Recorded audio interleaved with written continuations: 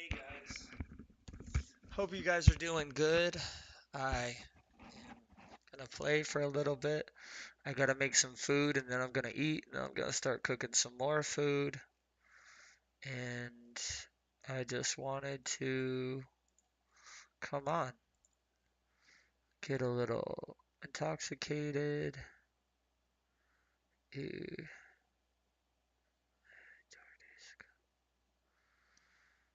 Yeah, he lost and he doesn't think it's his fault. You don't think it's your fault.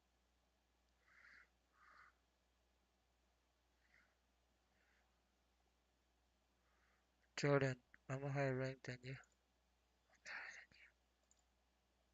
How did I get a higher rank?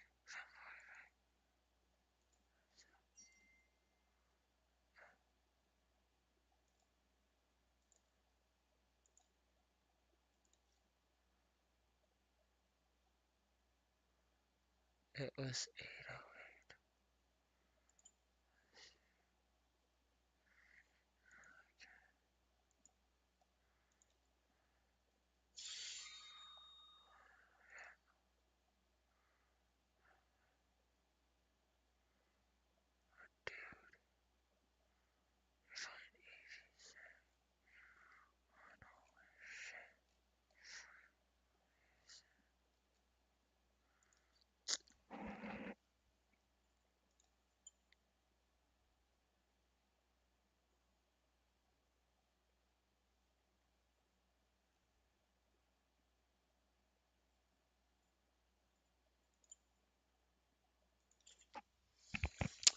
Alright, let's go to here. No one's watching.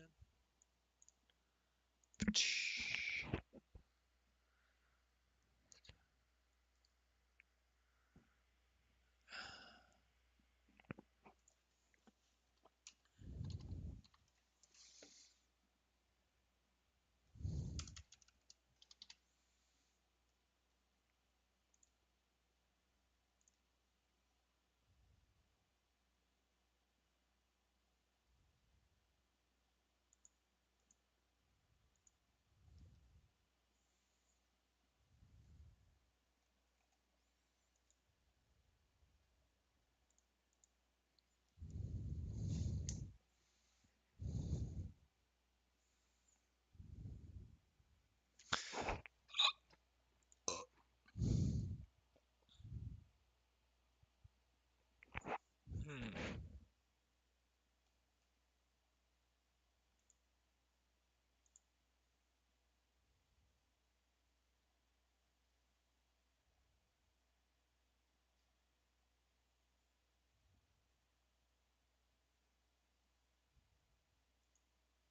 Senator Sherrod Brown is doing something about rising housing costs. He introduced a bill to crack down on landlords who jack up rent prices and neglect basic repairs and pass those costs to renters. Tell Sherrod, keep fighting to lower costs. Have you heard about Akasoli? These are the cutting edge orthopedic insoles that people look forward to using. Yes, orthopedic insoles are beneficial for relieving foot, knee, hip, and back pain. And they're perfect for people who deal with such problems as foot inflammation and flat or pronating feet. But why should your insoles be boring, ugly, overpriced, and something? We're here to shut down the white supremacist Charles Murray. They're right. Many people hate this man. They call Charles Murray dangerous. Why? Because he wrote this book, which includes research into IQ differences among different racial groups. Charles Murray, get out of town! By any means necessary, shut him down! But the activist's reflexive anger obscures the fact that Murray's not a white supremacist.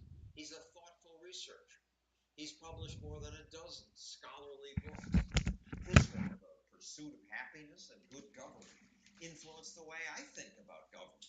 It's about how, as a young Peace Corps volunteer in Thailand, he saw how government aid made people dependent and even unhappy.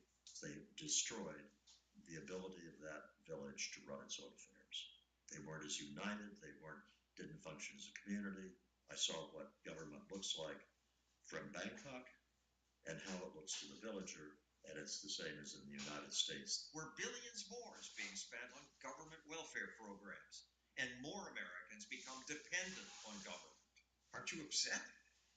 I'm deeply depressed. No, it's worse than that. I don't see a way back out. So why do you smile? Because what else am I going to do? Americans becoming dependent on government is the theme of Murray's best-selling book, Losing Ground. Losing Ground influenced presidents. The scholarly work of Charles Murray. Presidents from both parties. I think he did the country a great service. Bill Clinton then passed welfare reform. No one wants to change the welfare system as badly as those who are trapped in it. But today's activists ignore all Murray's work except for the bell curve. These students at Vermont's expensive Middlebury College stopped Murray from speaking. They consider his ideas too dangerous to even let people hear them. I think it's important to hear what people like him say. We talked for more than an hour. Middlebury, what did you think? I was shocked. And I'm smiling because I was shocked but not scared. Not, oh dear, what's going to happen? I'm standing up in front of the crowd, and they're all chanting and chanting and chanting, but I don't really think that anybody's going to rush the stage. And they didn't. And so that was a situation I've been in before. I'd had protests and people chanting at speeches. What I did not have any other time after we left the stage and went down to stream my speech in a little studio where people banging on the walls and trying to get into the room, trying to get through the door. And all at once I said, this is no fun. And then the day ended with us walking out to go to the car. By we, I mean Bill Berger, who was one of the administrators who was running the event, and Allison Stanger, the professor who was moderating my appearance. And we come out the door, and we have two security guys, Middlebury security guys, but just two. And there's a mob out there with some really big guys that didn't look like Middlebury students to me, who are standing between us and where we have to go. And you suddenly realized you didn't have the option of just standing there or going back in the building, which would have been craven. So we just pushed ahead. And at that point, I remember saying to myself, do not fall down. Do not go to the ground, because that felt like a really bad idea. What might have happened? They're not going to trample you. I had the feeling that that group just might. But remember, Allison Stanger's holding on to my elbow, not to protect herself. She's protecting me. She's leading. And she gets a concussion and strained tendons when somebody bangs into her from one direction and somebody had grabbed onto her hair from another direction. So for her, it was no fun at all. And in fact, she couldn't teach for the rest of the term because of the concussion. They're that angry at you because you're perpetuating racism. These kids had never read a word of anything I'd ever written. So it was a ginned up phenomenon that also hit a lot of other people on the right who tried to talk at colleges. My wife's theory, and I think she's right, is they want a way to get at Trump, and anybody on the right is sort of their way of expressing their anger at what's going on. So I'm not at all sure it was specifically focused on the work of Charles Murray. I think it's Charles Murray as portrayed by the Southern Poverty Law Center that they were going after. The Biden administration finally agreed to ban Peter Daszak and EcoHealth Alliance from receiving any more funding for gain-of-function research. You'll recall EcoHealth Alliance and Peter Daszak were the ones that were funding the research in Wuhan, China. The Southern Poverty Law Center calls you a white nationalist. Yeah, they call almost anybody a white nationalist who they don't like. That outfit is so sleazy. You say white men are intellectually, psychologically, and morally superior. I've never said that. I've never said anything remotely like that. And once I had what I call editing my Southern Poverty Law Center material, and I went through and I copy edited it all, and with comments about you really got to take out this because I never said it, or in other cases they have a quote, and I say, well, yeah, that quote I said, but here are the next three sentences you left down. Of course, nobody ever really reads that kind of thing. I put it on the ADI website. But the fact is that you have people at the Southern Poverty Law Center who are Video call you right now? I'm cooking food. they would be laughable, except they have What do you mean right now? Or like in time? Southern Poverty Law Center, right? You know, I'd like to I'm not playing League yet. is that communicates all this stuff. I'm cooking food. And then I was gonna do it, but I have to grab stuff in my. The caption for me is I'll tell you this right now. If you insult someone, no, I just used this. Here. do you believe that blacks are intellectually inferior? I bridle at the word inferior. I just used this seasoning. What do I believe? Seasoning. In the same sense that I believe the Battle of Gettysburg occurred. It's called Flavor Bomb Burger. It's got sea salt, sugar, brown sugar, tomato powder, dried onion, garlic powder, spices, mustard, dried, green leaf bell pepper, yeast extract, dried jalapeno pepper, silicon dioxide. It's an anti-caking for the ingredient. And then it's got dried green onion, natural flavor, and then natural smoky flavor. I'm not doing all the other seasonings that I normally would, like all the other stuff. Yeah. It's just because I'm being lazy. Okay, I know what you're saying. And the second thing is, I'm quite confident that they don't look at me and think that they encourage me in any way. You're being very insulting. What's my Discord? My Discord is OP One Eyed King. It's Twitch. It's right here. You probably have my Discord. They're being accurate when they say that. That when they look at me and they roll their eyes when I'm so happy that they You insulted me. It's probably because you started with something first. You're right, I did. I'm sorry for insulting you. Can we start on a good thing? Let's start on a better note. Hold on. Are you Velvet? This all starts with your book, The Bell Curve. These are the bell curves, the distribution of IQ. And whites are, as you say, a standard deviation ahead. But I'm told I'll call, but I don't want to talk. You legit were being rude as shit. Are you Velvet? On on Insta or on Hold on, I gotta check my burgers in a second. But are you Velvet on Okay, and I'm apologizing, okay? I'm apologizing, saying I'm sorry about that. I'm asking for your forgiveness. Okay? I'm saying I'm sorry about the previous time. I'm talking about now, right?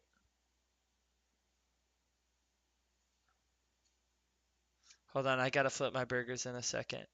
Trying to figure out who you are on Discord.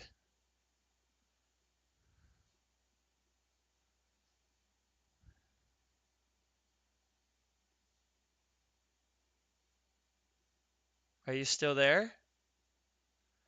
Hold on, I literally have to flip this. Hold on.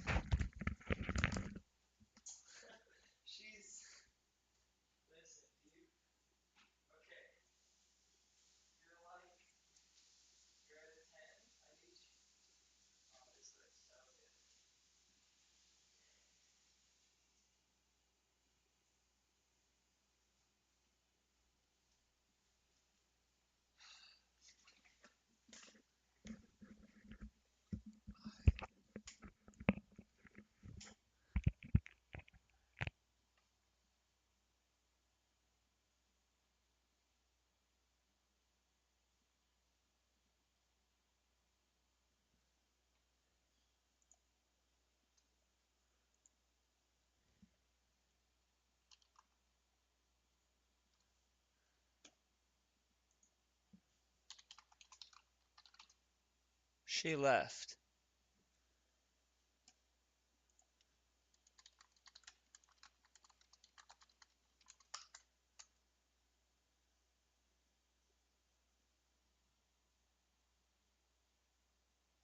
Hey, were you on my stream?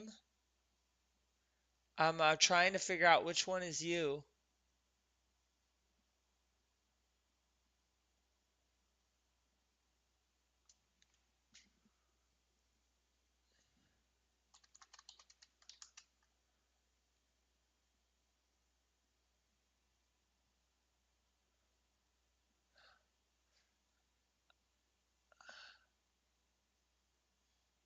She left. I don't understand.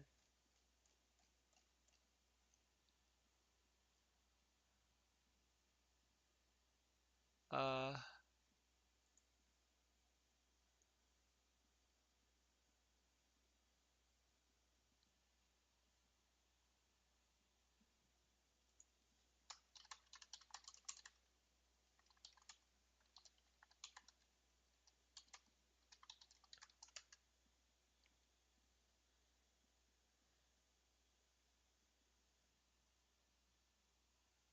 so Peach, are you still there? I don't know if she's still there.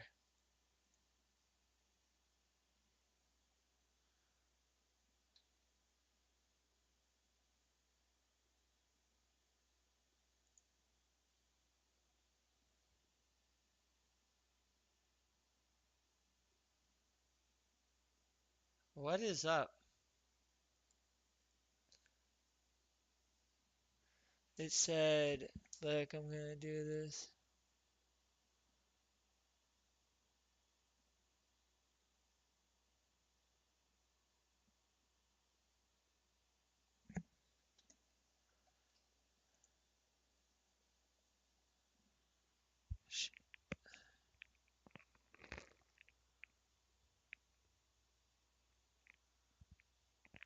Okay. I'm just gonna. You know, I'd like to have a better grip on who it is that communicates all this stuff. But obviously, about a variety of people, and I'm one of them. The caption for me is he believes blacks are genetically inferior to whites, the students. They don't feel any obligation to investigate this. They just take it as. Do you believe that blacks are intellectually inferior? I bridle at the word inferior. Yeah, what do I believe? She sent me a In the message. same sense that I believe the Battle of Gettysburg occurred, it is that if you give 171. Let's go. representative sample of whites and a representative sample of Dude, are you blacks, okay? about one standard deviation difference, which amounts to about 59 points between those scores. To then translate that into people being inferior and superior is idiotic. Are you really under the impression that someone who has an IQ that's 20 points lower than yours feels inferior to you? I know lots of people out near my home in rural Maryland who I'm sure of two things.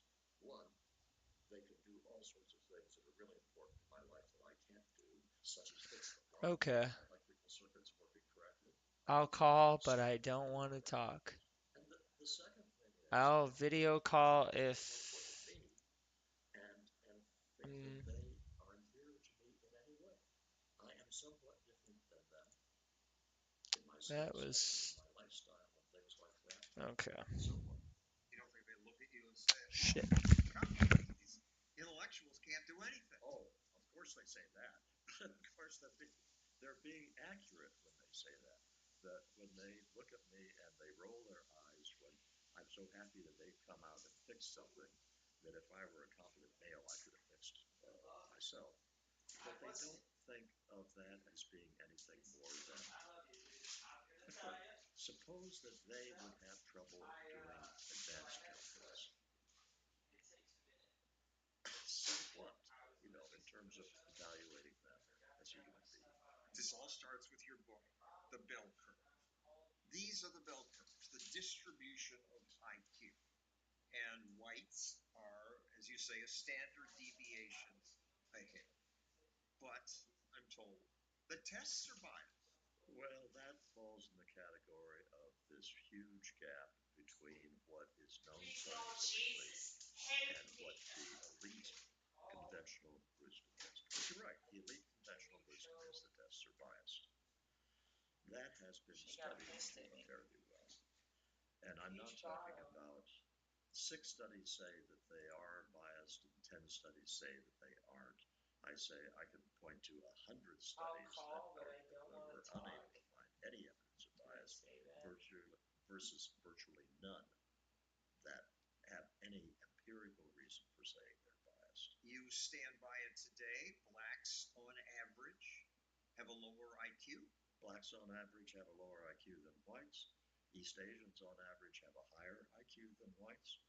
Ashkenazi Jews have higher IQs than Gentile whites. If you take a hierarchy of groups and their mean IQs, whites are not at the top. Right. We are probably number 3 or number 4.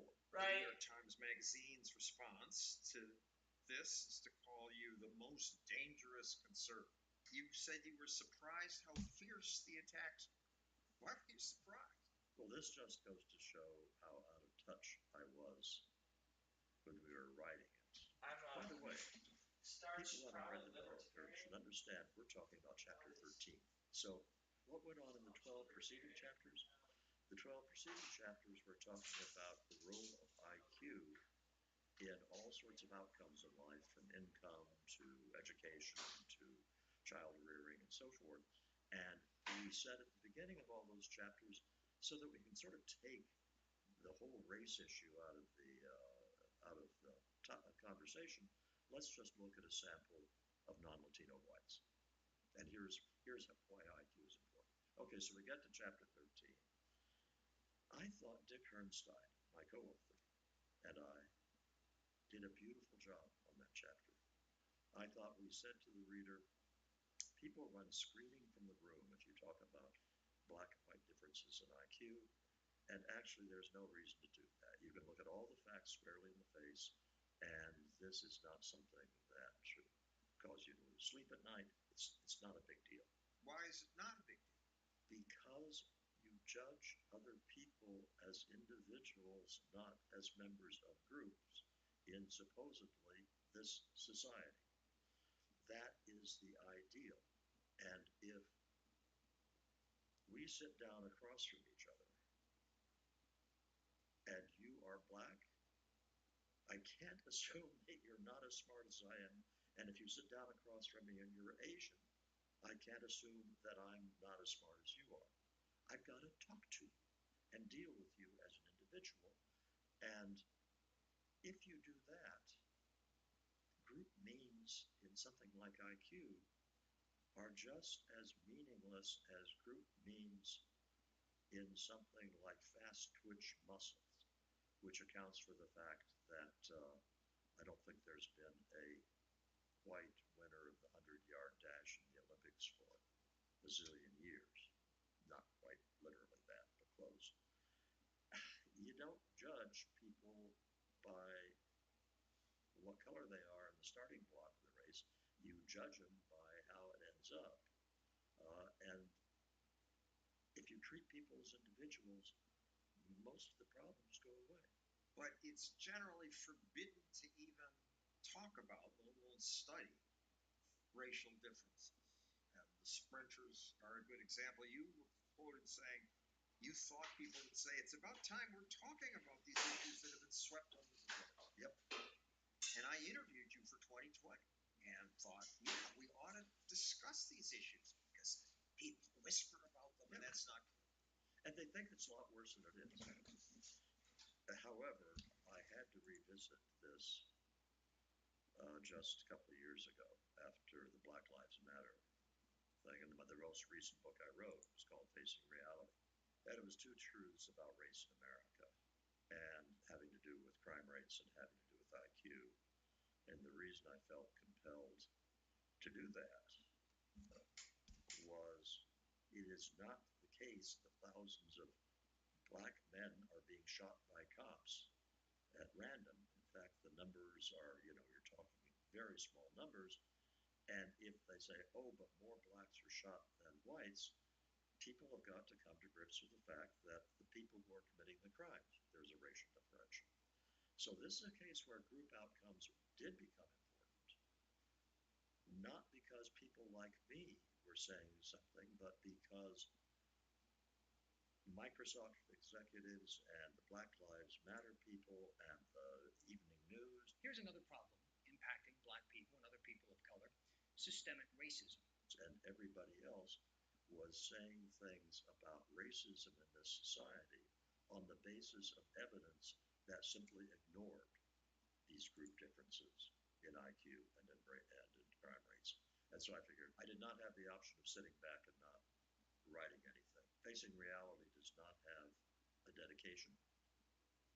It does not have any acknowledgments. I wanted to keep my friends and colleagues as segregated from any identification with this as I could. Because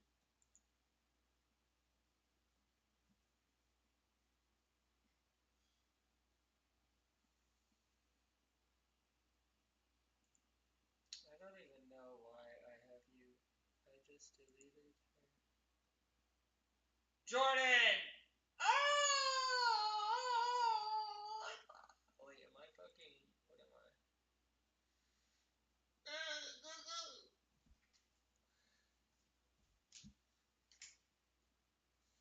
Oh my god, Jordan!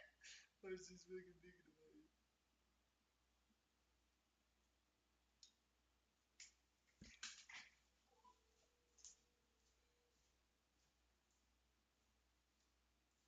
Jordan! What are you doing, dude? How you been, bud? You work here? Oh, alright. So how do you like that?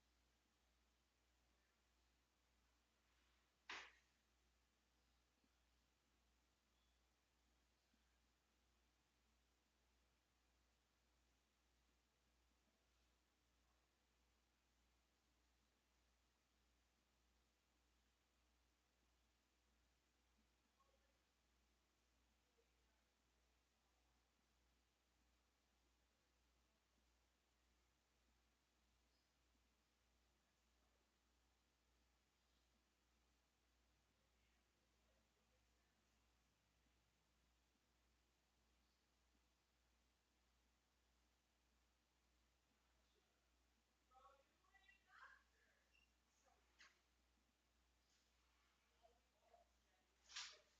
You don't have to aim his arm. The point of click is Q is W, maybe to block some shit.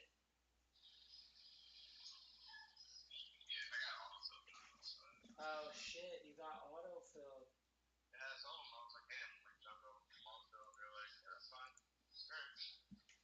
Yeah, right. Well, you're in Platt, so wow, that's funny as fuck. Dude, I just looked at your account too. I literally just went, oh, I wonder what you played 17. I was like, oh shit, he went 1-4. I think he went 1-4 on what's his name? Fucking hold on. Oh no, before that you won. But yeah, as Gangplank. But yeah, I I just thought it was funny. I was like, what the fuck? I was just seeing like, oh, when did he play? And it wasn't even. It was just to see who you played. Oh shit, you went 6-13. Who'd you go against though? Let me see. Fucking yeah. And then let's see. She fucking ganked. Our top and junk were like roasting everybody. It's one of those games that just like you're fucked, so I'm just like whatever. You guys wanna roast, whatever. Oh shit, yeah, dude. And look at that weird ass I was like Shyvana. I was just not playing like the actual game. Yeah, but your Shyvana did a weird build too. Good build, but she went fucking fleet of footwork. Everyone's doing that, but I feel like it's good on AP Shyvana. Either fleet of footwork. I don't know. That's weird, but. Can you get her first? Oh no shit, dude. That's yeah. I mean, it would have probably been like 12 for me. Once I hit level 6 of Shyvana, I'm gonna try to gank.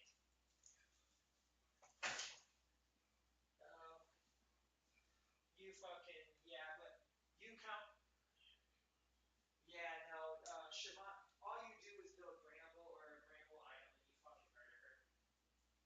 You build Bramble type item. What's the AP item of that one? You would fucking, she wouldn't even be able to auto you. You would murder her as an AP gem. That's why a lot of times I'll build that first. And I kind of get mad at teams because if you prioritize building correctly against the certain team comp, you could still win. But a lot of people don't, and then they get mad when they lose, you know? It's like if I see like a top laner play like a Renekton and he goes fucking Predator or he goes like what anyway, but yeah, no. So and when you see someone start building, you're like, what the fuck is this build? So yeah, the reason let's see, did anyone on your team? Yeah, the only person who did was the top laner. He's the only person to build Bramble. Damn, and you had a fucking they're all bad, dude. Smolder is bad. Smolder sucks. Can we agree on that?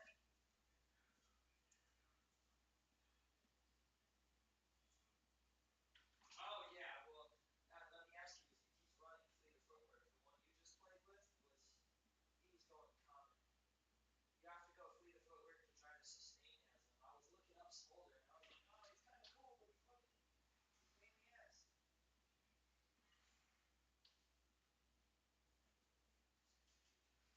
Oh,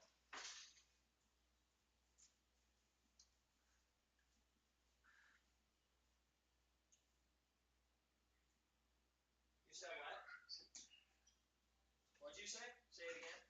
Yeah, but now it's fucking close. What? You don't think you're gonna win? I'm fine, but it's fucking well, I'm not like the worst jungler. It's like probably my worst role by far. But I was like farming perfectly. I ganked when I hit 6. I was 2-0. I'm 2-5 now, but I was 2-0. But our mid, she said this is her first time playing Anivia. She's in like plat. Half the people in this game's Emerald. Ooh. Right. Oh yeah.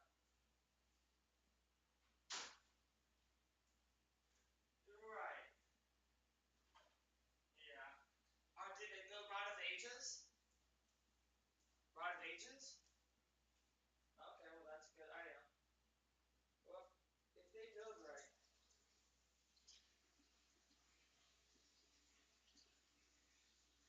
Yeah. Yep. And people build weird. Here, let me hit silver 4 real quick. Just how long are you gonna play for?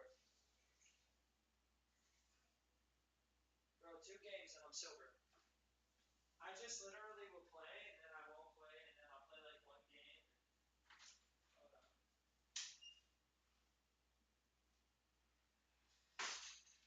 Yeah.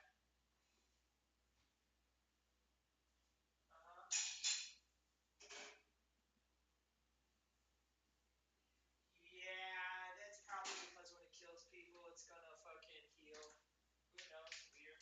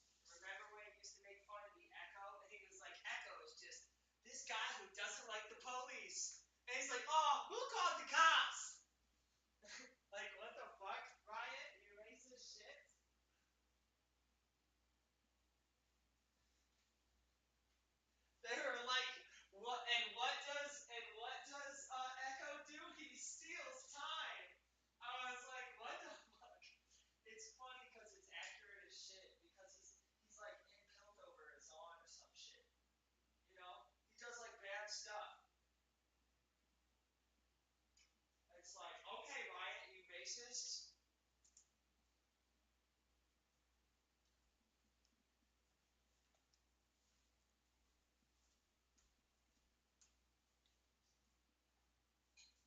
Holy shit.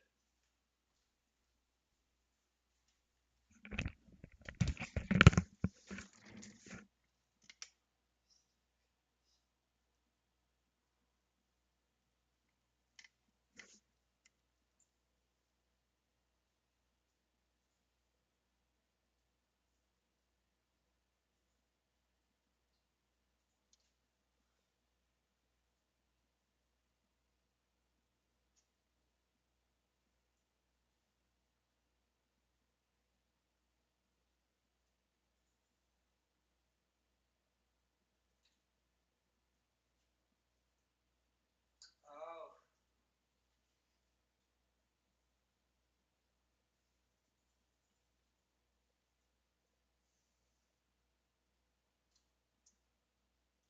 Oh yeah, yeah. She scales well. Do they have a tank support?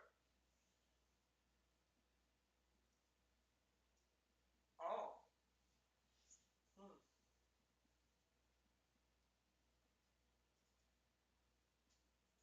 Hmm. Hold on, let me.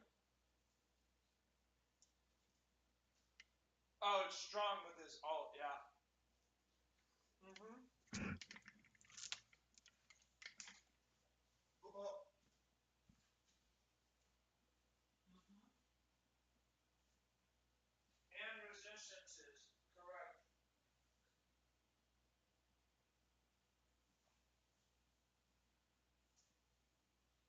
You can throw it on a lot of chance.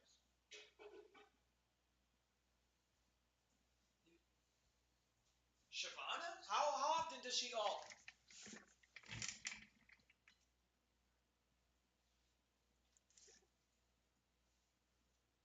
Right.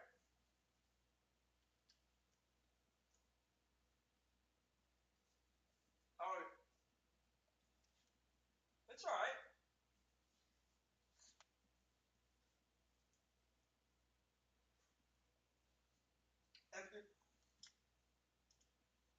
Oh, no shit.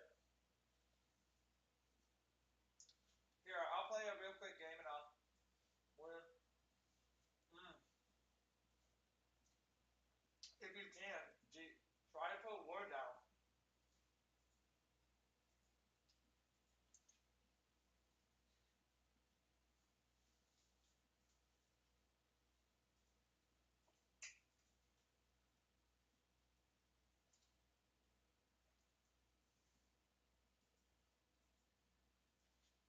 Oh, this is so good.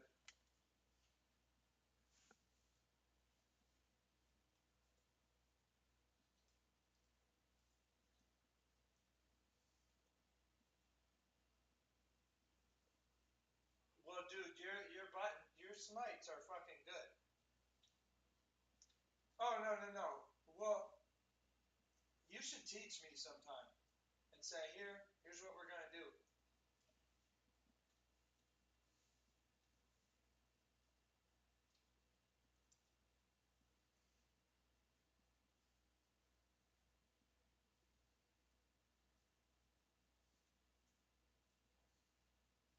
Uh huh.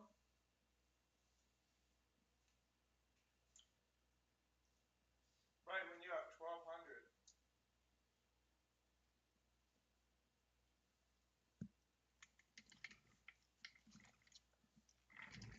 Mm-hmm.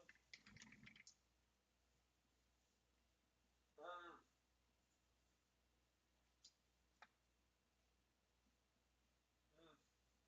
Maybe tier two. Do you have tier two boots?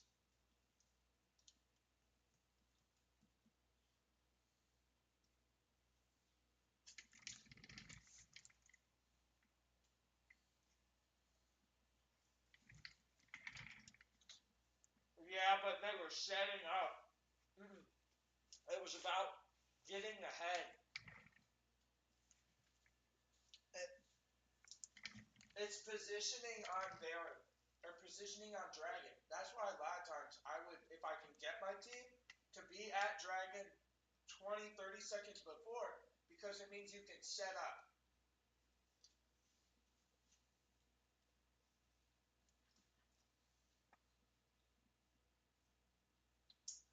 Yeah, it's probably because of the stacks on Smolder. Really fun champion if you get good at him.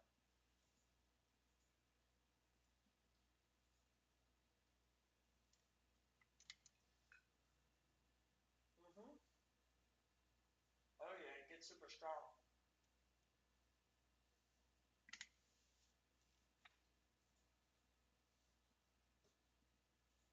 Mm.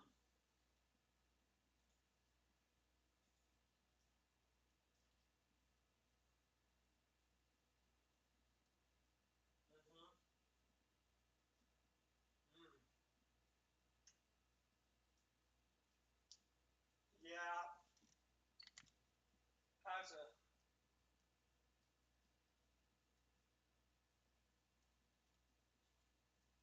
Mm-hmm.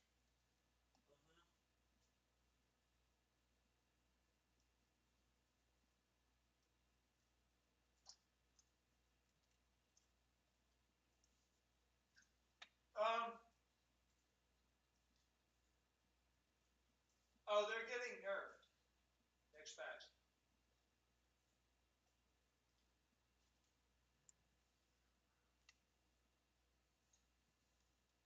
Mm-hmm.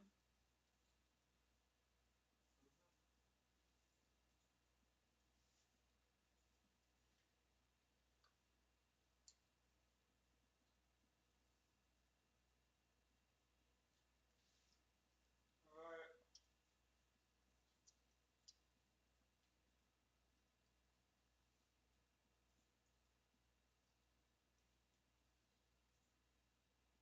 Right. Yeah, yeah. Sometimes it. Yeah, that's the thing. Hold on, let me look.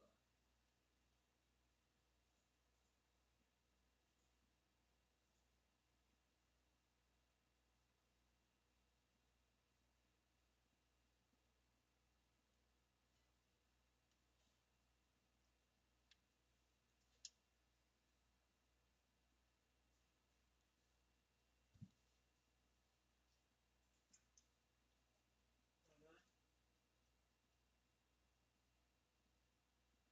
W. Mm.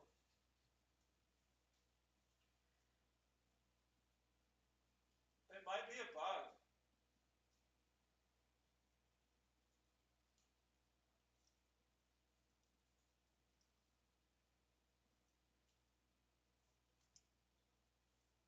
Well, I think it's because she has to hit you with her Q or one of her spells in order to cast her ult. So I think because it's not like an active point and click.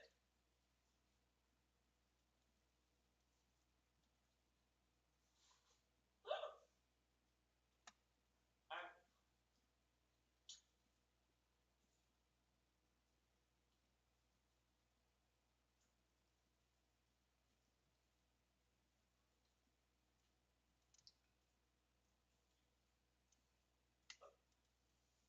I feel kind of good.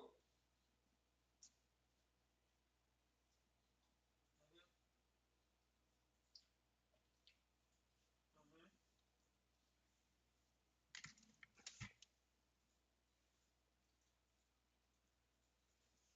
Here, I'll win my game real quick. Just play like 2 more games. Let me see. What am I at right now? I'm at. I'm gonna play Shyvana. What am I at?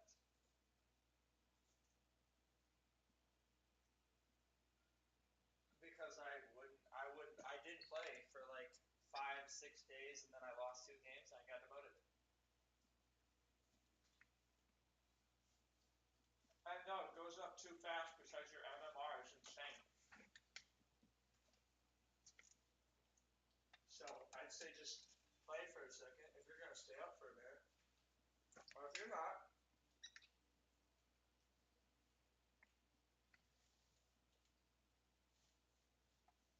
How's your kitties? Fat. That's how cats are right now.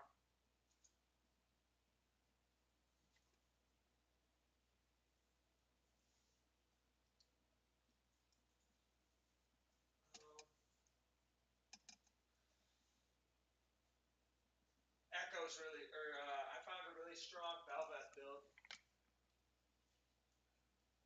You build Death Dance on Belveth is really strong.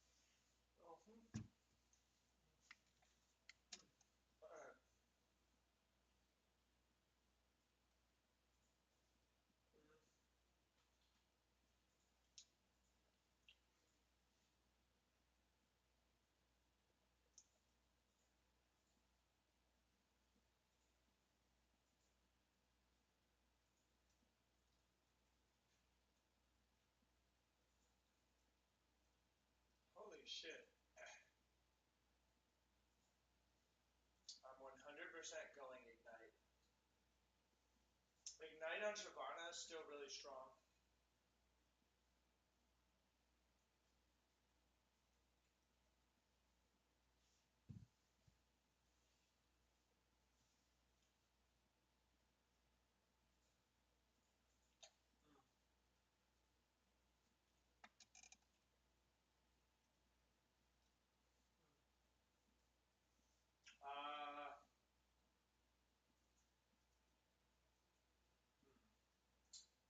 They have a Fiora, a Pantheon, a Kaisa, a Vex, last CC.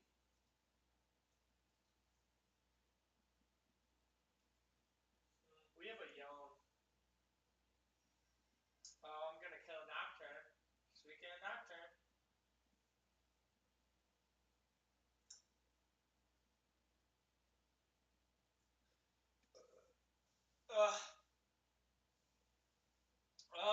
That might be able to be good. Dude, you've never seen my Shaco. My 80 Shaco fucking murders. He's so easy. What, AP Shaco or AD?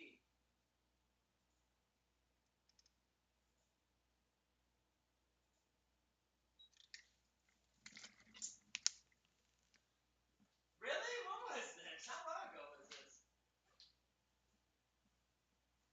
What the fuck? Yeah. With Q, you go Q Ignite. That's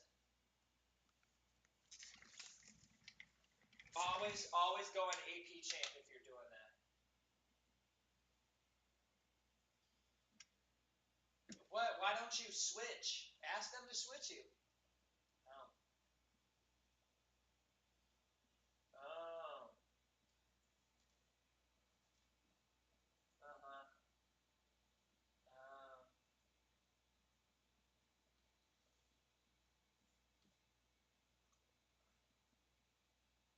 wait.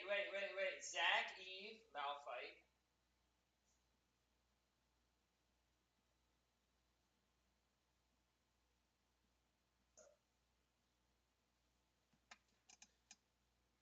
Probably. Unless. Play fucking Brand. Build Rylai's. Lissandra or Brand? Someone Mage. Mage out kill everyone. And especially if they group up, you'll kill everyone.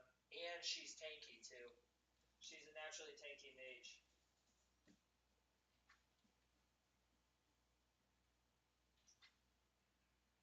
Right.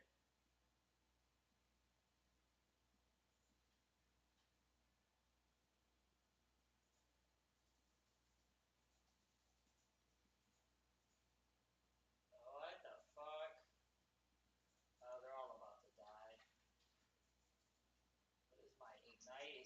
on such a low cooldown. Okay.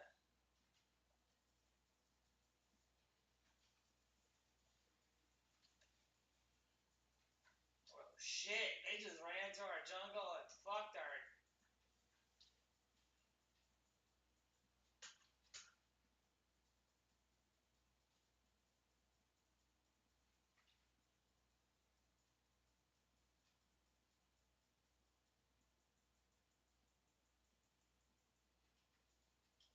Yeah, I think I...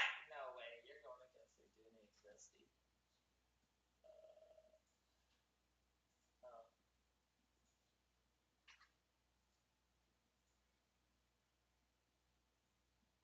Yeah, he is gonna get fucked.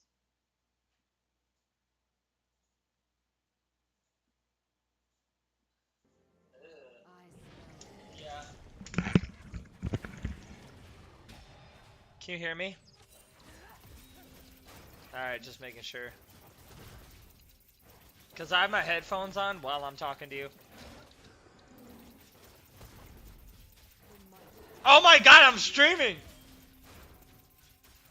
Oh wait, I don't think they hear that.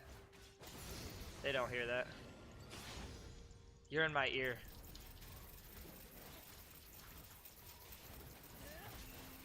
Ooh. So you have a Zeri mid. Who are you playing? Fuck. Well, she'll be alright to ult. I would build... Honestly, Rod of Ages is going to be really good against her because she's going to be doing tons of damage. You don't build Rod of Ages on her? What? No, it's still a great item, dude. It's so underrated. Heals you for so much.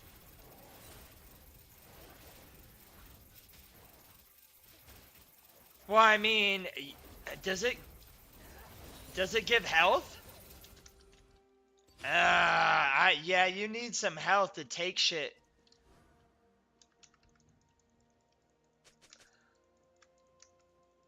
Yeah, right. No, I understand that. I just think that you need some health. You're going against a Zeri. The Zeri's going to be hitting you like a shitload.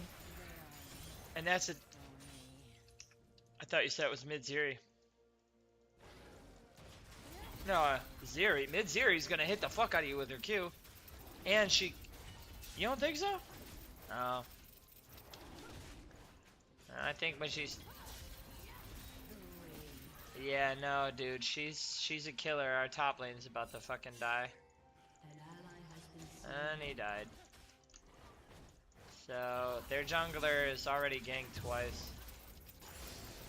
I haven't ganked yet. I'm level 4. I can't go bot, so...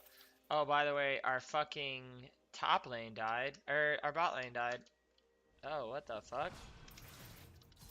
What is this dude doing? This dude...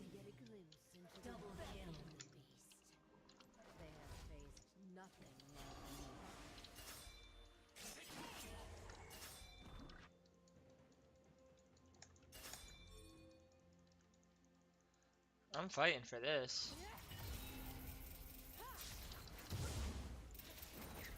Yeah, bitch.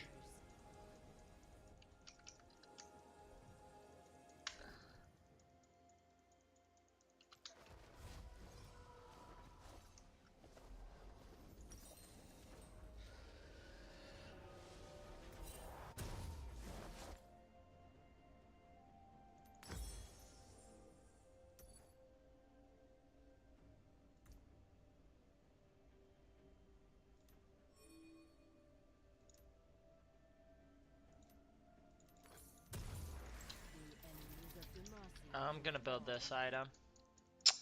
Do you know if, yeah, I'll build this item. They're all gonna die.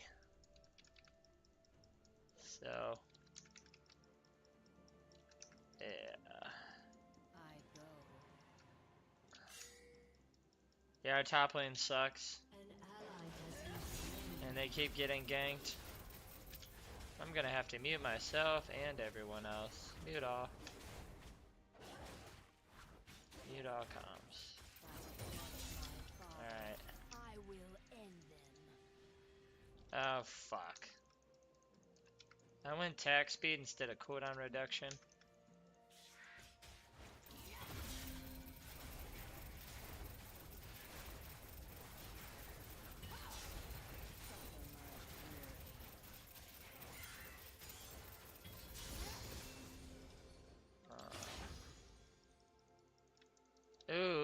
Who are you playing? Oh yeah, you're playing fucking Lissandra. Nice. Yeah, well she's a good control mage.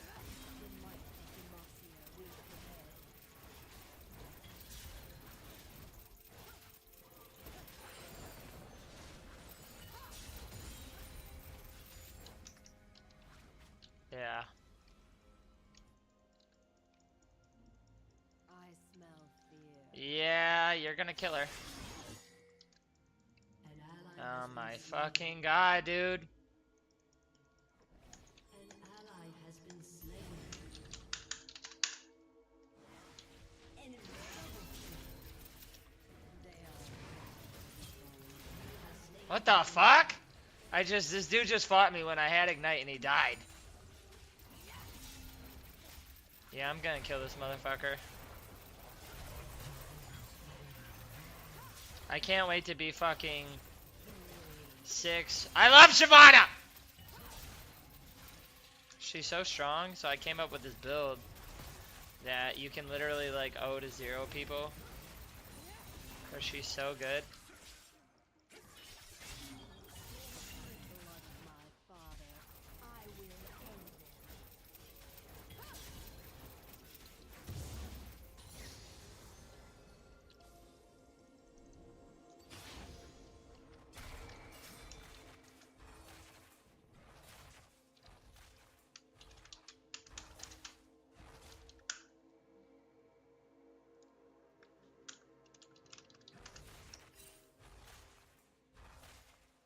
On wings of fury.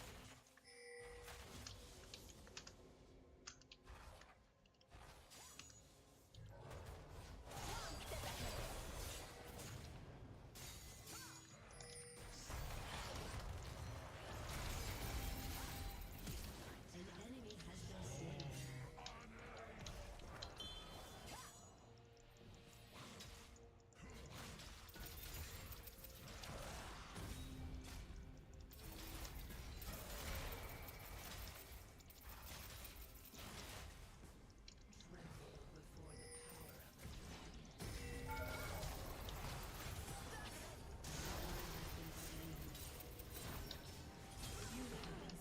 Oh shit, I just died.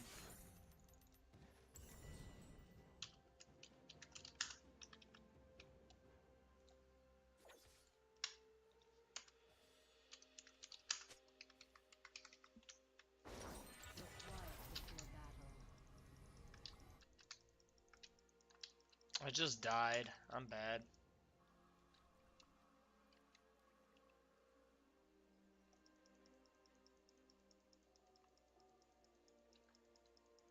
Without remorse.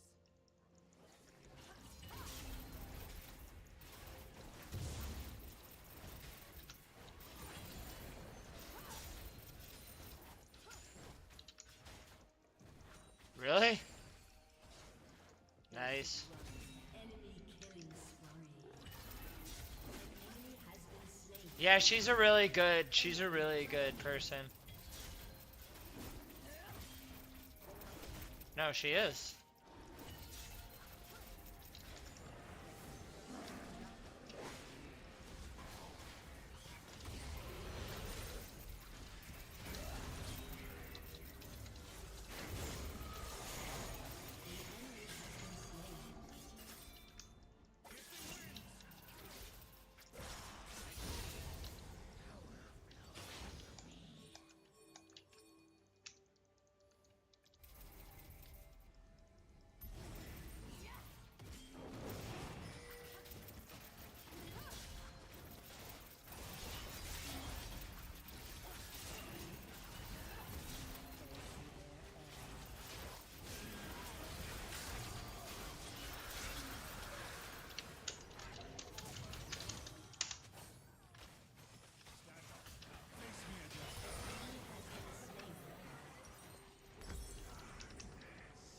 Ally has been slain. An ally has been slain. The dragon nears. An enemy is unstoppable. Yeah.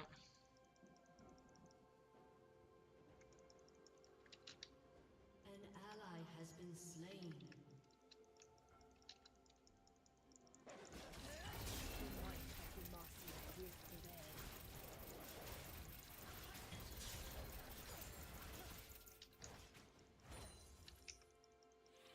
That's good.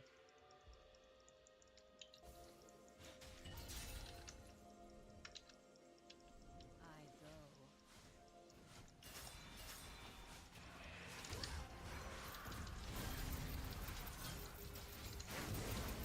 Fuck!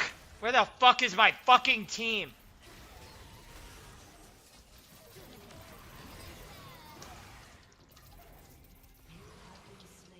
Um, Well, that happened. go in. This fucking team is fucking garbage. They just need to go. Oh, actually, okay.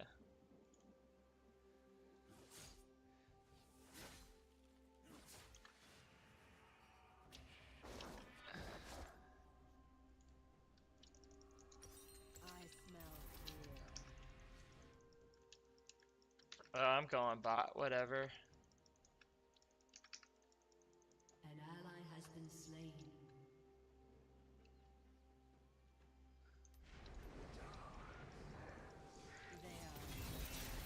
An ally has been slain.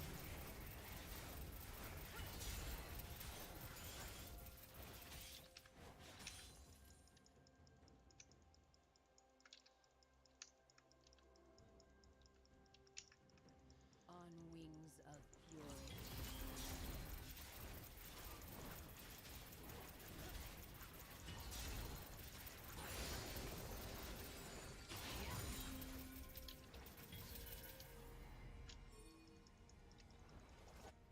The quiet before battle. Your turret has been destroyed.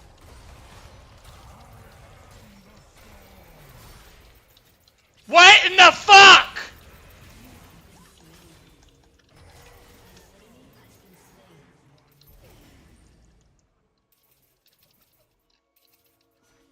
Holy shit. There we go. Double kill. An ally has been slain.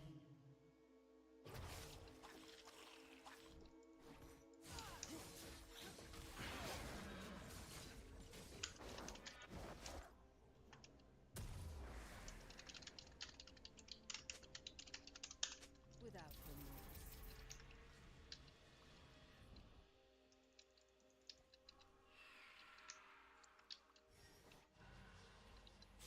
Your turret has been destroyed.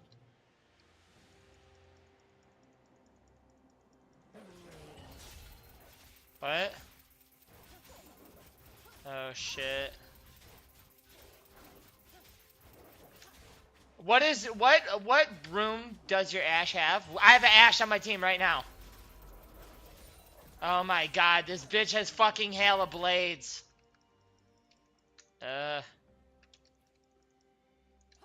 Well, she's not going fucking support Ashe.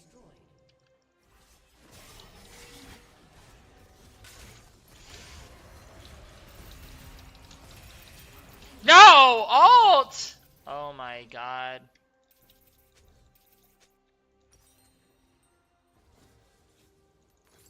No, I'm getting wrecked.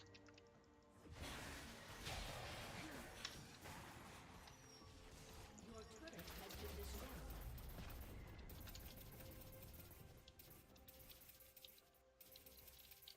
They should run now.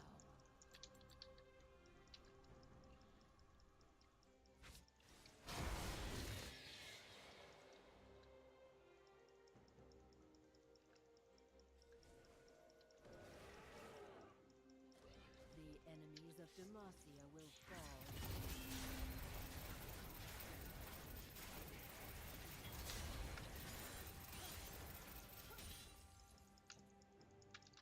Uh-huh.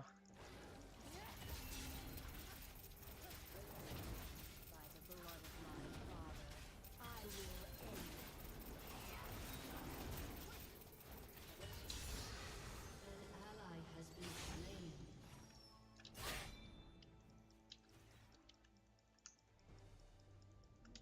Oh my god, our fucking...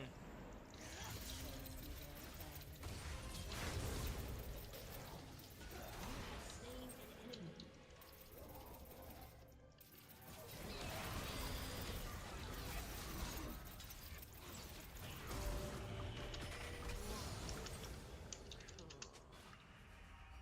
Shut down.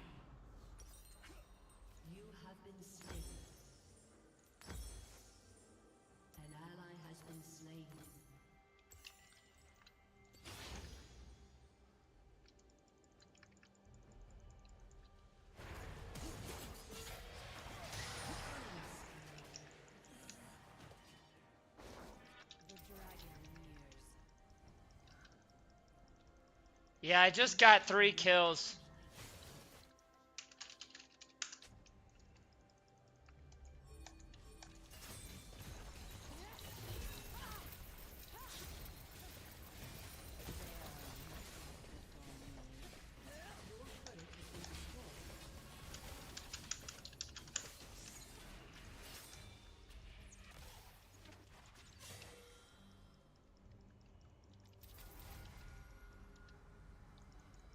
They have faced nothing like me.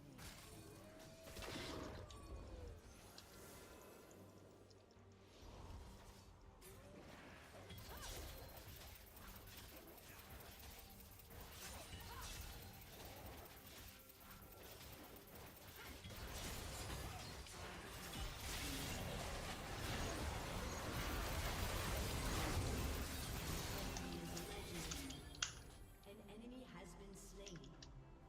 An enemy has been slain. An ally has been slain.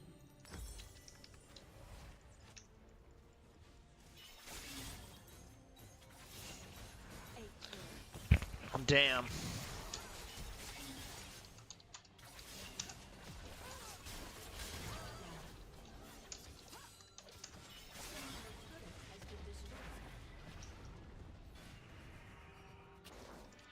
go.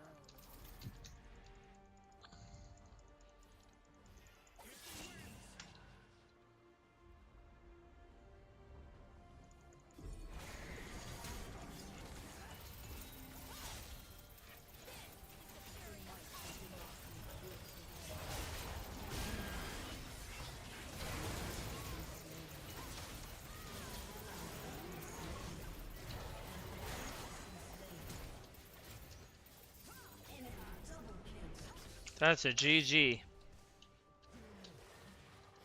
ally has been slain. She 100%. She built static ship first item, 0 and 6. Has 70 CS.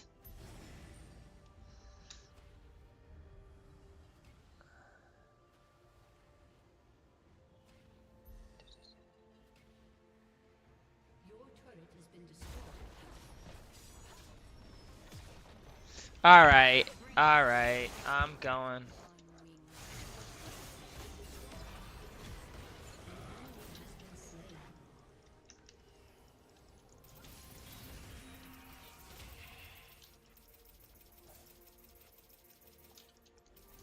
Your turret has been destroyed. The quiet before battle.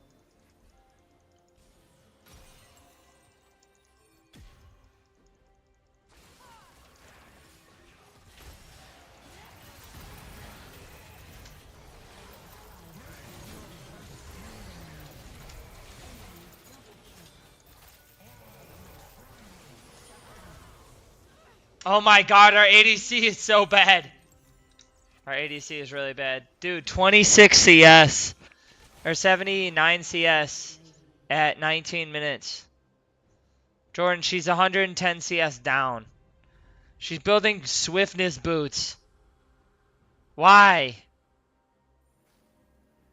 Oh my god. I might as well have played Kindred. Or go Kindred with the fucking Collector.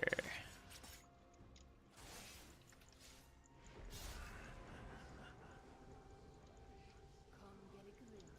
An ally has been slain. The enemies of democracy will fall.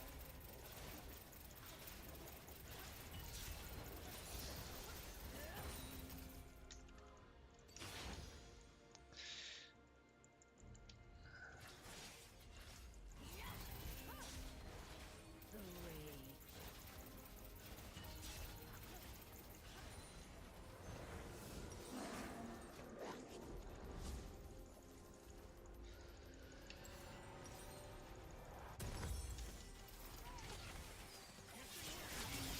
Blood of my father. Killing spree. Oh my fucking god. I'm not fucking...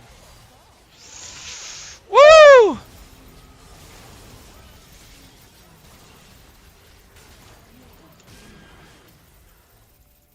ally has been slain. Oh, the ADC.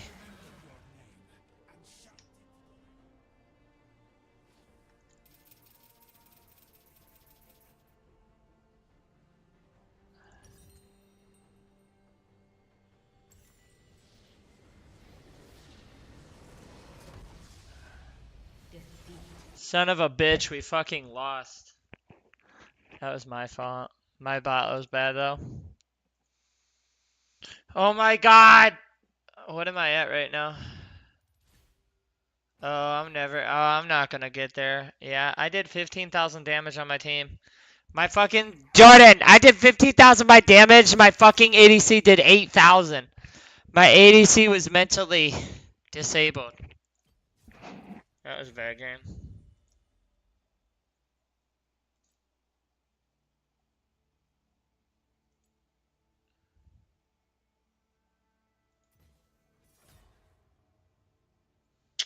Alright, we're doing this.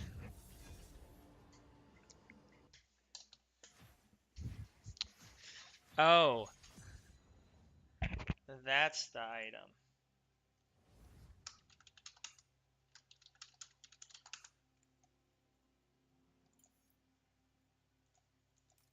Yeah. I fucking know. What? Because your fucking ADC built Hail of Blades, got Static Shiv, bought Swifties. She had no healing. She had 79 CS. 79, Jordan, at 26 minutes. 26, Jordan. I ganked her twice. She didn't do shit. Brand. Yeah, that's all I was saying. You gotta fucking have Rod of Ages against her. You gotta have Rod of Ages against her. You know what? That day we played games and we won every game where I told you what to build and what runes to run. You act like the build. No, I'm not saying build 80 Lissandra, but I am saying find a tankier build instead of. It's not like you're playing an ADC. Now, if you were playing.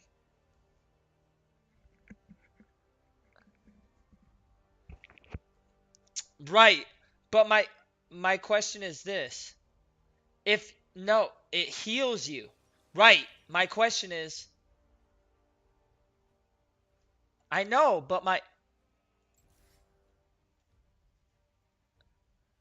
me ask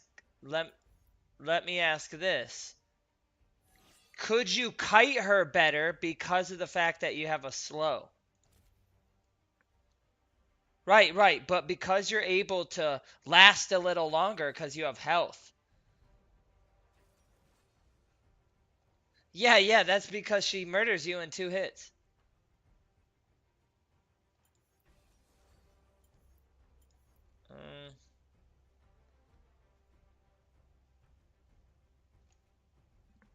All right.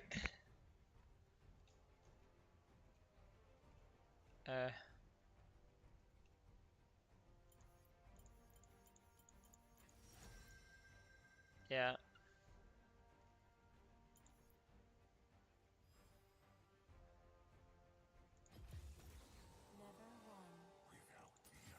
Right.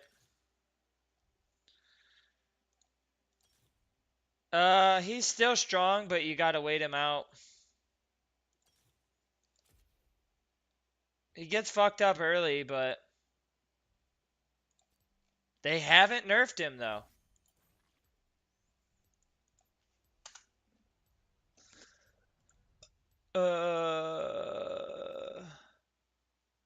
Your audio is so low.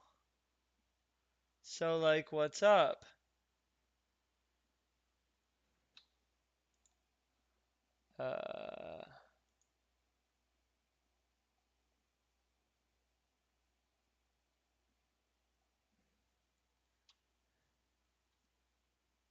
So like, what's up? Yeah, I'm trying.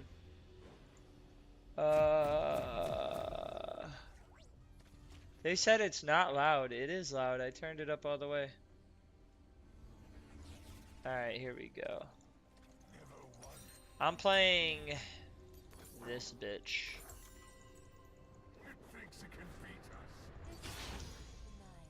Welcome to Summoner's Rift.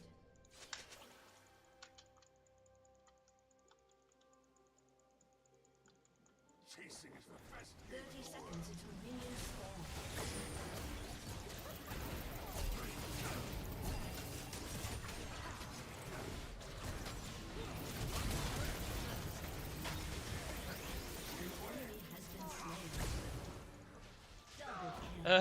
We just fucking killed their whole fucking team. God damn it. Oh yeah, I got a stack. Bring it back. That's funny. Minions have spawned. Yeah, Jordan, I'm playing Kindred. I'm running press the attack. Press the attack on Kindred is broken. Running start. Not that it will help. I see water. What do you think of press the attack? Is it good on Kindred? Ah. Thinks it can beat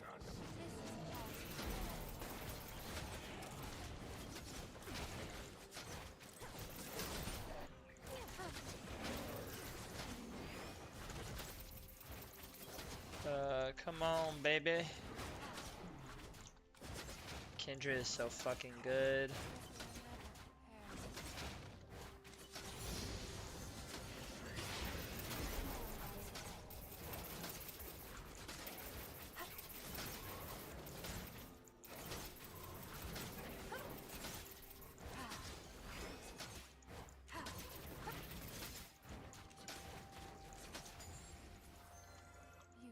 Beauty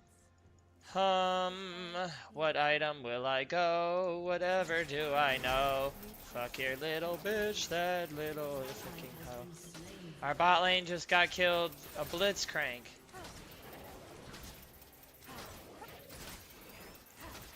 Depart in peace. I just used my ultimate or my ignite and I'm about to use it again. I fucking love ignite. Holy shit.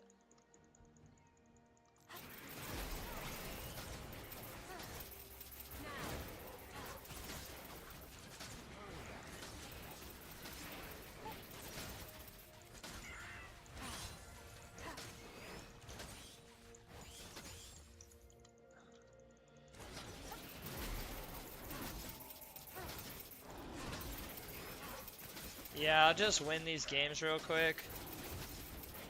Kindred's broken as fuck and just kills people. Oh, look. Alright, I'm what do you call it too, but if I just win like 3 games real fast, back to back.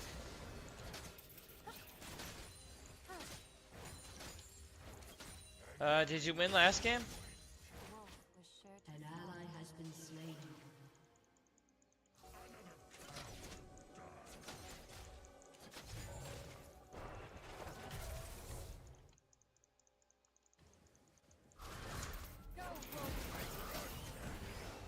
all will know us in time.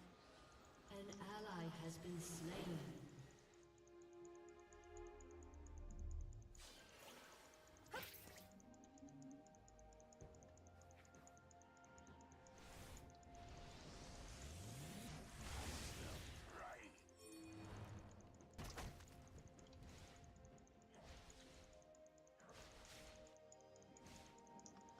Yeah.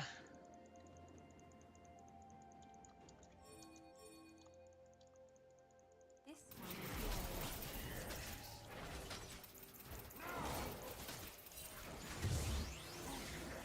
Everyone. Where is he at? No, no, no. Garen, what the fuck? Bro, if it's Garen, you're dead. Peacefully they go. Hungry we follow.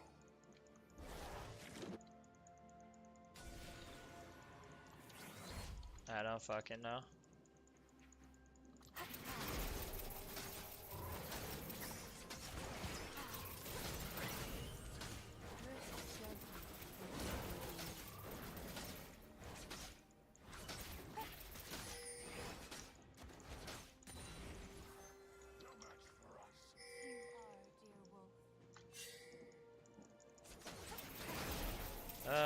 you're still gonna die. Wait, who are you playing? Oh yeah, he's gonna fuck you. Especially early, cause you're a fucking melee.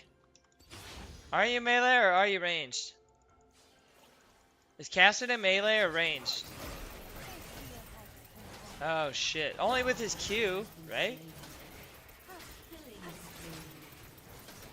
Oh.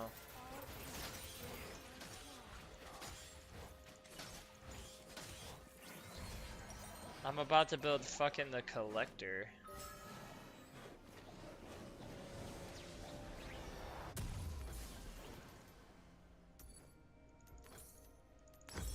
Oh fuck. I got fucking crit and serrated Dirk, bro. Let's go. Good item. If Kindred runs into you, you're fucking dead. Serrated Dirk on Kindred is broken. An enemy has been slain. You're doing it? Oh, that's... I don't know. I don't know. Tier? That's ballsy. If you think it... But he's gonna run at you and auto you when you go up to auto shit. That's...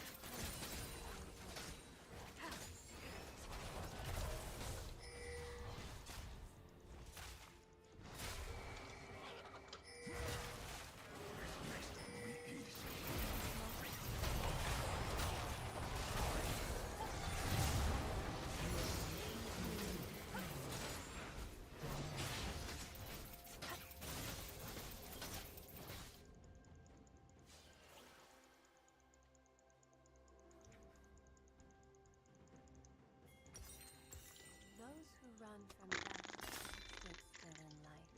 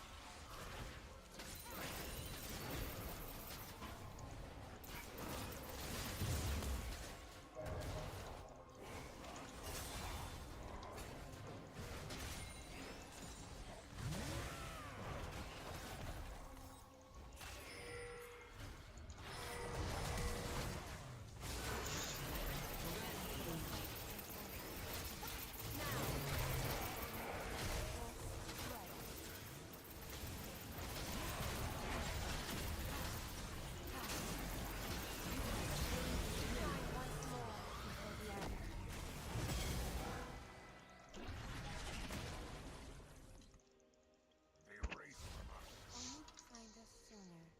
2-0 and 2, J-Dog.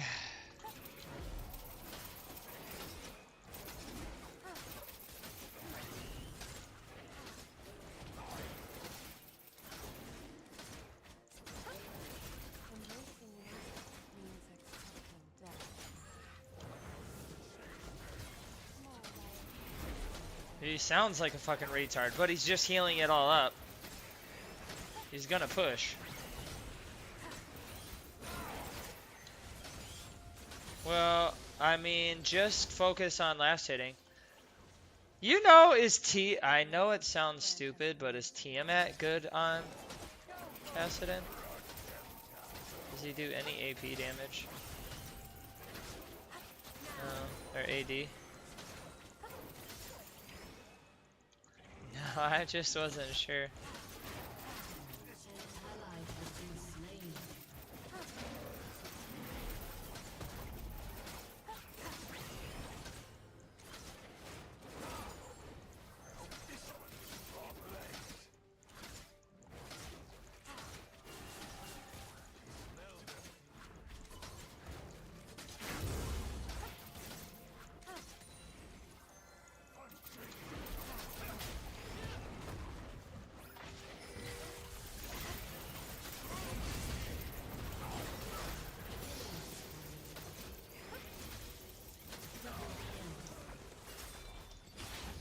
Yeah, I'm 4-0 and 2.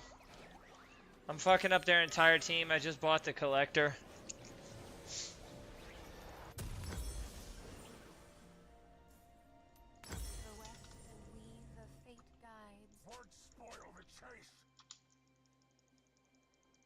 Kindred is broken with the collector. You build the collector, and then you go Kraken Slayer.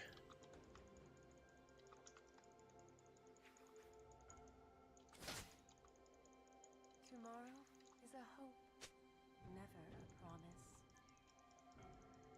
Now!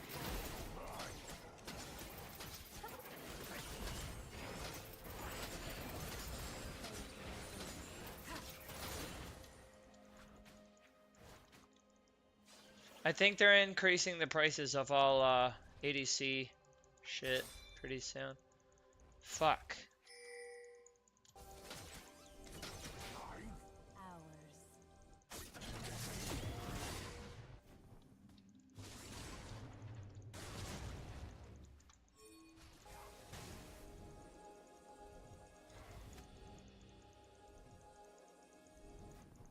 Follow the tracks.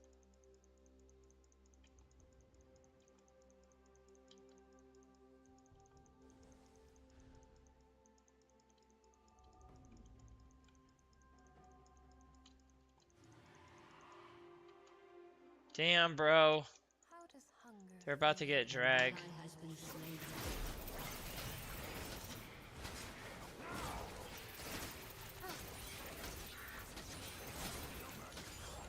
You are, dear wolf. Is he that bad? Face to your heart's content. Oh yeah, that's why you got. Yeah, that's good. Yeah, now he's behind. The only true death is never Really?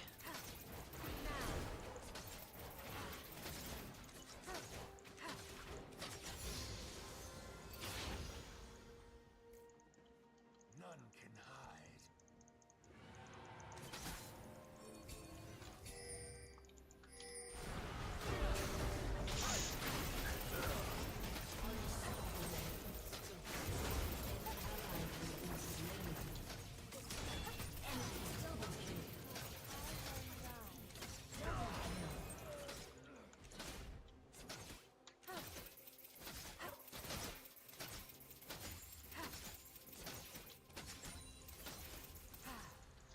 I am fucking these bitches up. 6-0. I wonder how they see me. Ashes on war.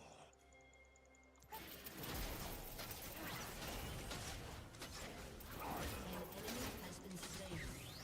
What stories have in common, dear Oh wolf? my fucking god. Alright.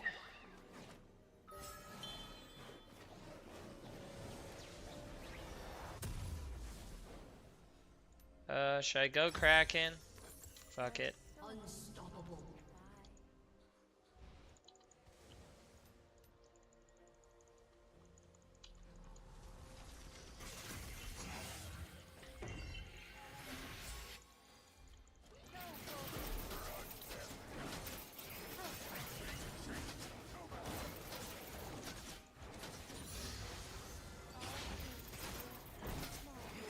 Has destroyed a turret.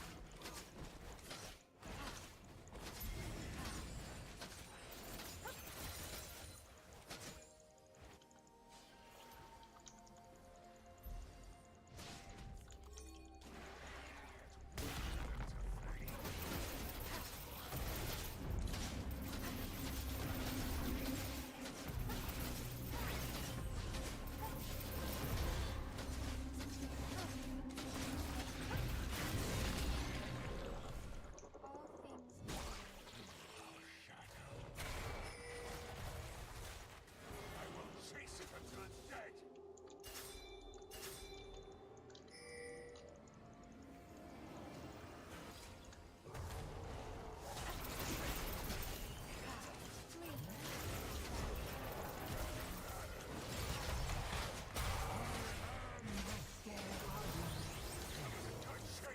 An ally has been slain. Enemy double kill.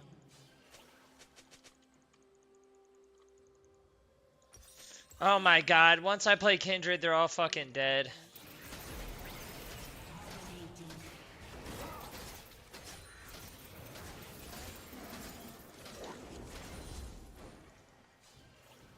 Yeah, once I'm about to get Kraken Slayer and the Collector. It's such broken ADC items.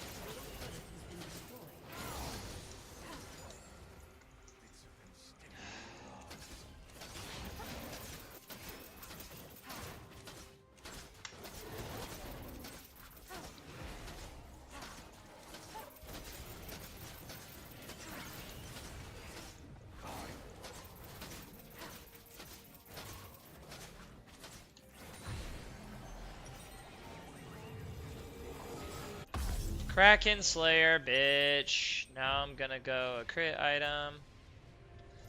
Rivori Blades, let's go.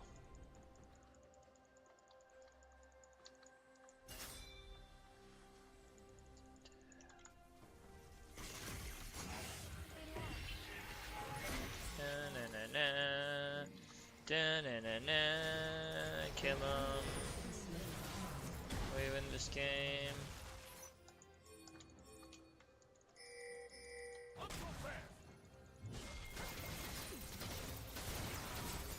You shine brightly.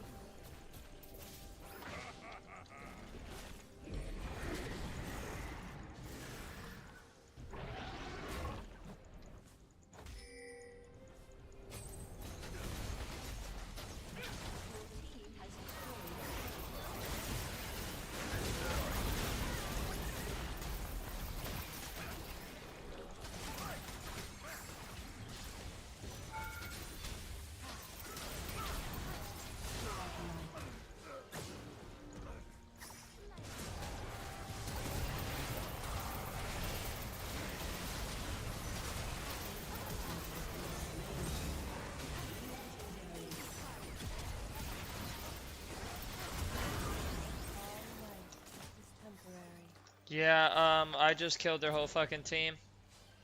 I'm 9-0-4. We're about to win this game.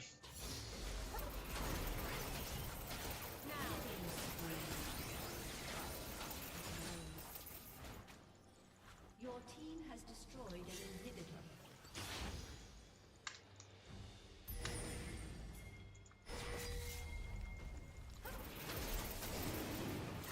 I have 7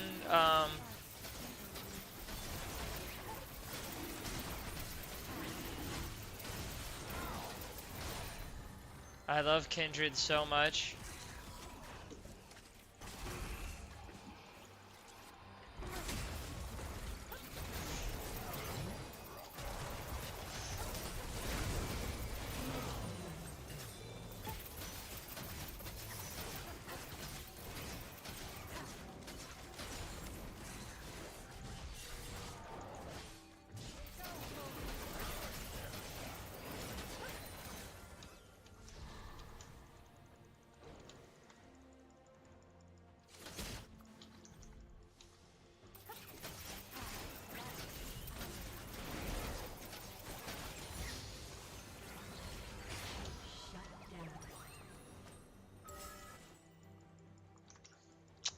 If I get 200 more gold, I'm gonna kill everyone on their fucking team. I'm going to Void, Click Blades, Kraken Slayer, and the Collector.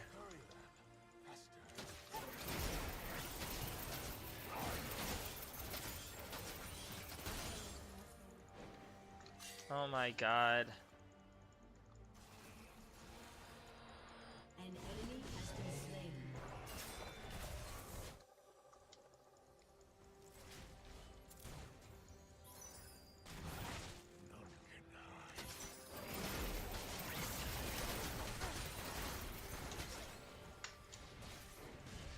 Uh-oh.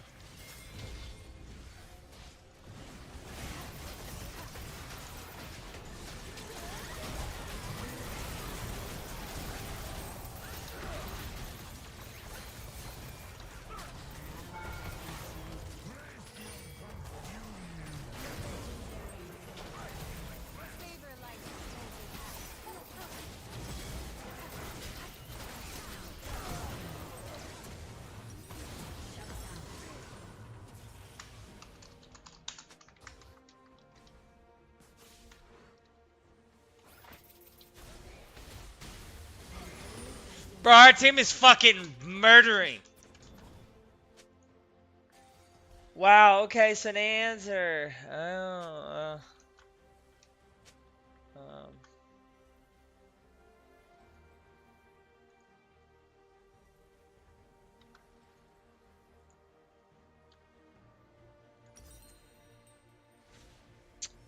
Alright, now it's time to build a little bit of tankiness.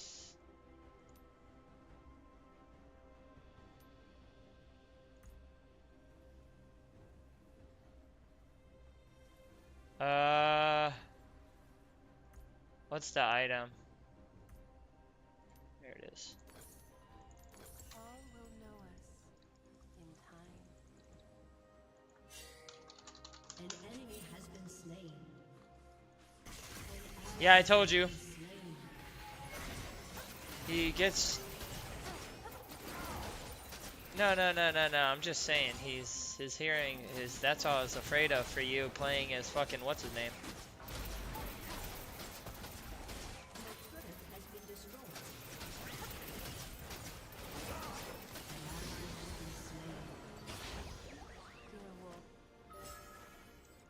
I smell prey.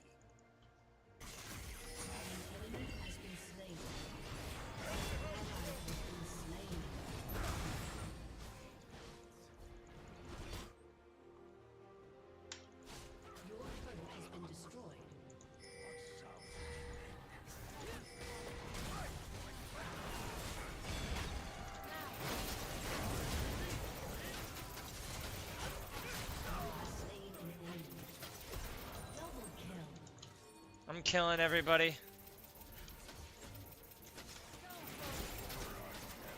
I need to end this fucking game. Your turret has been destroyed.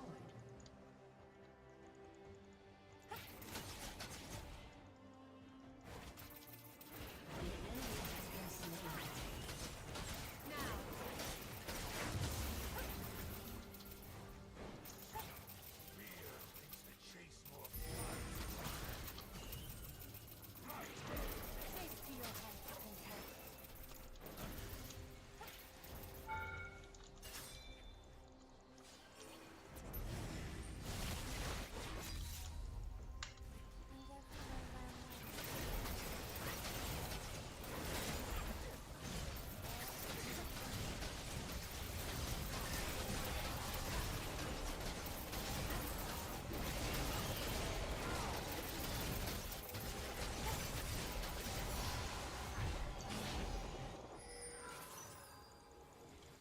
Those who run from death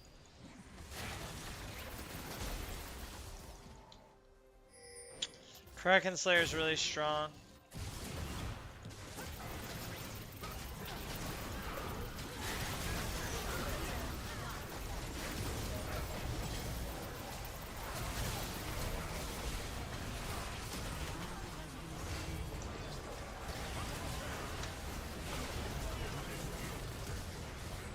Ally has been slain.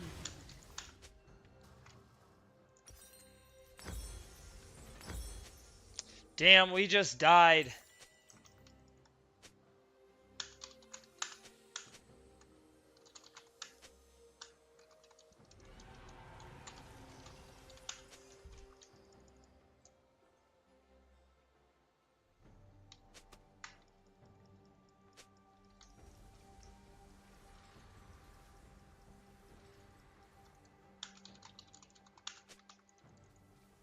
Damn, we just got fucked up. I'm 14-2.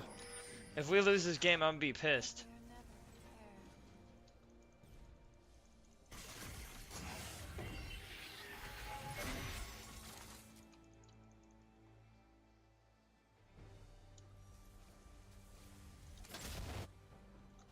Shall we, dear wolf?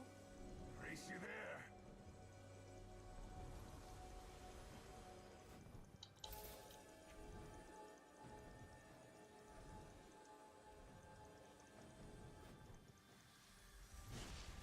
I smell their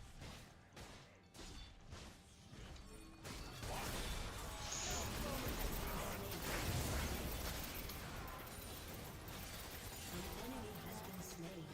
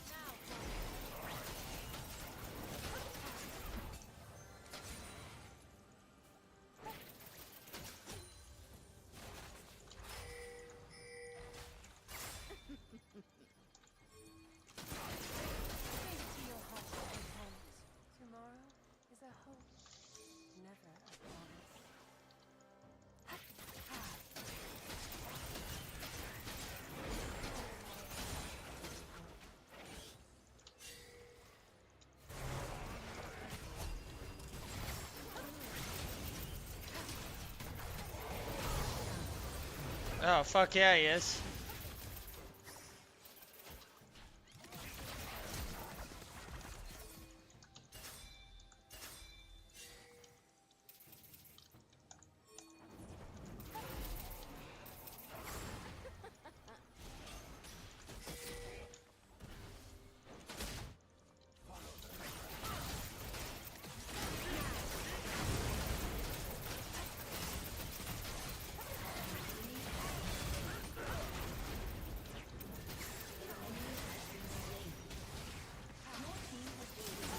Uh-huh.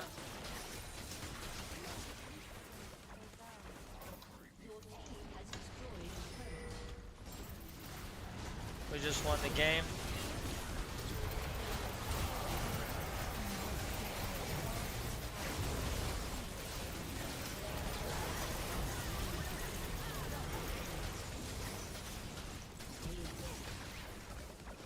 TY, Brom, they reported their lane. We destroyed it. They report their fucking bitch ass team.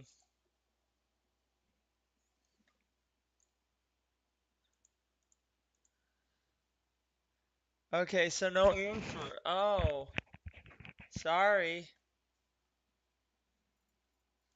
Alright, here we go, J-Dog. Alright, I'm bronze 1. I'm getting back. Real quick. Bronze 1.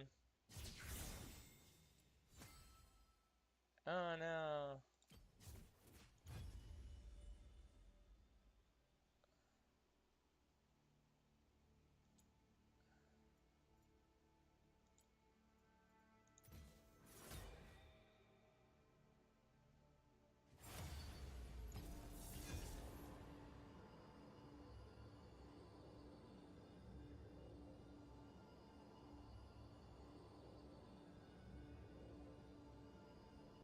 Whatever night. You're there? Nothing. Someone's talking to me. I'm streaming. I'll be there in a minute. It's only 12:55. What time do you stay up late?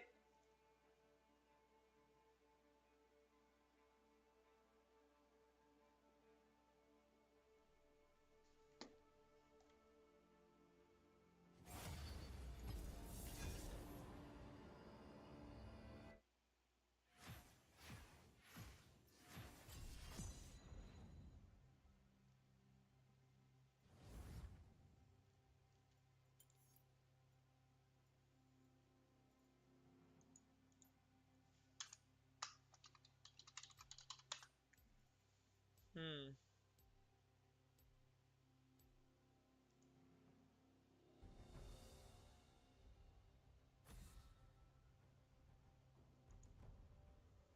Because I thought that book would raise a ruckus. It didn't. When I talked to you for 2020, much like we are now, I thought in the 15 minutes at the time we had for stories on 2020, we might have a serious discussion. But then I was disappointed they decided, no, we can't, even then, long before Black Lives Matter, we don't want to put this on. And I reluctantly called you and told you, expecting you to be very upset, because we have had a big audience then. But you just said, you know, it's just as well. This doesn't make anyone happy. And it wasn't the point of the book. The point of the book, of the bell curve, was that IQ has become really important in explaining a variety of phenomena in this country. A theme I return to in Coming Apart 20 odd years later, because a lot of the polarization and the segregation and the elite attitudes toward things have been driven by the way that over the course of the 20th century, the whole social structure of the United States has been affected by the increasing importance of IQ in the economy. That's the point. And it's more important now because it's worth a lot more money to be really smart now than it used to be. If you go back to the 1920s and you're a lawyer, you're probably making a good income. In the town you live in, you're in the upper middle class, but you aren't rich. How are you guys playing? Because you can charge lawyers' fees for doing wills and minor Hell legal yeah. things. If you have exactly the same level of ability as a lawyer now, if you are doing multinational deals, you can be worth a commission of millions of dollars putting together these extremely complex things. That happened not just in the law, it happened in advertising, it happened in the IT industry, obviously. And people have gotten rich because they have high IQ in a way now that didn't happen in 1900. Another aspect of it is that, guess what? You had an elite that was increasingly convinced of its own superiority. Because I will tell you, set of people who really do think that having a high IQ is a big deal in terms of your human worth are people with really high IQs, especially in academia. And when they get up in the morning, they're comparing themselves to their colleagues. Am I as smart as that guy? And they really do look down on people who aren't as smart as they are. And that attitude of looking down at the yokels is palpable now in a way that in 1950 would not have happened, because it was the moral center and the spine of the country I'm was playing seen in Darius ordinary people, versus and we Viego. called these intellectuals long hairs, and they were kind of objects of ridicule and fun, and that flipped. So that's just a couple of examples of why this is so important to what's gone on. I only read The Bell Curve, and it wasn't easy because I was influenced by your previous work in Pursuit of Happiness and Good Government. This was jaw-dropping for me. I'd been a consumer reporter. I was starting to look at the government's solutions I was advocating. I discovered your book and thought, oh my God, this is it. This explains so much I haven't understood before. When the sawdust settles and the engine finally roars. We're about to win.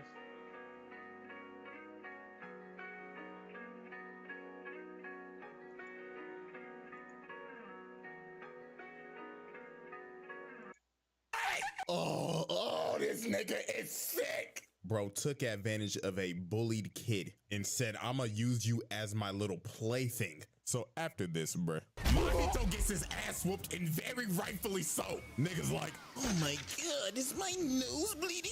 And H-Joy was whooping his ass. Look at him grab his own noodle arm. Bro said, sit your dumb ass down with that bootleg ass gum fruit, nigga. Shit, even Nanami came in. Bro said, let me get some licks on this dirty ass motherfucker. And I mean, I don't blame him. Look at this diabolical fuck. Bro puked out some turds and said, fetch me their soul. But then look at this glorious scene when they just start jumping the shit out of this nigga. And then just look at him getting hit like, and Autographs after the game.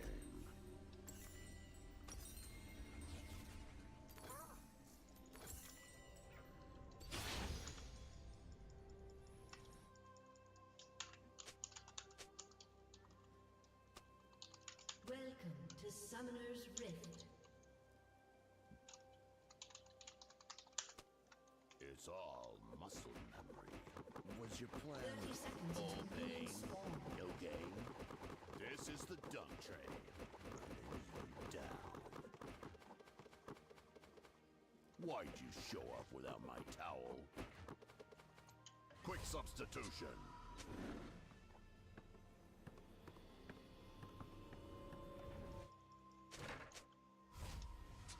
Yeah, it's a tank item. It's a good item. Tankish. Want that?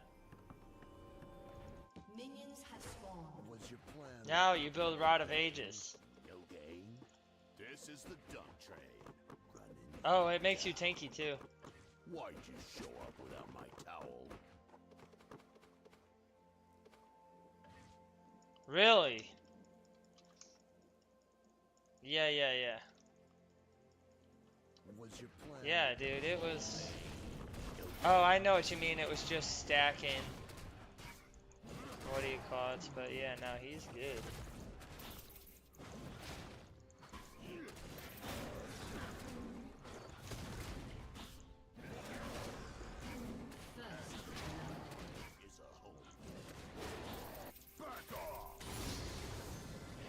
dude. I'm destroying my fucking camps. I'm about to run so fast as Darius, dude. All you do is you play Darius and then you immediately go anything that makes you run fast. Because your whole thing, what is Darius's problem? He can't touch people. That's why he's got to go Ghost, and you always go Ghost. You could go Flash, but not on.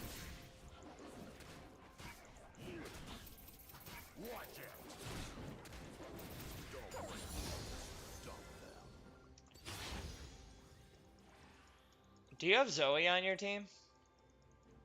Oh. Wait, who the fuck is Zoe? Support? Oh. Trying to figure out whose voice that was. Oh, Yumi.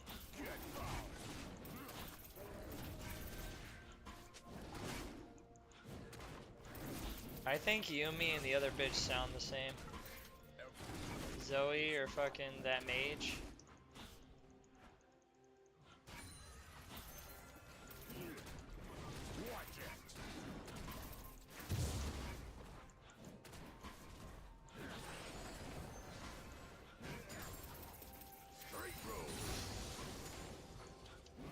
There's no I in team, but there is one in Darius.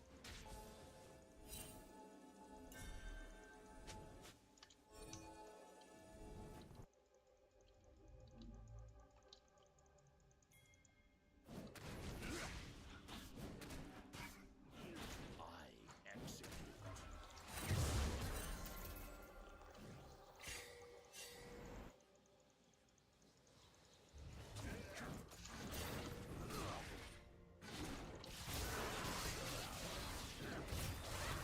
I'm so fucked.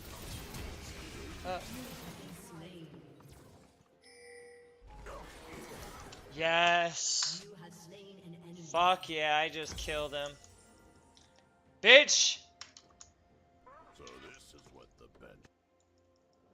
I love Darius, by the way. He is broken. Once I get super speed, they're all fucking dead, Jordan. On God, Jordan. They are fucking dead. I'm going super speed literally into a running item. Play the game. Probably gonna have to go a tank item. Actually, no, I'm not.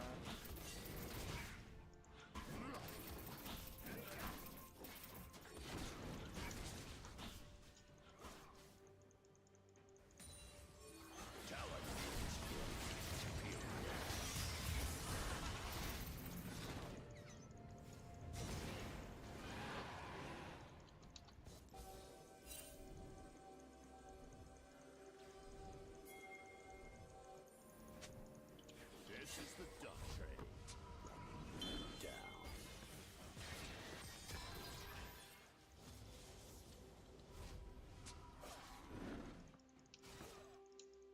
You got shut down? What happened?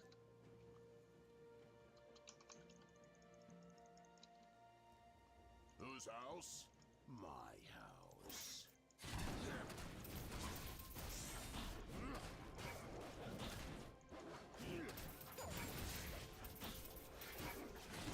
The range, right? What the fuck? For the throat.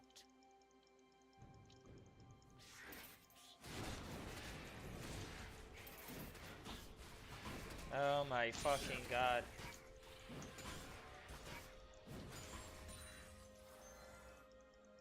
Duncan ain't easy.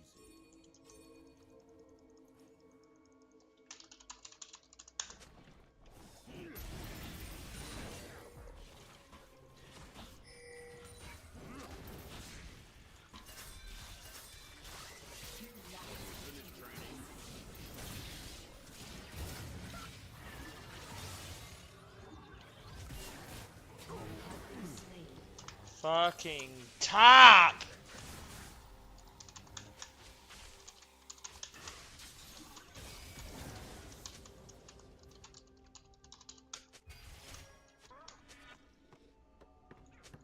What the ref doesn't see is legal.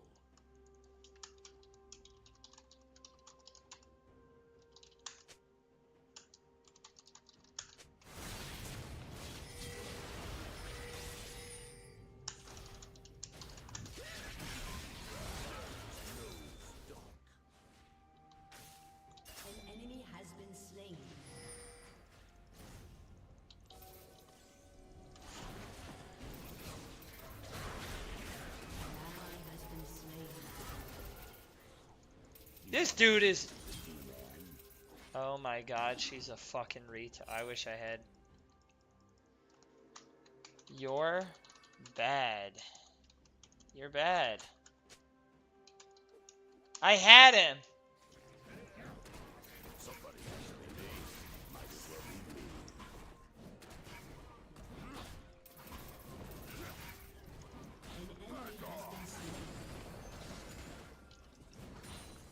Our top is retarded. We have a Shyvana. You're muted, dude. You're so bad. What acid? Why'd you show up without my towel?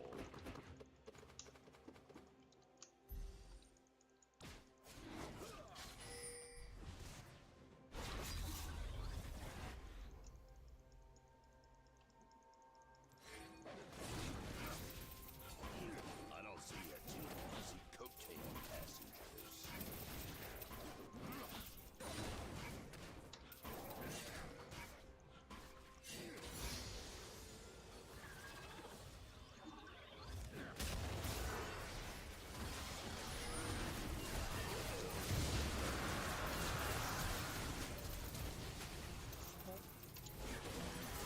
Oh my god!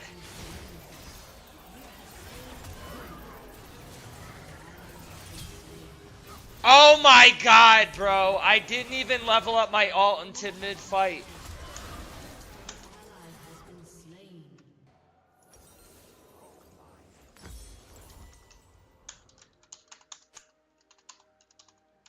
Put me back in.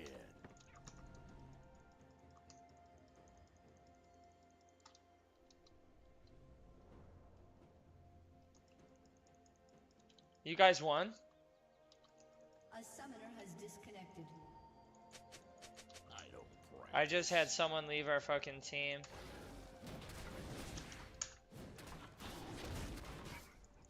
We're 9 minutes in and they left. Yeah, I don't know why. I'm 2 and 3. It's all muscle memory.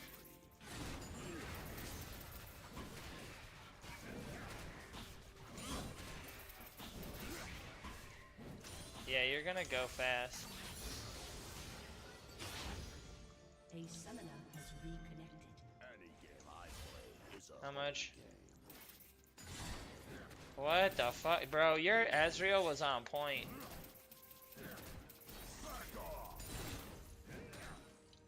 An ally has been slain. Better call traveling, cause I'm going places.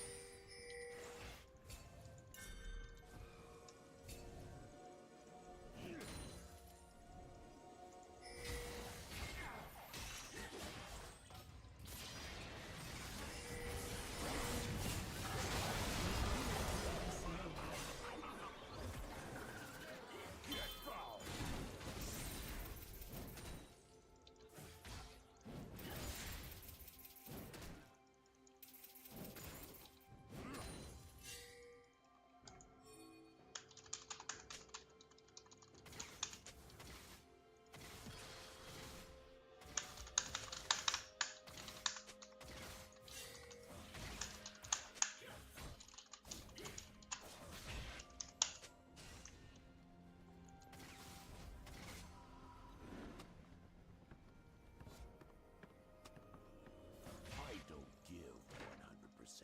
I take My team is fucking trash.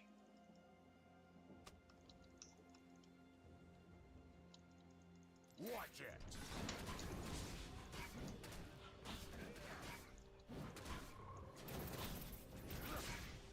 I'm the full package. Playmaker. Stuck. You'll get fucked. You'll die. An ally Too much CC.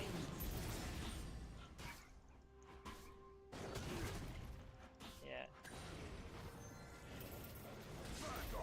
He would have countered you. Take a closer look.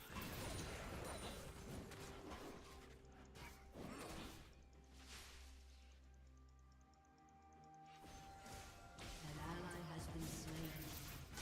Come here. Is my land. Damn, it does a lot of damage. The game will resume when I return.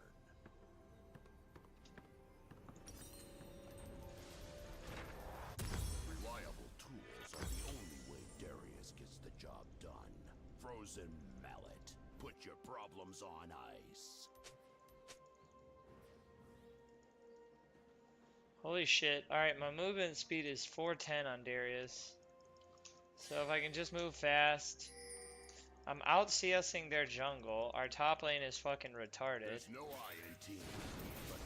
I should have just played another Kindred.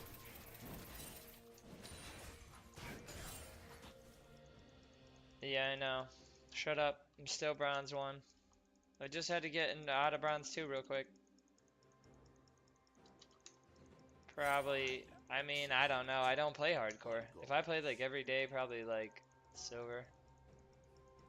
Yeah, I do not play ranked, that is true. Yeah, well, to try shit out.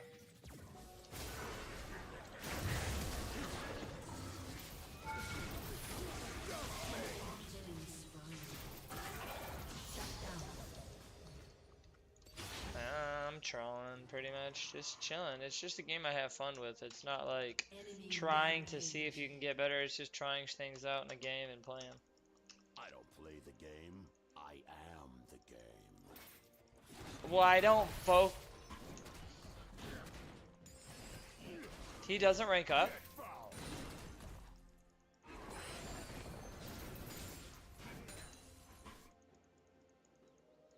Whose house?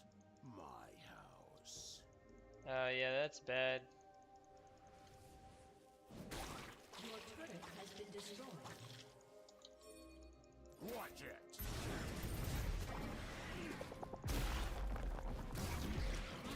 Yeah, that was years ago, too. You even try it.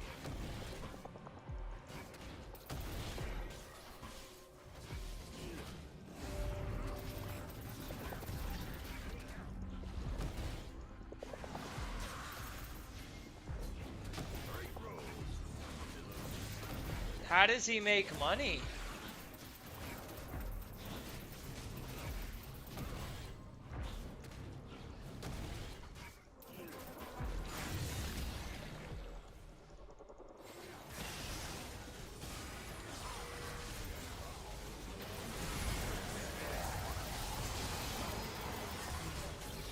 Oh, okay. This game might be over. An enemy is dominating. You have slain an enemy. Your turret has been destroyed. Are they?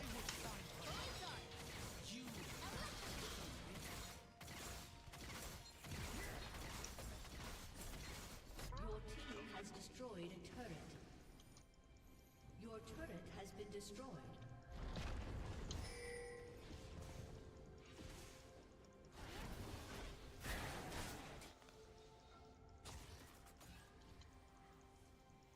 When you finish training, train more.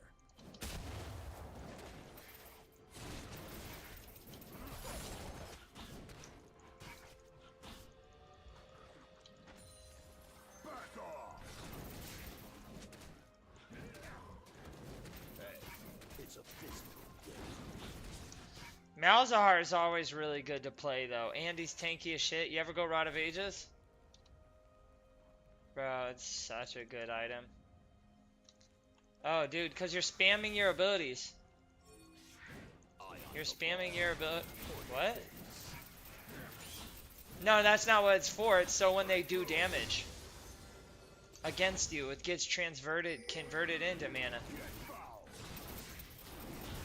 Yeah, right. But when they're gonna get on you at some point, and when they do, you're tanky instead of just dying in 2 seconds. After popping your shield.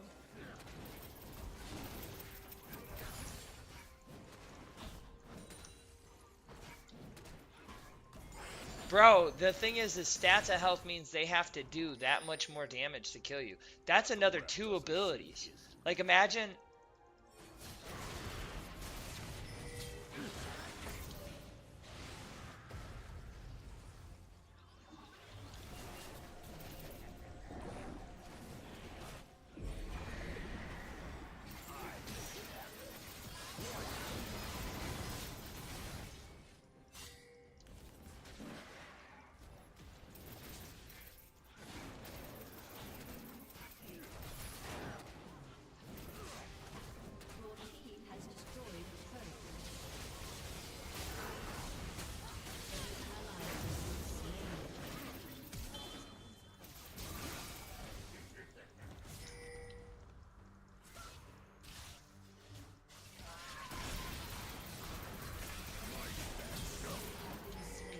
Oh my god.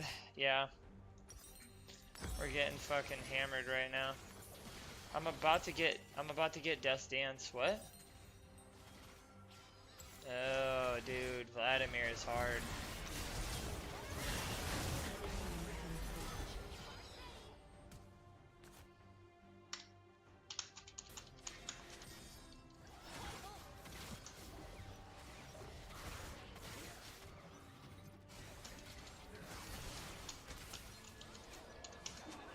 Somebody had to be me. Might as well be me. Yeah, we might have lost. Our top laner won't fight with us.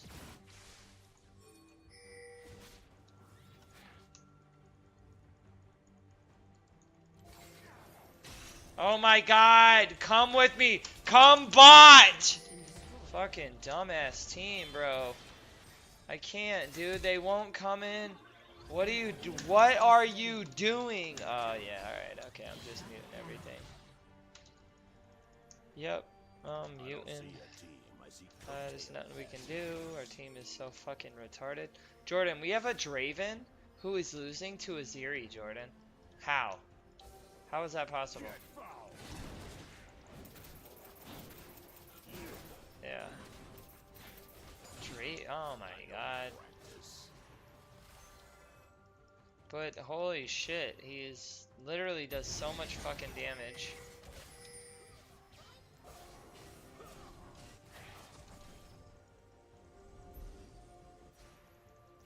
It's okay to be afraid if you're bad.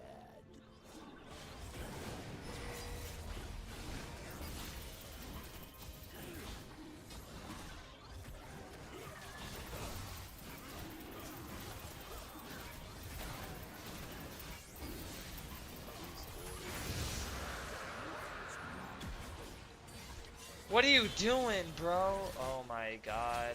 She went over the wall. She's retarded. Okay, so we just took drag. We have 2 drags. And our top lane took...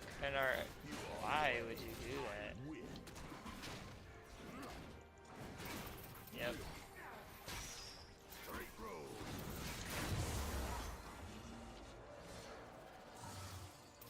Watch it.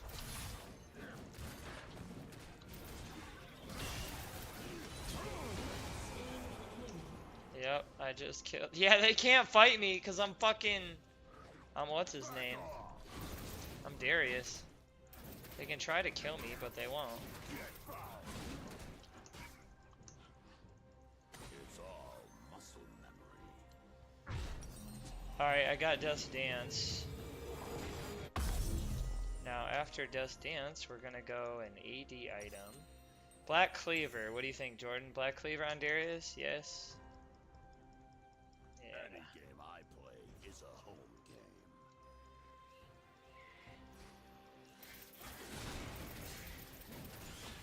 Oh yeah. Watch it.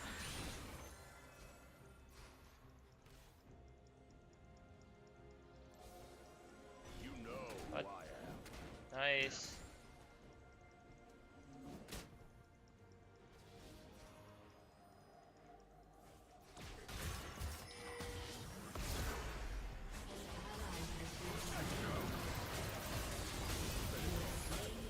Bro, I'm such a fucking boss. He just ignited me? No. Straight road.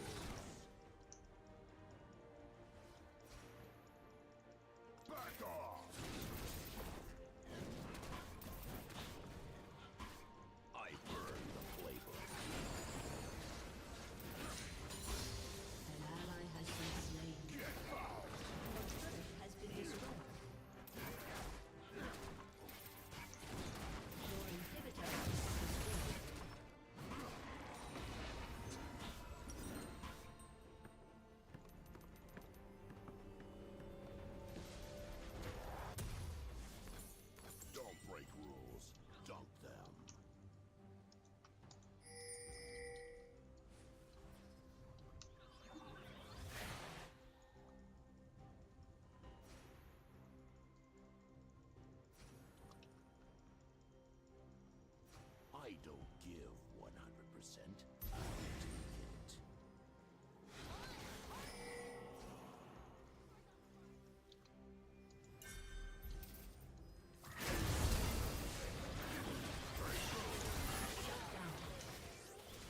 Yeah. Oh shit.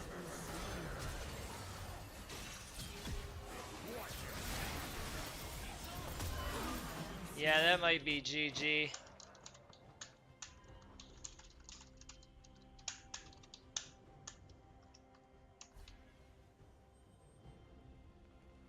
An enemy has been slain. An enemy has been slain. An ally has been slain.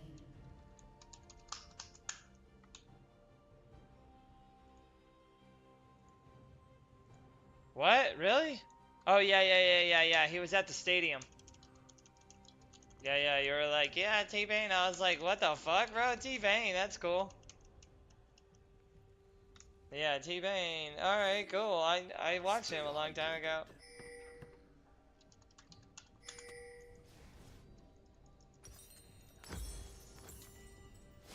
T-Pain? Alright, I'll see. I'll see some T to the pain. There's no I in team, but there is one in Darius. Bro, hell yeah, dude. T-Pain was the fucking... Yeah, dude. He had like a... Yeah, he's a cool dude, too. He's chill. The fuck? My earbud. No. I execute. Oh. Hold on. Ally has been slain. Yeah, our team is a little fucked.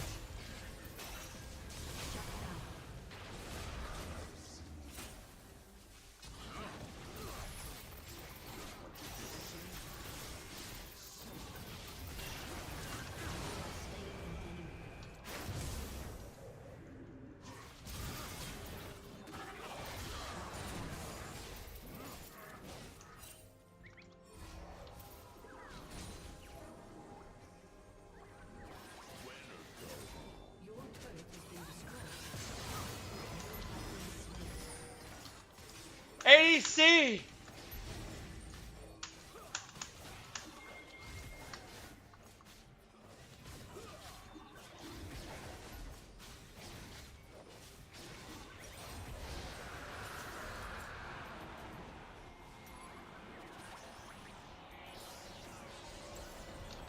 turret has been destroyed.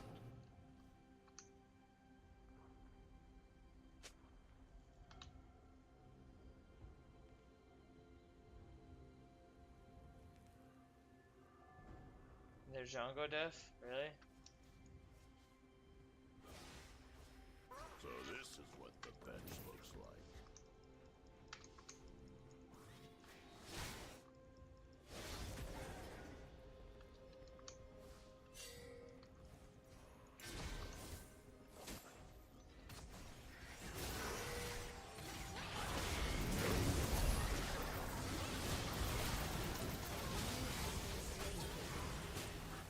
An enemy has been slain. Back off!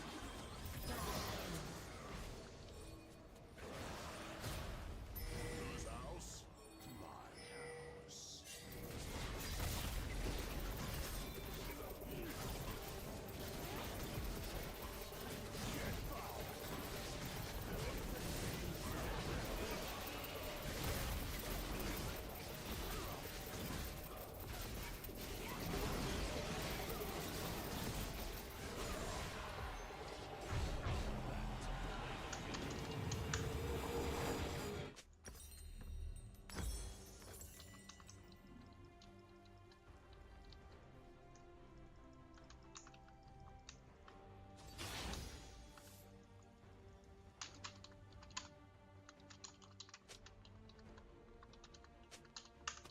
Always dunk for the throat.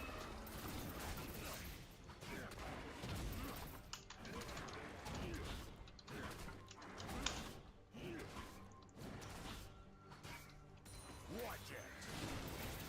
Your team has destroyed a turret.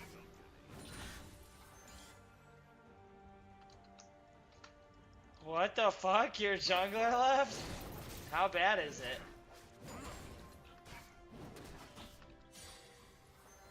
Straight road. Oh.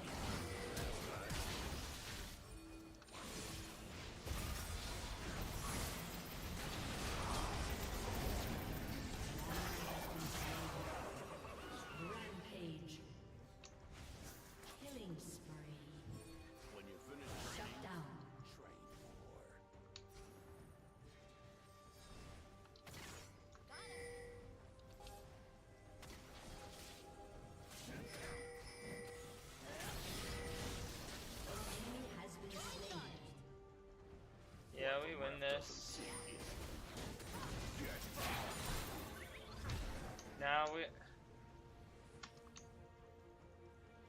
Now we have all the drags, but they have 2 inhibs on our team. We have all the drags and Baron buff. The thing is they just got a fucking inhib.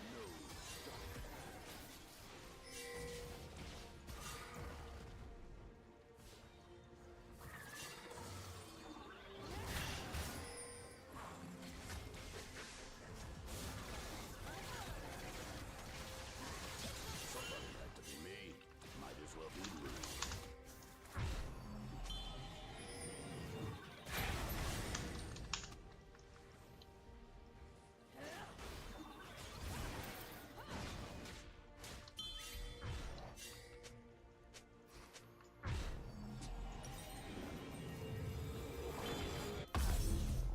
I'm 6 and 7.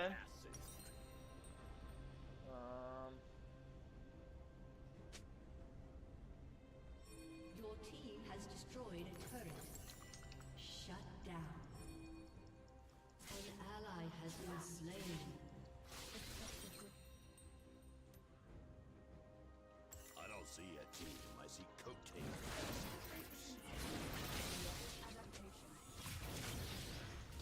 What the fuck?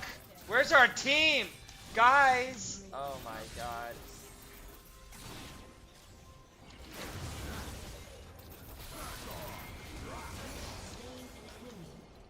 Jesus Christ.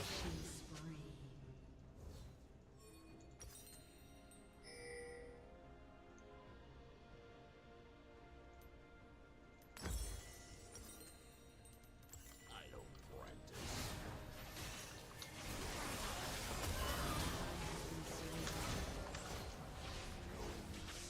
Your inhibitor has been destroyed.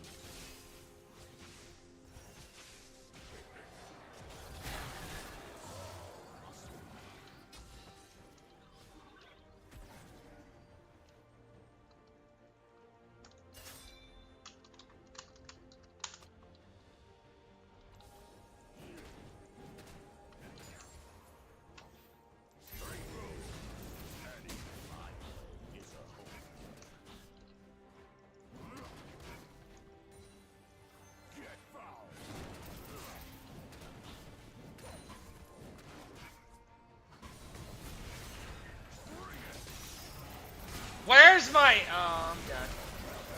Yeah, just FF. Get me out. Get me out. Get me out. Just FF.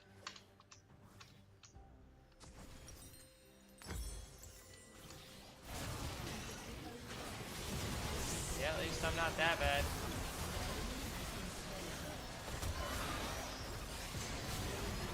Yeah, my game's fucking done.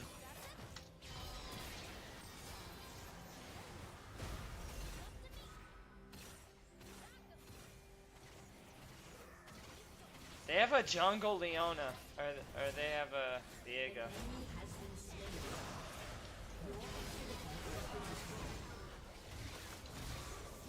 They have a... Alright, 8, 7, 6.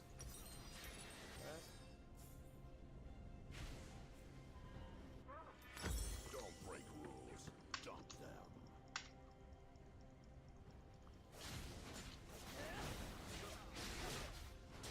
How many dragons do you have?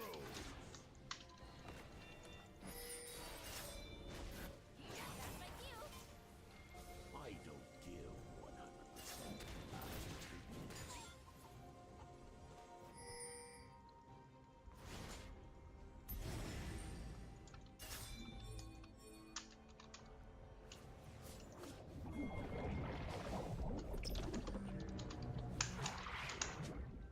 Every lane is my lane.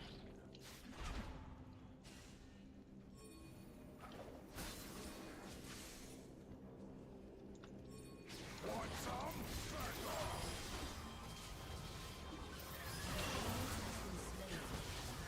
There's no I in team, but there is.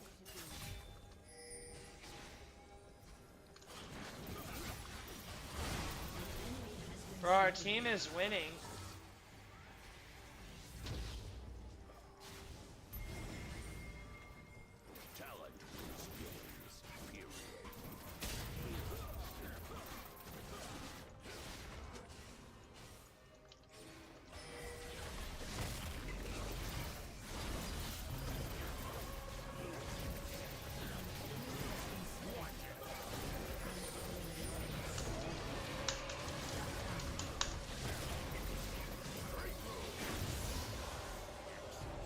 We just got Baron.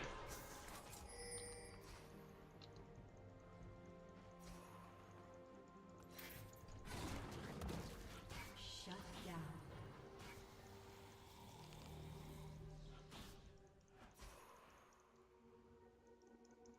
I don't play the game. I am the game. Come here. Back off.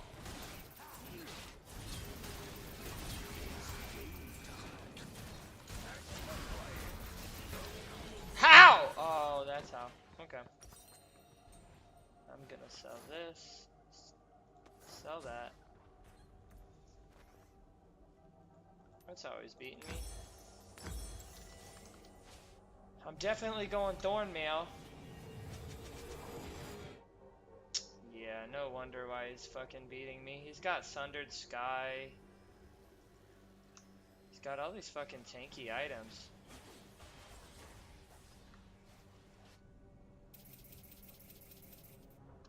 I wonder if I build the fucking...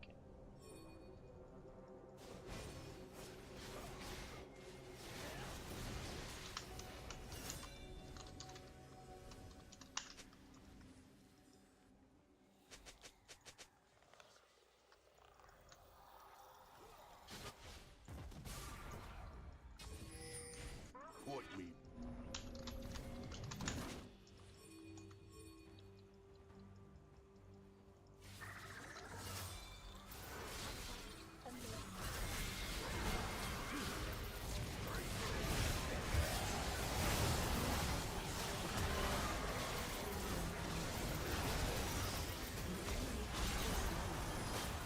An enemy has been slain. Double kill. You have been slain.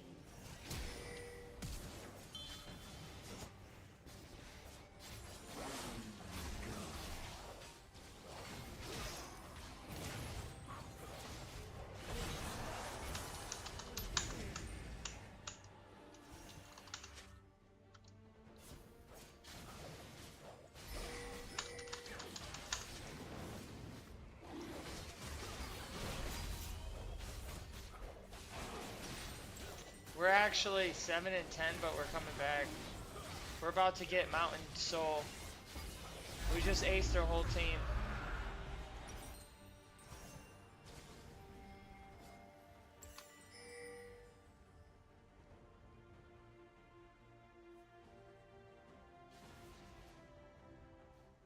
Your Stay team high. has destroyed a turret.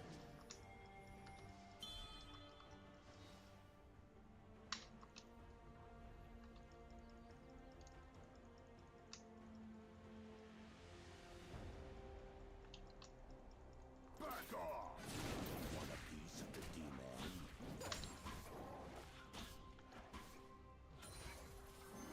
Watch it.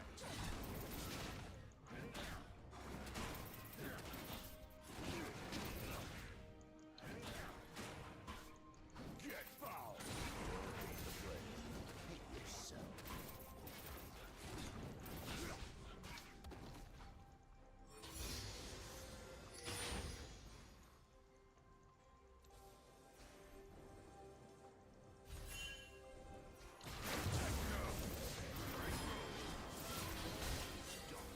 What the fuck?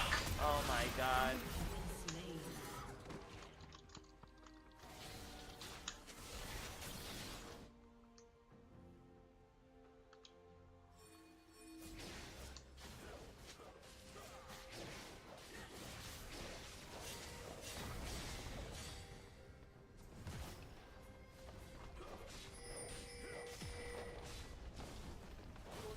Has destroyed a turret.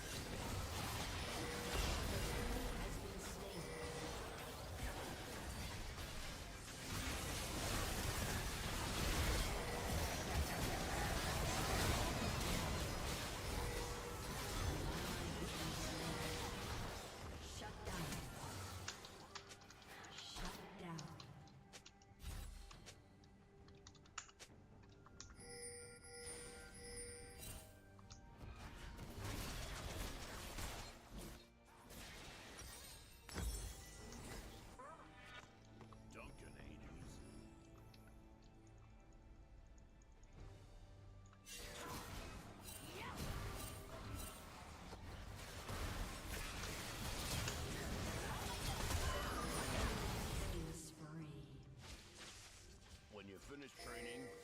Train more.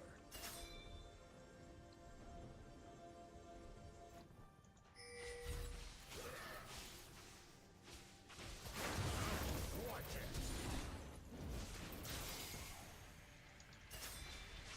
What the ref doesn't see is legal. Your inhibitor has been destroyed.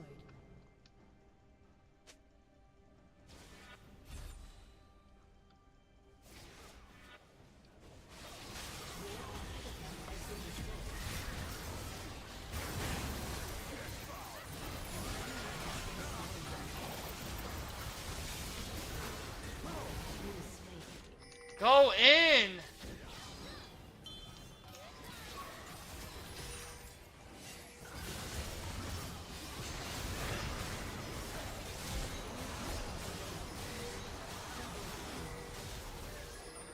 Enemy rampage.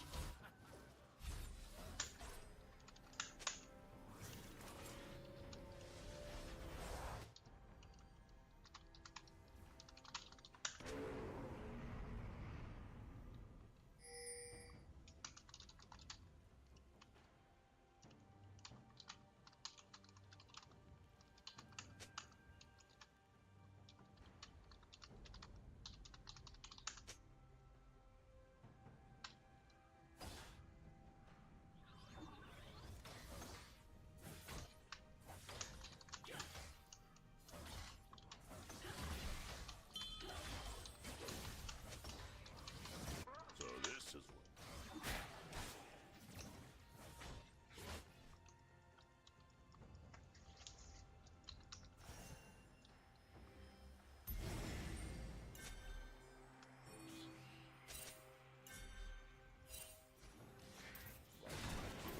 Take a closer look.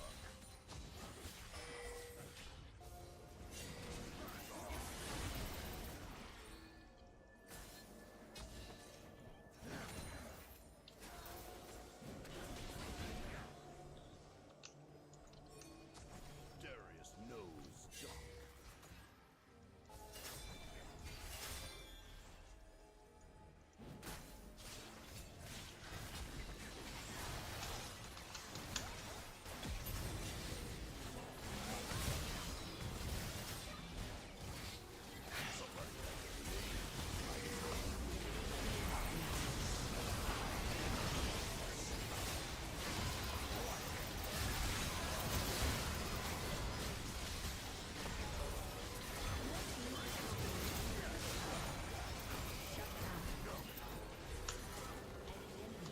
Unstoppable.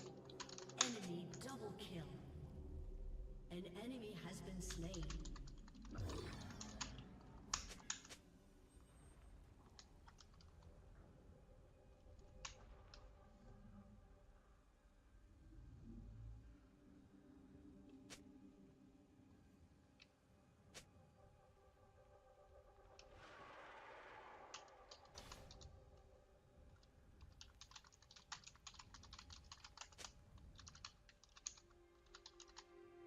Your turret has been destroyed.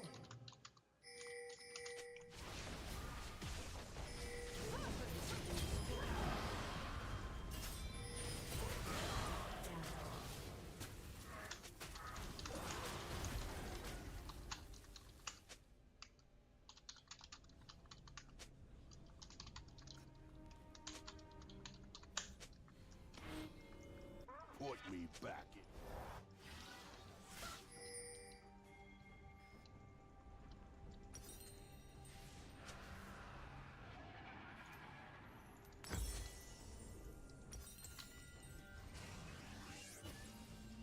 What's passing?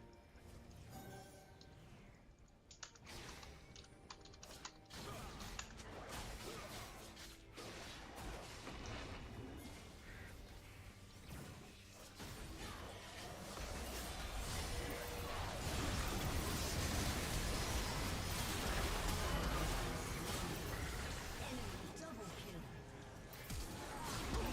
Slain. Enemy triple kill. Bro, our top laner is fucking trolling.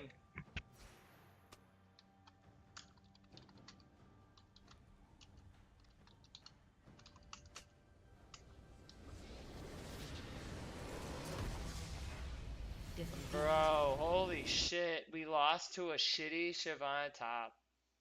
You said what? Oh my god, we lost to a fucking Shyvana top. Holy shit, that's so annoying.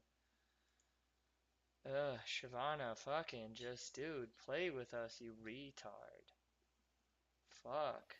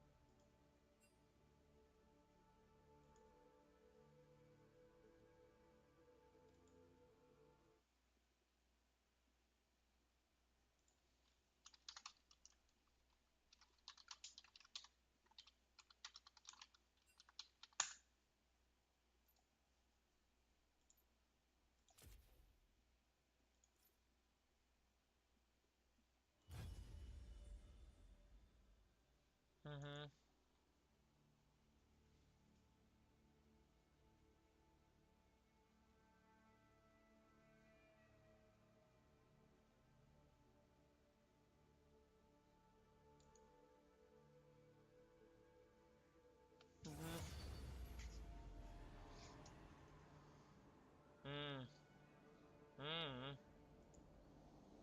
Oh, nothing works on this acne.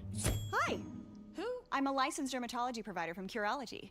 Answer a few questions, I'll look at your skin and prescribe you a personalized cream. Wow! Curology, skincare with a face. Northwest Ohio needs a leader in Congress. The career politicians said they would fix our problem.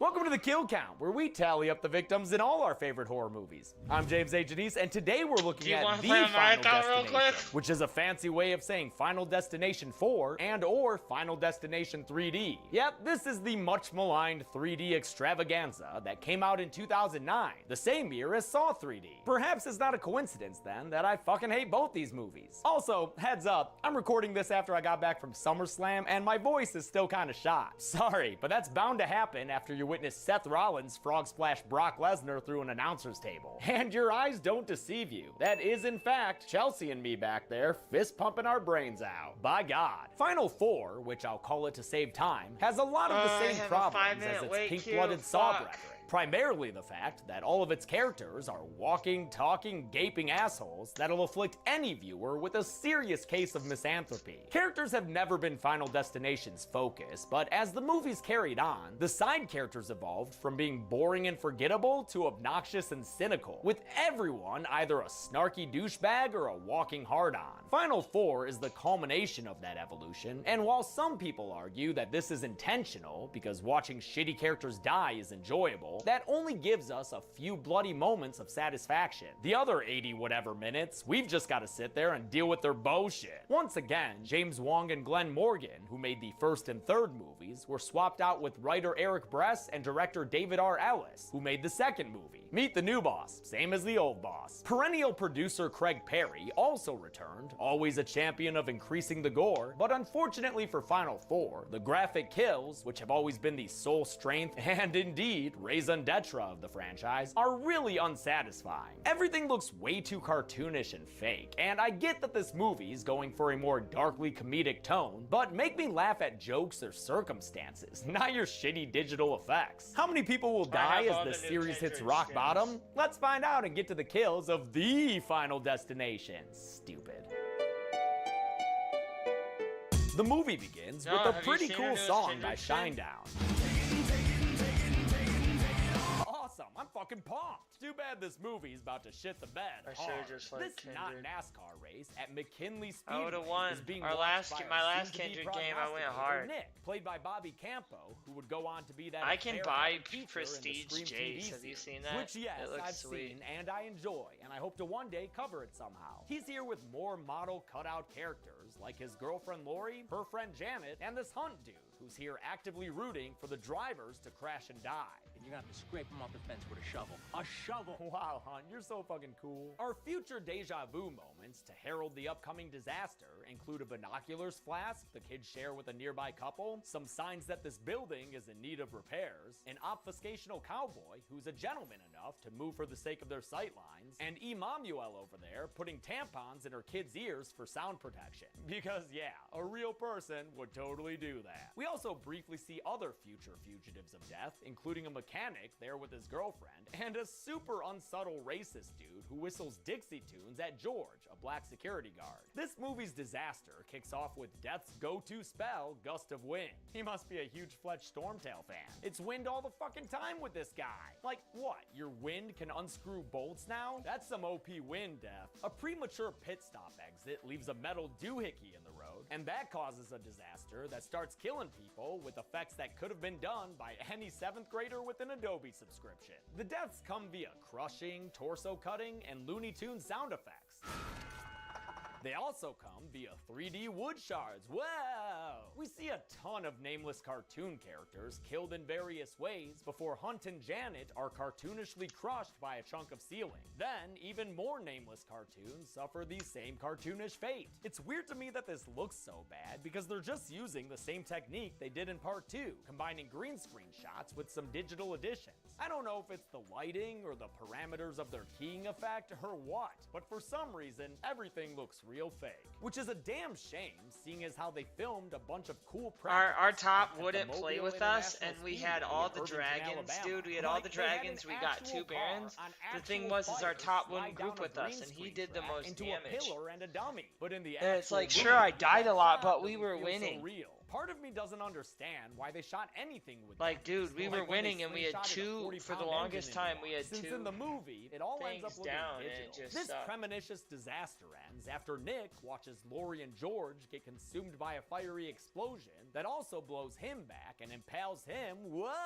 Whoa! Secret Retina racetrack. Nick gets one look at the binocular booze, the stylish cowboy, and those tampon earplugs, and he knows they've got to get the fuck out of there. His rush to leave causes, as always, a fight to break out. And, as always, a bunch of people get caught up in it and eject themselves from the situation, Oh my with God, the racist dude I'm Carter gonna be in telling a his game in wife to 18 stay in her seconds. seat. And yeah, they named another This character in the person series says, Carter. so- No, I don't know. So why. what? Since we all know there's only one thing you think You of want me to when get you hear off? that name in a Final You said what? Destination movie. Carter, you did it. The characters yell at each You're other gonna- outside until they Who are you hear gonna the play crash top? taking place inside Play and see Garen. some awful looking fiery chaos. Bro, play Garen, bro. How come you never play like Dude, it Garen looks or like the stage show Darius for Nero's or? flute concert Are you battle. afraid What of the fuck's the winning? matter with you? Anyway, most of what we saw Because- in that vision is Yeah, taking place they're right like now, free minus wins. the main characters dying.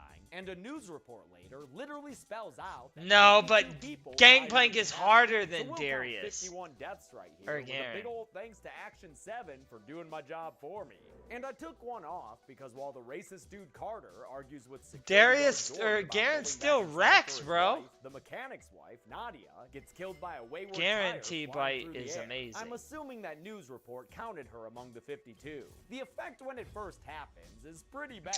Alright, motherfucker. You say Garen sucks. I'm gonna show you what a Then we Garen get a jungle title does, bro. card, and the most badass opening credits I've ever seen. In them, a dope-ass hard rock theme plays over X-ray depictions of the kills we've seen happen in the series. It's all very stylized and does a great job getting the viewer excited, since it reminds them of the best thing these movies have always had going for them, the gory graphic kills.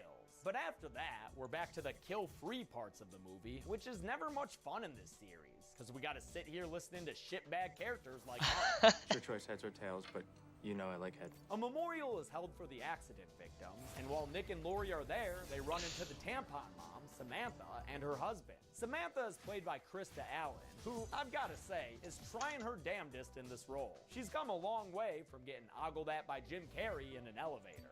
Mama! They thank Nick for saving their family with first draft generic dialogue while bland, sappy music plays in the background. Take care. Oh yeah. Thank you. This movie had a new composer. That's why I'm after the going woman who Garen wrote in the the music for jungle, first two baby. films, Shirley Walker, sadly died of a stroke in 2006. At the time of her death, she had apparently scored more major motion pictures than any other American woman, and her work included James Wong and Glenn Morgan's other horror projects like Willard and The Black Christmas. No, you couldn't. Even the first film she worked on was horror, 1984's Ghoulies, which she co-composed with Richard Band. I will put $100 on a game right now. Nick and Lori also formally meet George, who's played by master shrimper Michael T. Williamson. Yeah, but not in Jungle. As Joe Dixon in Purge Election Year, where I somehow forgot to point him out. Dude was Benjamin Buford Blue. How could I miss that? Before George can tell the kids all the ways you can serve shrimp, racist Carter walks up and blames George for his wife's death. I wanted to go in there after, but... He spits a hard N-word at George and threatens him as he leaves. Later that night, Nick has visions in a dream, which are honestly just embarrassing. I feel like these are clues in an old Myst game. Should you get the red pages, Nick, or the blue ones? Nick doesn't know it yet, but that shitty vision was foreshadowing drunk-ass racist Carter driving a tow truck to George's house, where the security guard is shockingly shading in his character by reading from an AA book. Oh, and there's a picture with a lady in the back there, too? Wow, it's like he's a real person. Nice. But racist Carter doesn't see George as a person, and after the guard's lights go down, he gets straight to work putting up a cross to burn in George's front yard. Death also gets straight to work and knocks a bunch of stuff over until Carter's truck is driving on its own and playing War's Why Can't We Be Friends loudly through its speakers, which does admittedly make for some pretty funny music backing as racist Carter gets caught by the truck's hook and dragged down the street. Between sparks and gas, a fire gets going, and racist Carter is killed in what ends up being an outright comedy scene. That feels straight out of Scary Movie, complete with the explosion that produces a severed burning head. Props to actor Justin Wellborn, who did a part.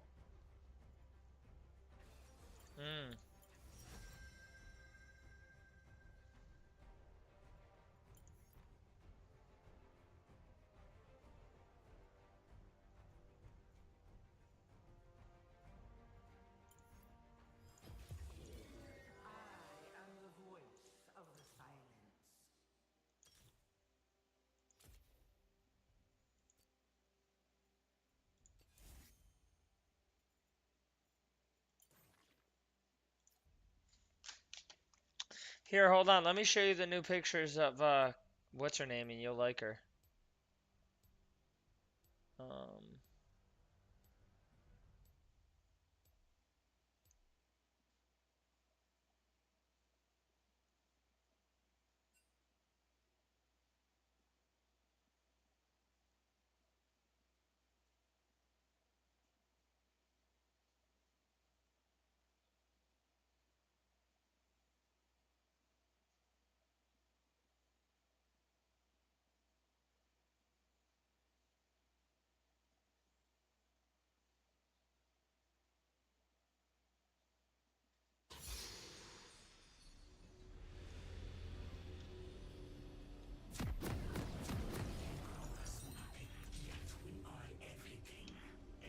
Partial burn stuff.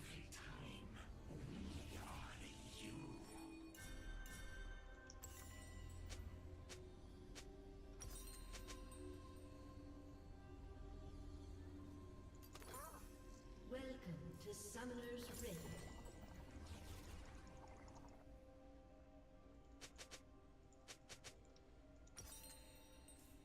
Seconds until minions spawn.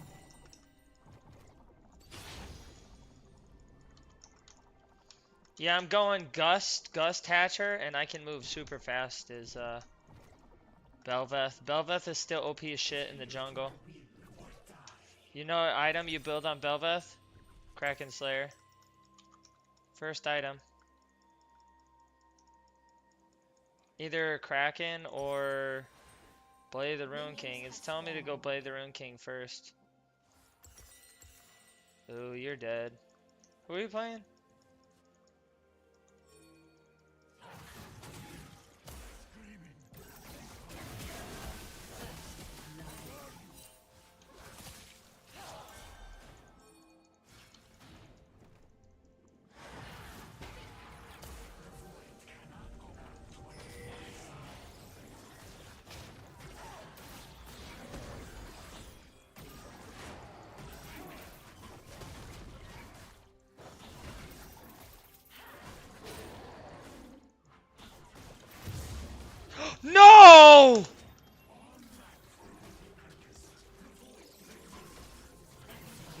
Dude!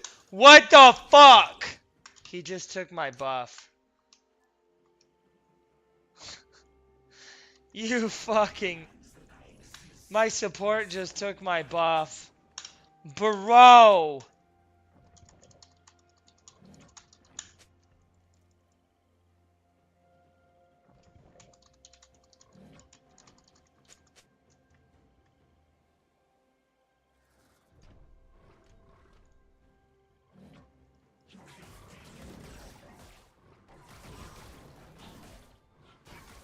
Oh, we're gonna lose this fucking game. Jesus Christ.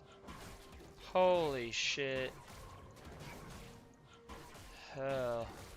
I'm probably gonna get invaded now. Oh my god, bro. He took my blue buff at level 1. How are you so bad? I smited it. Fucking get the fuck away. I was doing it.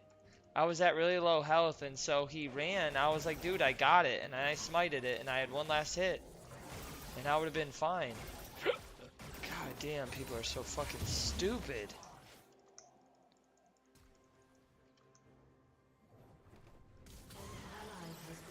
Trash, bro. We're gonna fucking lose. 2 deaths already. Or actually, yeah, 2 deaths.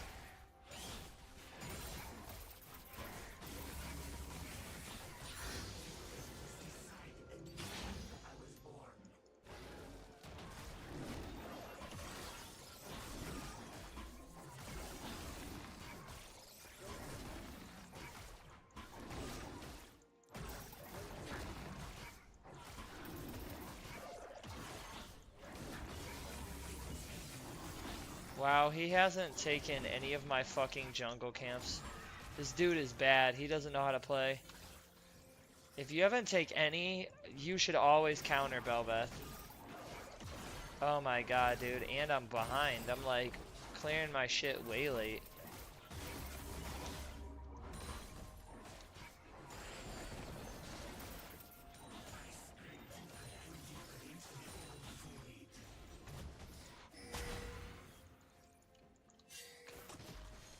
Back up.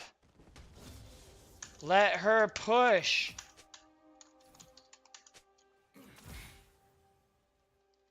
Oh my god, bro.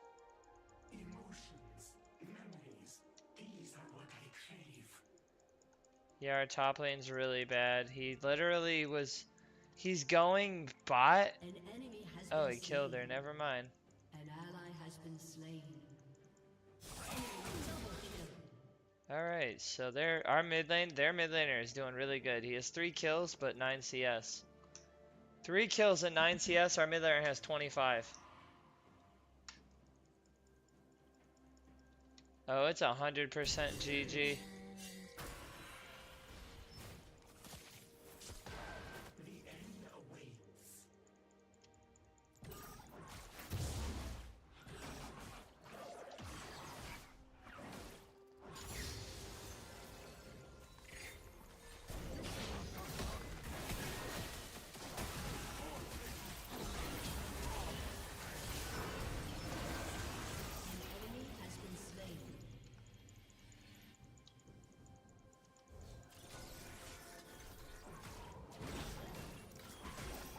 Oh, I just won a battle.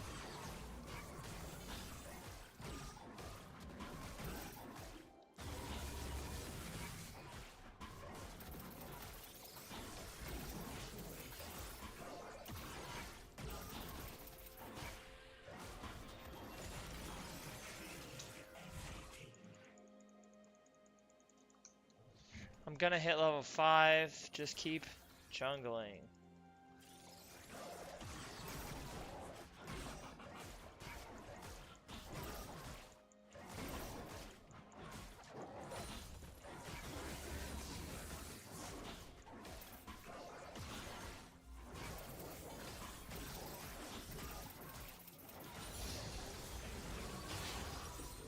Hell yeah, I'm about to get fucking... Is Blade of the Rune King still strong?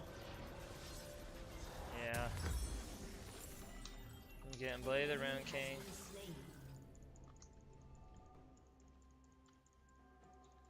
So, they have 2 ADCs. I should probably go AD boots.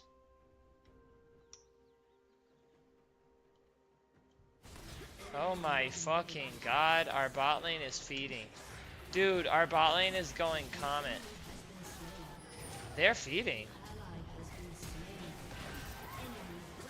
What?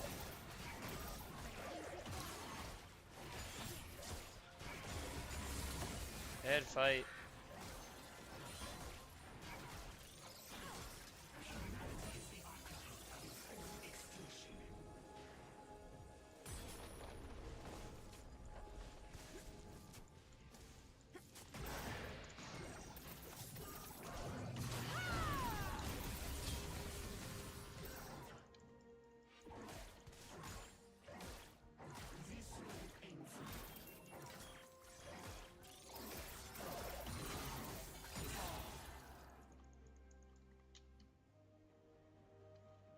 Run, bitch.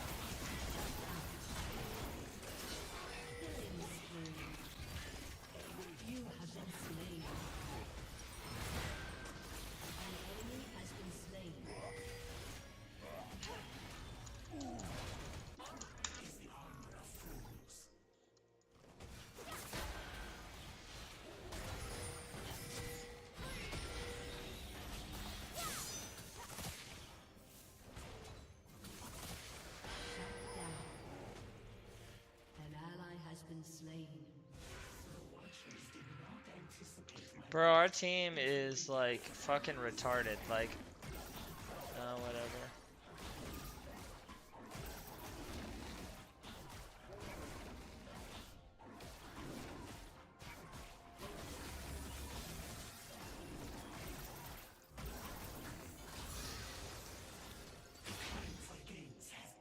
Do you think Bel'Veth is a good jungler?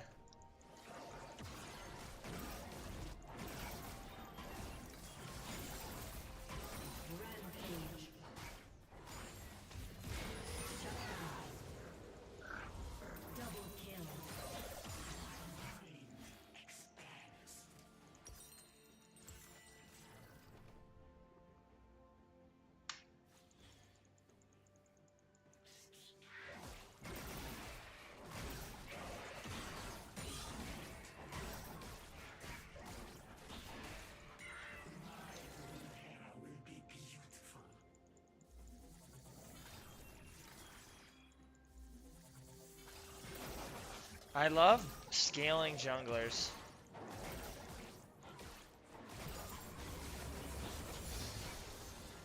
They're OP.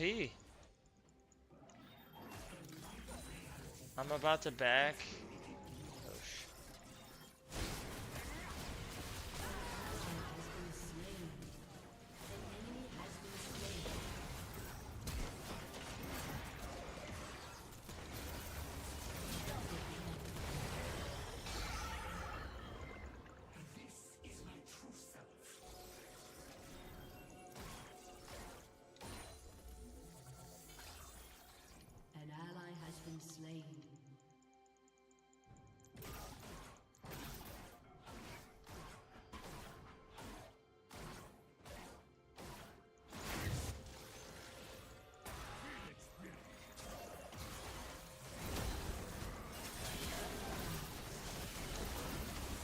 Bro, I am fucking this fucking moron up.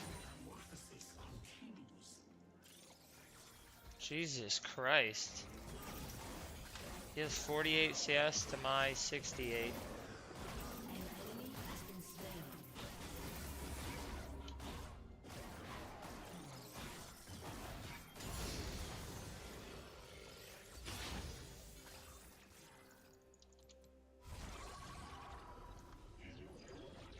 We're gonna win this.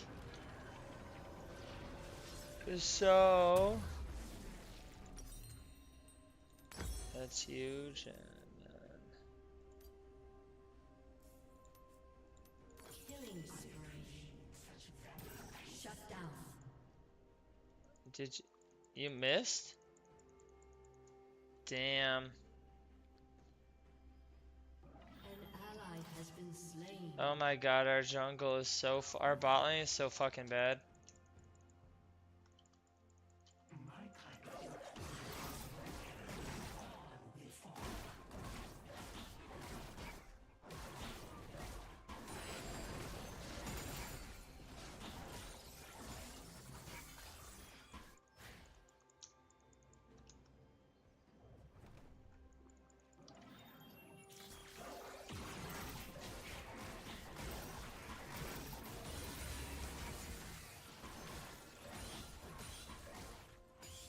An ally has been Oh, I gotta slain. kill this top lane.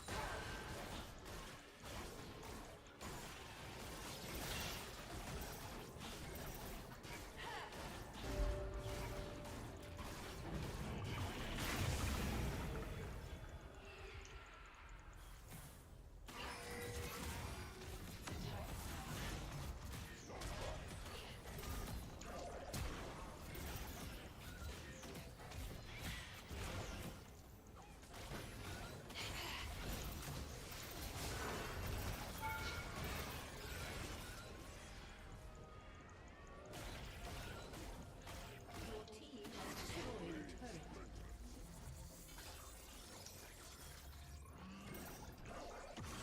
Your team has destroyed a turret. Enemy killing spree.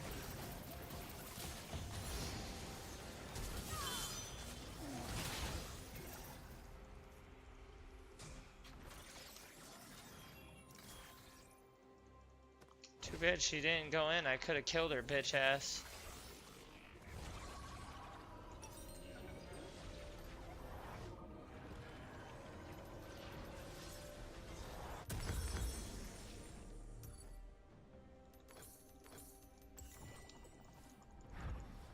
Your turret has been destroyed.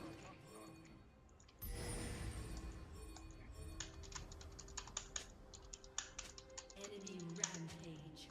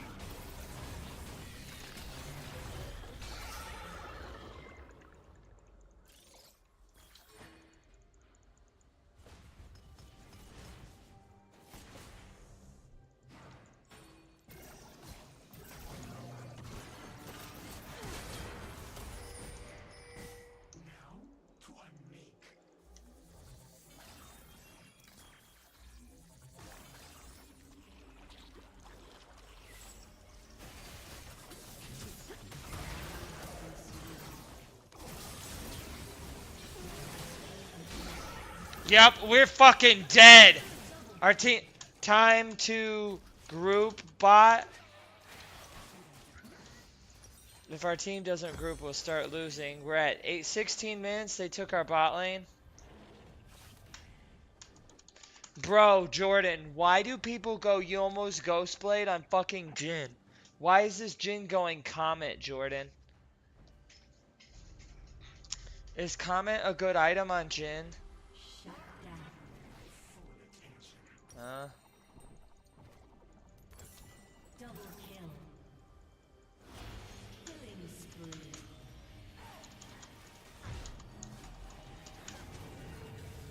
Ally has been slain.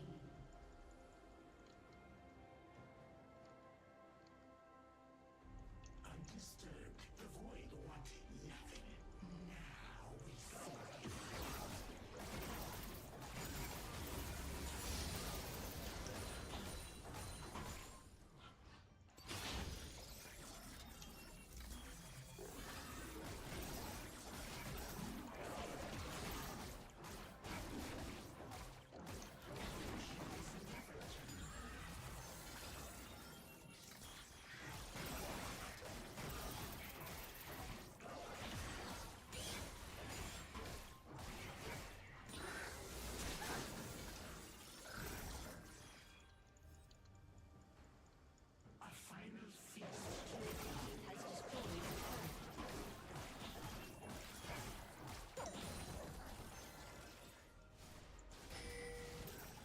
An ally has been slain.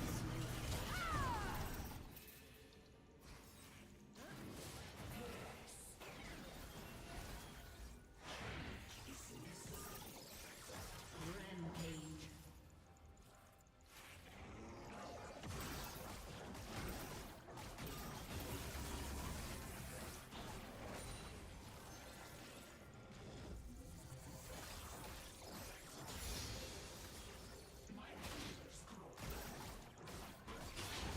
An ally has been slain.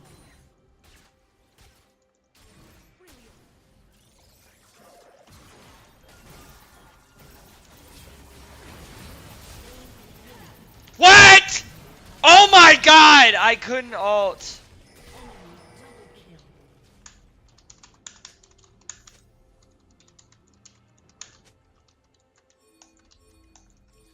Oh my god, bro. I'm so sick of this team. I can't wait to kill everybody. Dude, our top lane, you know how, dude, we're at 19 minutes and we're not grouping mid yet. And their team is grouping.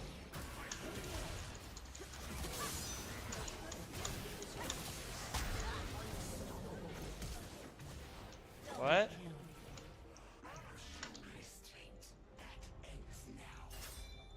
We're about to win. We're gonna win this game though, because I'm playing.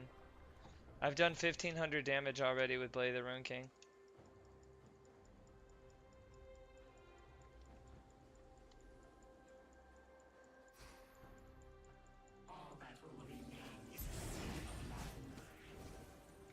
Get it.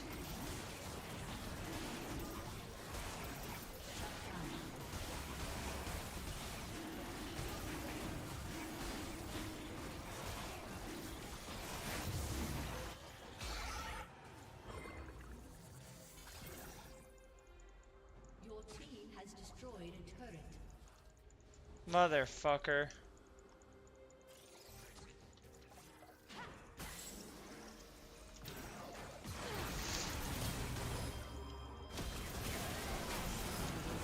Come on, just group, guys.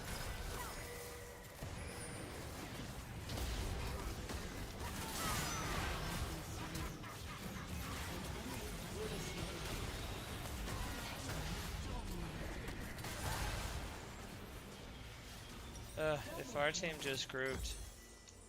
Enemy double kill.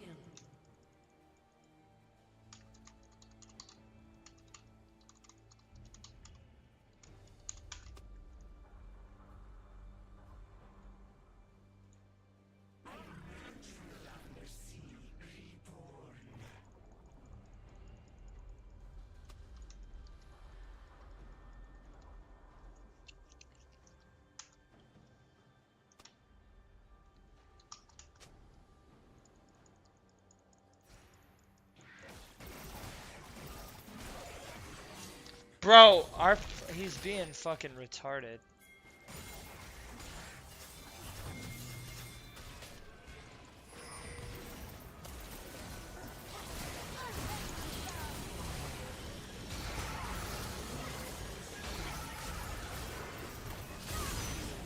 Bro, just kill them, please. Yeah, all mid, all mid.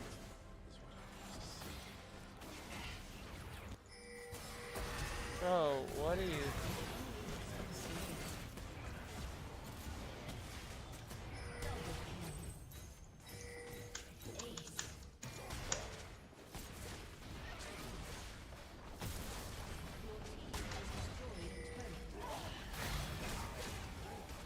Bro, this Jin went Celendrion as Gretch. Is that a good item?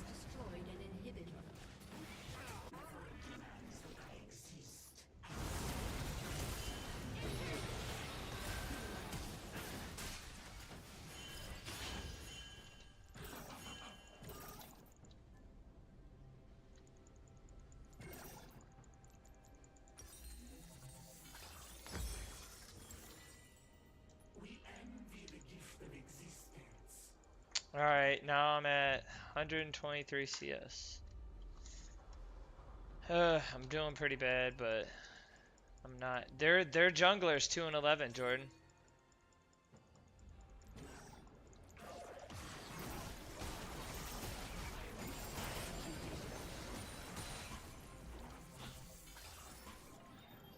I'll play Vel'Veth, that's what I'm gonna do.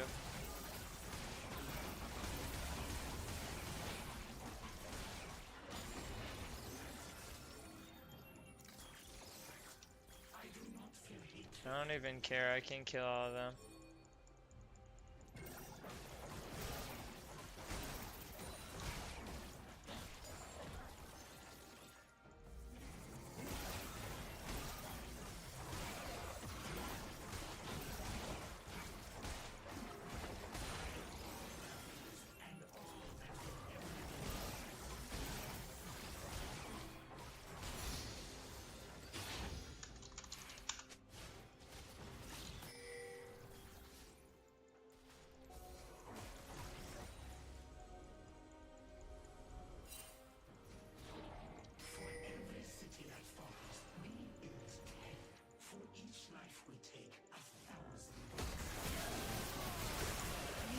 Wow! He just murdered me.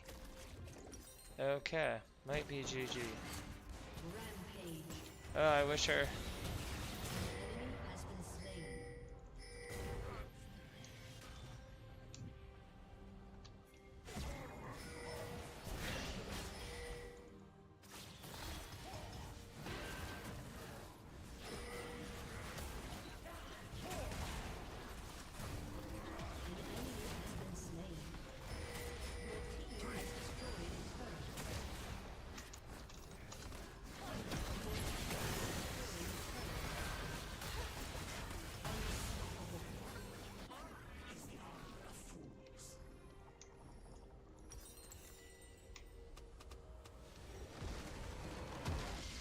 We won. Okay.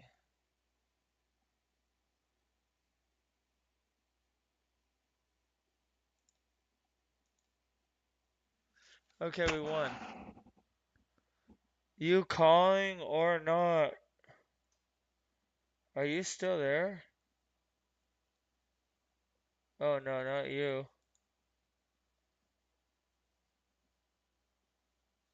Motherfucker.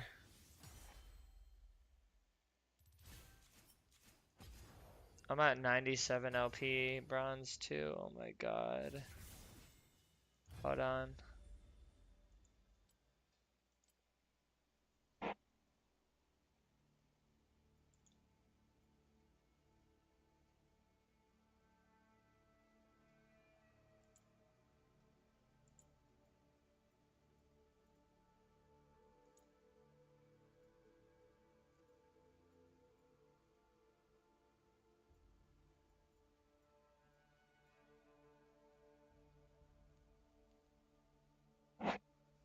Dude, I'm fucking hungry.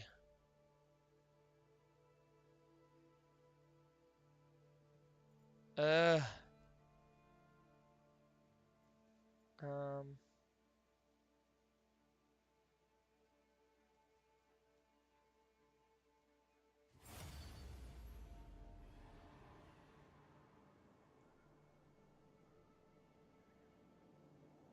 Yeah, Jordan, I won't be able to. It'll be too late. I think I gotta get going to bed. Shit. I should just play Bel'Veth or Kayn. Kayn's pretty good. I'm going Kayn.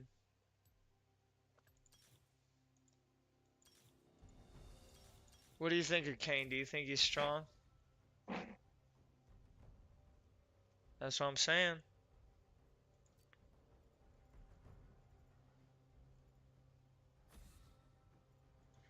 I'm banning Brand as Kayn.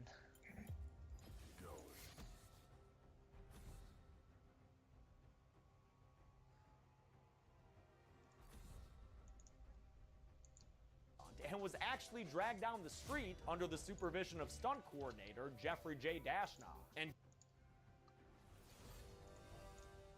Senator Sherrod Brown is doing something about rising housing costs. He introduced a bill to crack down on landlords who jack up rent prices and neglect basic repairs and pass those costs to renters. Tell Sherrod, keep fighting to lower costs.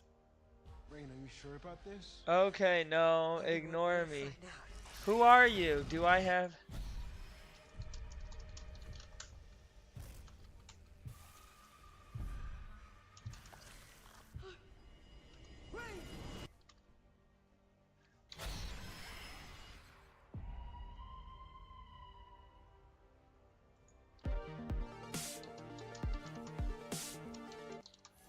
welcome to the Kill Count, where we tally up the victims in all our favorite horror movies. I'm James H. Denise, and today we're finally starting the franchise that so many of you have been waiting for, Final Destination, beginning with the original film from the year 2000. Final Destination is a film that asks what happens when you escape death. Its answer is that death comes for you. The film's screenplay was originally written by Jeffrey Reddick, based on one of his own spec scripts for an X-Files episode. After New Line purchased the film, they brought on director James Wong and producer Glenn Morgan, who together rewrote Reddick's original draft. The final film was further altered after test screenings by New Line founder Bob Shaye, Michigan's own, who had found success years earlier producing the Nightmare on Elm Street films. With all those cooks in the kitchen, Final Destination kind of ended up being a horror film by committee, and it sometimes feels that way with all the weird little asides and disjoint tangential ideas that never really add up to anything. The idea at the core of the film, however, was a powerful one that resonated with audiences and would lead to the production of 4 sequels, each made a few years apart from each other, and with the last 2 filmed in glorious 3D. That core idea, which would be repeated in every installment, is all about death getting even. In each film, one character's graphic and detailed premonition allows a small group of people to escape a major catastrophe that would have otherwise killed them. The premonition disasters are a hallmark of the series and usually do a great job exploiting common fears like flying, automobile accidents, roller coasters, and going to NASCAR races. The survivors who escape these accidents, thereby cheating death, then begin to die in the order in which they were supposed to. And they don't die in any old way either. See, in the Final Destination series, it turns out that death, kind of a little schemer. And instead of just making these people's hearts give out on them or anything, death sets up elaborate mousetrap-like chain reactions that oftentimes lead to an unusually violent death. These graphic Rube Goldberg kills are the other hallmark of the franchise, and as to be expected, they grow more and more grotesque as the series continues, which, yes, will mean some censoring in the public releases of these episodes, while explicit versions will be available for patrons. Sorry man, it's just how it goes. How many kills will death score in this first film, which seems so quaint compared to what's to come? Let's find out and get to them.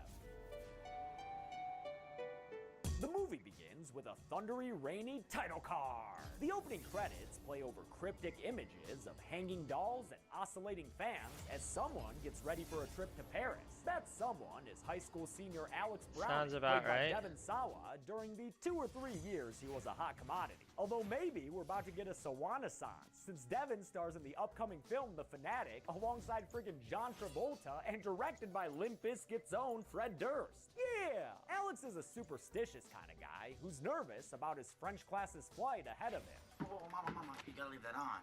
Tell you, man, the last flight without the plane crashing or anything, so I figured it's gotta be on the bag, or at least with the bag. Pretty paranoid there, but I can't hate this guy when he's got a Buck Cherry poster hanging in his room. They were the first band I ever saw live, and I don't care what you say, that first album was a banger.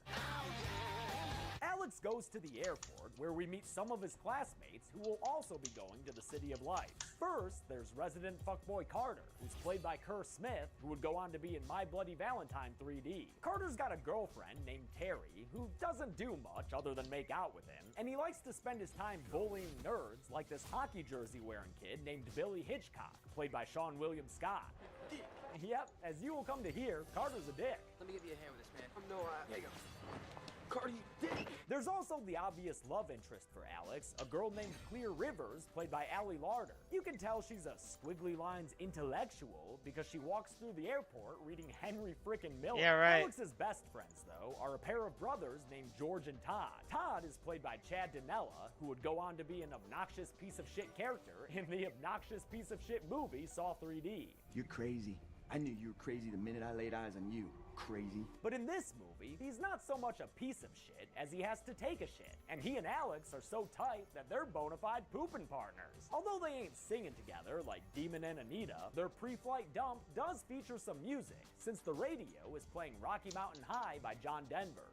Kind of plane crash. Uh-oh. A coincidence like that is sure to freak out the superstitious Alex right before he boards Bully Flight 180. Your birthday is the same as your departure time. September 25, 9:25. And, I guess that coincidence will freak him out too? But wait, Alex, what are you freaked out about here, man? That's just a flight status board. Yeah. It's useful information. Alex gets worried about a ton of things in this movie, which are always presented with foreboding push-ins and bass tones. But everything's so innocuous, it's hard for me to take it seriously. Like, that's just a plane, Alex. It's not ominous. It's just 20th century travel technology. They board their flight and feel reassured of its safety by the sight of a crying baby. That's a good sign. Right. I've got to take down this. Right. Oh, that's kind of dark, but I guess it's a solid line. I really fucked up. Okay, that one might be in bad taste, though. Alex takes his assigned seat, but is asked to switch spots with one of these generically attractive early 2000s chicks. He does, and although his new seat is next to Todd, its tray latch is broken, and you know the airline ain't gonna do a damn thing about that. The plane's takeoff is smooth at first, and everybody cheers. But things take a tumultuous turn. Huh. Pirate's treasure. Eyed a pirate's treasure. See it before you buy it with Valspar's free paint chip delivery. Guys!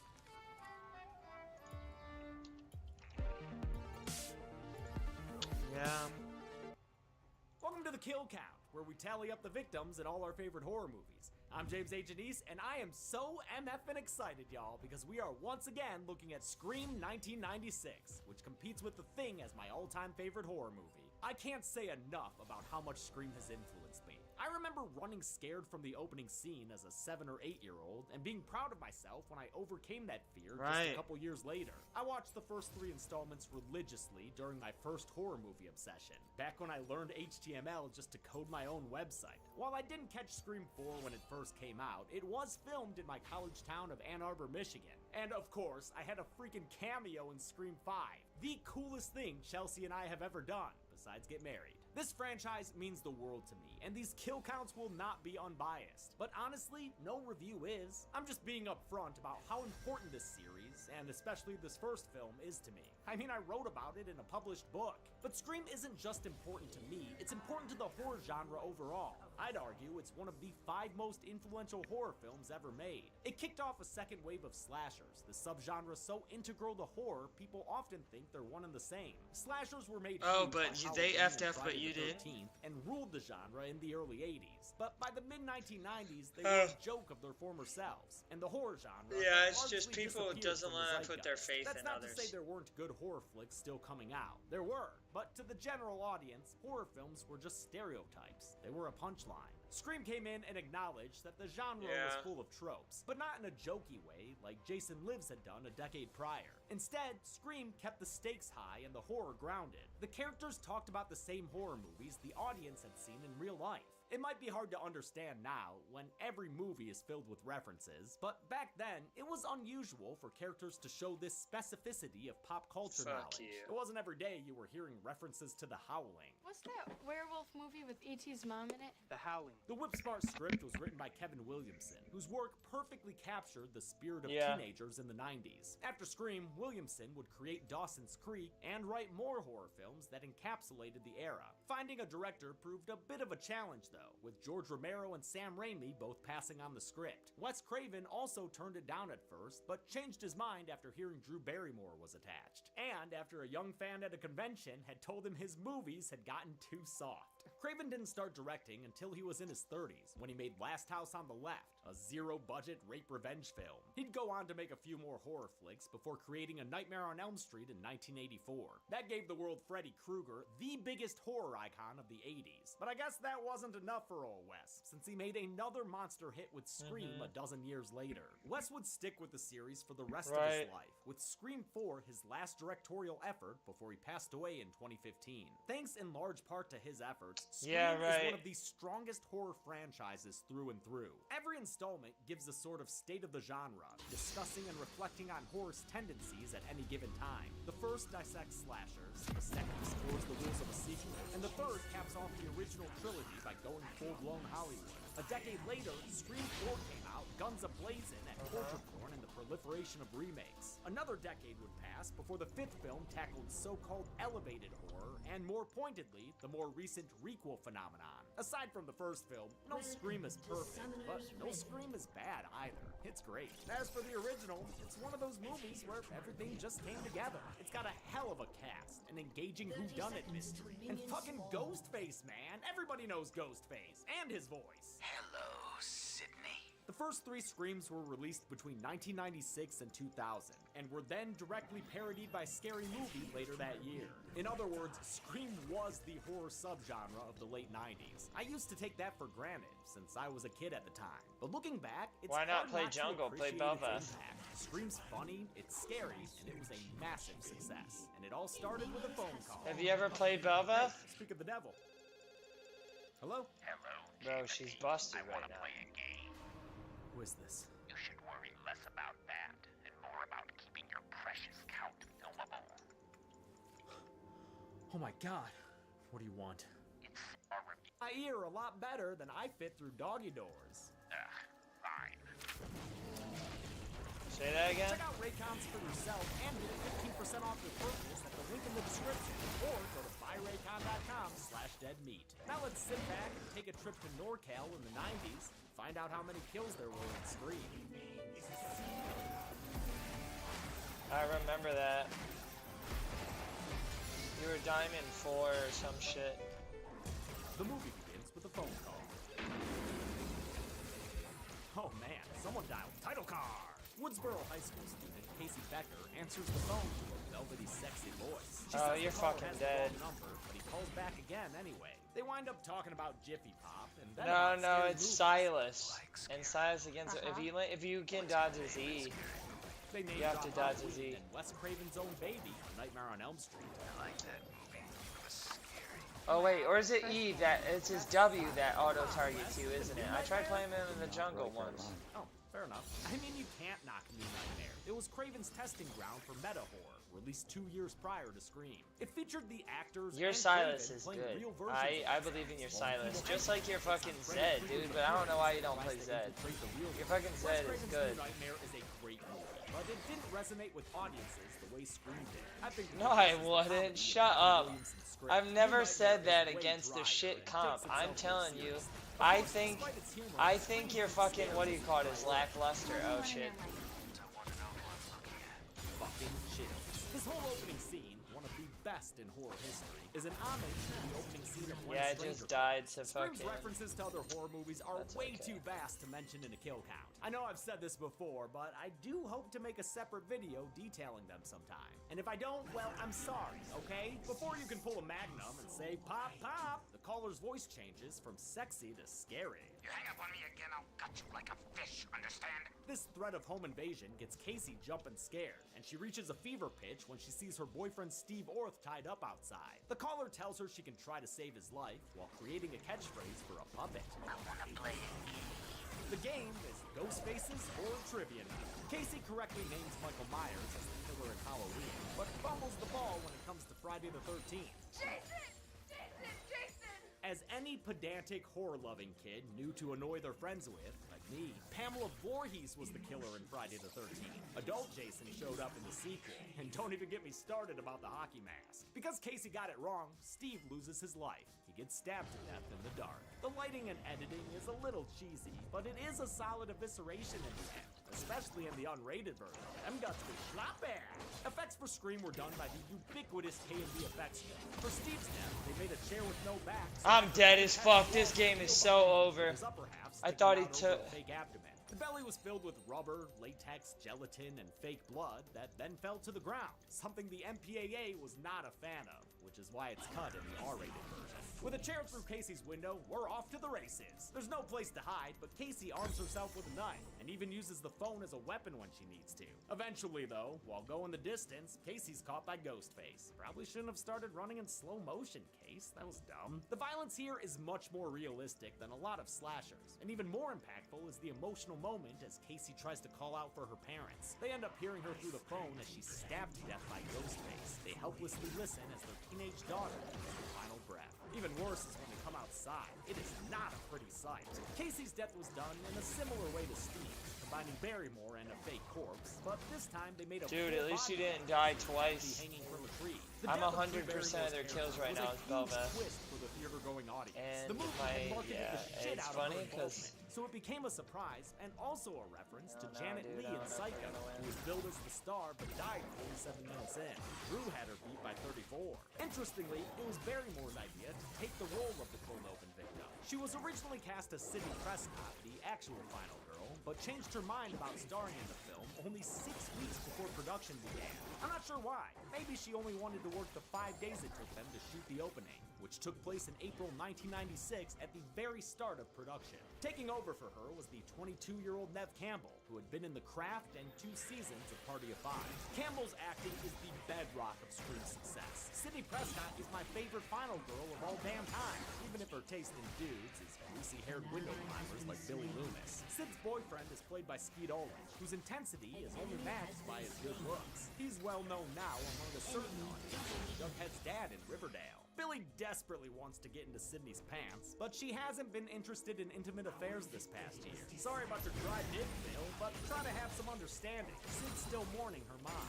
Only a year ago, Maureen Prescott, wife's mother, was found raped and murdered not far from this peaceful town square. That human highlighter is Gale Weathers, loudest clown at the media service that descends on Woodsboro High. Media criticism is a big part of the Scream film.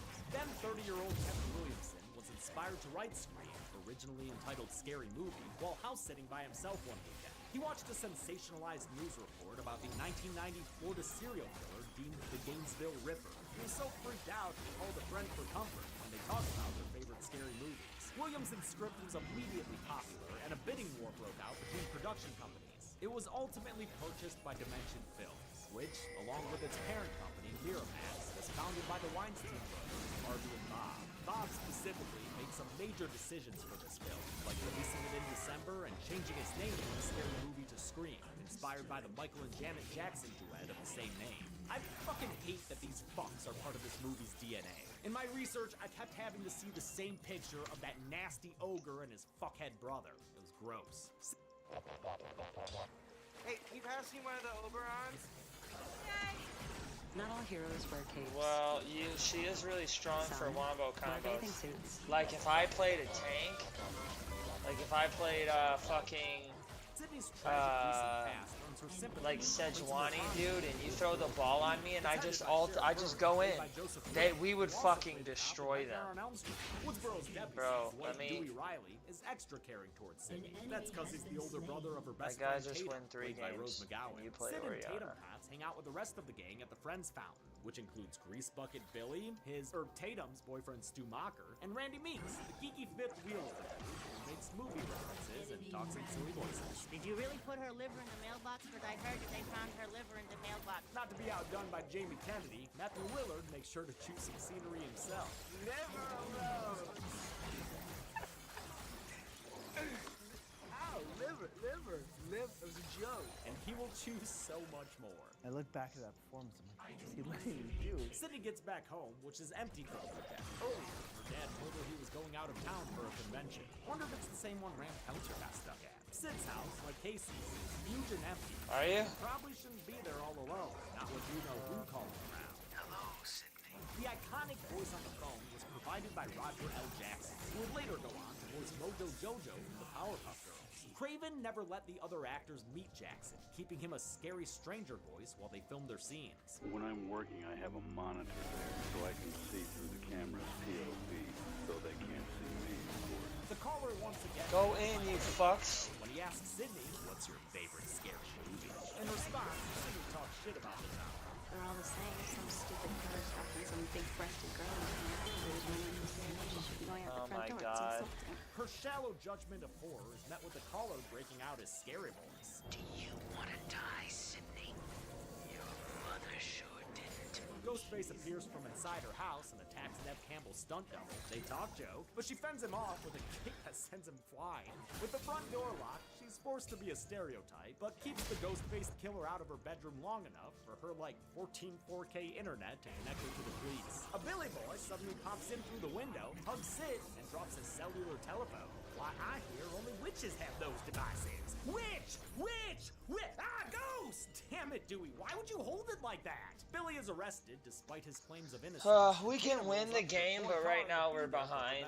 We're up in gold though somehow. Boyish Barney Fife, who reverts to being a kid when he learns that Sydney's staying overnight with them. Does Mom know? Yes, Doofus. He's such a funny leading male character. God damn it, Dewey. What did Mom do? When I wear this badge, you treat me like a man of the law. Billy and his werewolf-looking dad maintain his innocence, but Sydney don't know what to think about her boyfriend. She definitely know what to think about Gail Weathers, though, who's slinking around the station looking for a scoop. Gail's been writing a book about the murder of Sydney's mom, but Sid didn't exactly put in a pre-order. I'll send you a copy. That happened today. I bet someone will make an auto-tune version that went viral. Send you a copy. Bam! Bitch went down. Send you a copy. Bam! Say it. Super bitch. Super bitch. Bam! Bitch went down. Sydney hates Gail because her book is trying to exonerate Cotton Weir, a man arrested for murdering Sydney's mother a year ago. Gail thinks Cotton is innocent, and if these latest killings are connected, maybe she could prove it. If I'm right about this, I could save a life. Do you know what that can do for my book sales? Pitch in the face with book sales. She approaches the case through the proudly stated 25-year-old Deputy Dewey. It doesn't take long for her to start whittling her way into his naive heart. Gail and Dewey's relationship is so fun to watch throughout the series, especially since it led to a real-life romance and marriage with David Arquette and Courtney Cox. And it all starts here, this well-written and well-acted conversation. In a demographic study, I proved to be most popular amongst males 11 to 24. I guess I dismissed you. 25. I was 24 for a whole year. David Arquette is absolutely hilarious in this role. Dewey's my favorite. His little ice cream cone while discussing suspects. He even kind of misses putting his sunglasses on. God, Dewey was originally written as a more muscly hunk, but after being cast as one of the high schoolers, David Arquette requested he play the deputy instead, partly because it meant he'd get to kiss Courtney Cox. Aside from possibly Drew Barrymore, the 31-year-old Cox was the most well-known of the cast, being 2 seasons deep into Friends. She had to lobby hard to get the role of Gail Weathers, since at first Craven didn't think she could be bitchy enough. Billy is released since his cell phone records are clean, but he's still guilty of being an asshole about Sydney's mom's death. No, it's been a year. Tomorrow. 1 year tomorrow. I know what. I think it's time you got over that. I mean, when my mom left my dad, I accepted it. It's the way it is. Damn, no chill factor at all to this guy. Stupid. The rest of the student body's just as bad, flapping their little ghost on it. After overhearing some shit talk and shit watching, Maybe she's a slut, just like her mother. Sydney gets attacked, but she escapes pretty easily. Some people think this bathroom attack wasn't from a real ghost face, but I don't see why it wouldn't be. They're as clumsy as they usually are. In any case, it gets school canceled for the day, and Stu immediately declares he's having a party at his farmhouse. He'll carry all the women there! Principal Himbry's not invited, but he'd be too busy anyway, fondling his hair in the mirror and pointing out Wes Craven's cameo that references his earlier horror hit. Damn little shits. Would you call me? Huh? Not your friend. Oh, Wes, you were so cute. Not sure why you're falling down while filming this, though. Himbry gets killed in his office by a ghost face who was staying late after school. Wonder what club he was part of. Probably theater. How else would that sparkly ass robe? Ghostface's costume is iconic, of course, but they had a hard time figuring out what he should look like. The script simply said a ghostly white mask. Howard Berger of K&B sketched a bunch of initial ideas, but they were way too grotesque and goblin to be taken seriously. Luck came upon production while location scouting at the house where they shot Hitchcock's Shadow of a Doubt. The perfect mask was found in a bedroom by producer Marianne Madalena, Wes Craven's longtime producing partner, who was born in Lansing and went to MSU. Go green? This one. At first, since they didn't own the copyright, K&B tried to sculpt their own imitation. Production began with this.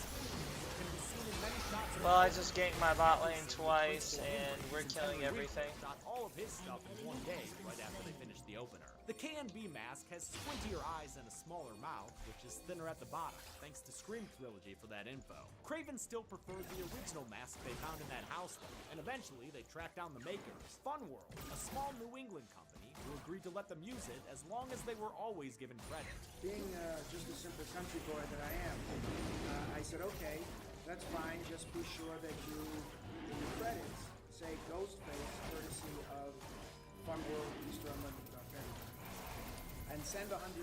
Funworld masks were used for the rest of the production, or even in the opening scene, thanks to some two-shot inserts. Everyone in Woodsboro has their own theories about who the killer is behind that mask. Horror expert Randy thinks that Billy's a guilty boy. Stu thinks it's Sidney's still missing father. Basically, everybody's a suspect! Billy lets Randy know he doesn't appreciate the accusation. Stu lets Randy know he does appreciate it. The town closes for curfew as Red Right Hand plays. Kick-ass dark cowboy song by Nick Cave and the Bad Seeds that was already used in an earlier montage. So it basically becomes Scream's unofficial theme song, appearing in all the films but the fourth one. It's also used in Oh my fucking god, I went in at the wrong person. As for Woodsboro, it's played by I'm the a city fucking of Santa whatever. Rosa, located about an hour north of San Francisco. Woodsboro High was supposed to be played by Santa Rosa High School, but even though the school staff agreed to it, the school board shot it down. I messed up. I'm 0-4.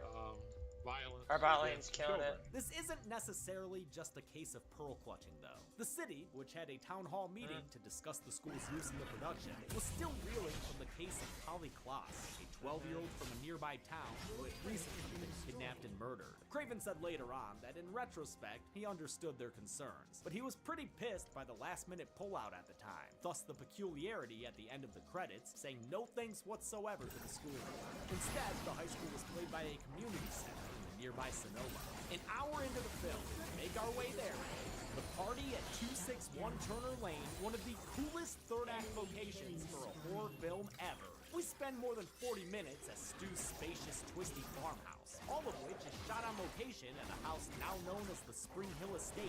Located in Tamales, this spacious farmhouse sits on a hill super isolated from anything around it, in one of the top 3 coolest things we've ever done with them. In November 2021, Chelsea and I were thrown out to this. I told you it was gonna kill you. Overnight. We were amazed at how much the action of the movie matched the house's real layout. We made a damn good video walking through what happens when. I'm sure you check it out sometime. There's no better way to make a party lame though than the presence of a cop and a reporter. Dewey's here to play protective, but Gail's guile puts her into the party room. You're underage, Doug. There, that's a camera pointed at a bunch of drunk teenagers. Gail, you were just asking for legal troubles. Later, she learns her teen feed has a 30-second delay, like she were living in the post-Nipplegate world. Speaking of nips, Tatum heads to the garage to re-up her boyfriend at Lucy. While she's in there, a ghost face appears, ready to do his best David Byrne. Oh, you wanna play Psycho Killer? Things start getting serious, enough for a party foul. And after the steel gets broken out, Tatum has no choice. Like, that Ghostface, you are the sloppiest mess. Look at you, man. You're covered in beer.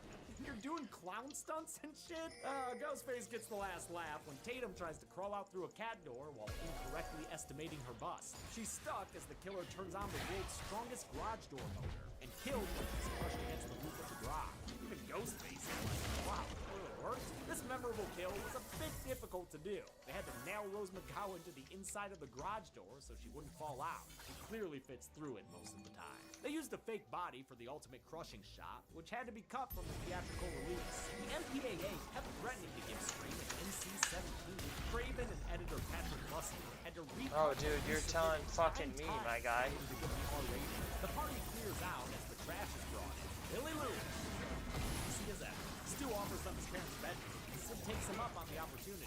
She apologizes to Billy for her chastity, saying she was afraid of becoming like her mother. I always forget how much Maureen Prescott's Thomas Steele is mentioned in this movie. Well, nothing like talking about your mom's sex life to get you in the mood. Sydney finally goes to Pound Town with Billy, which is not what you're supposed to do if you're in a horror movie, according to Randy downstairs. He interrupts a viewing of Halloween to go over the rules of surviving a horror film. No sex is number one, followed by no drugs or alcohol. And finally, you never say I'll be right back. Holy shit! Oh, this is so GG. Garen!